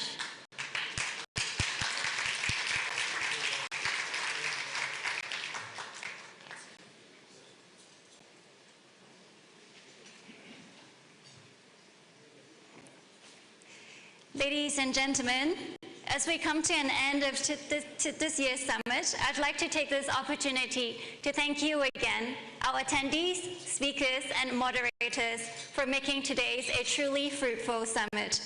May I now invite Eddie back on stage to say a few closing words. Eddie, please. Well, I know we're approaching 2:30, so I'll be really brief. I just want to thank all the speakers today for their open and generous sharing on different issues. And I also want to thank you all for participating this morning, for coming to our summit. Do come back next year. We've already set the date for next year. The main summit will be on the 3rd of November, the welcome dinner on the 2nd of November. Mark it in your diary and come back. Thank you very much.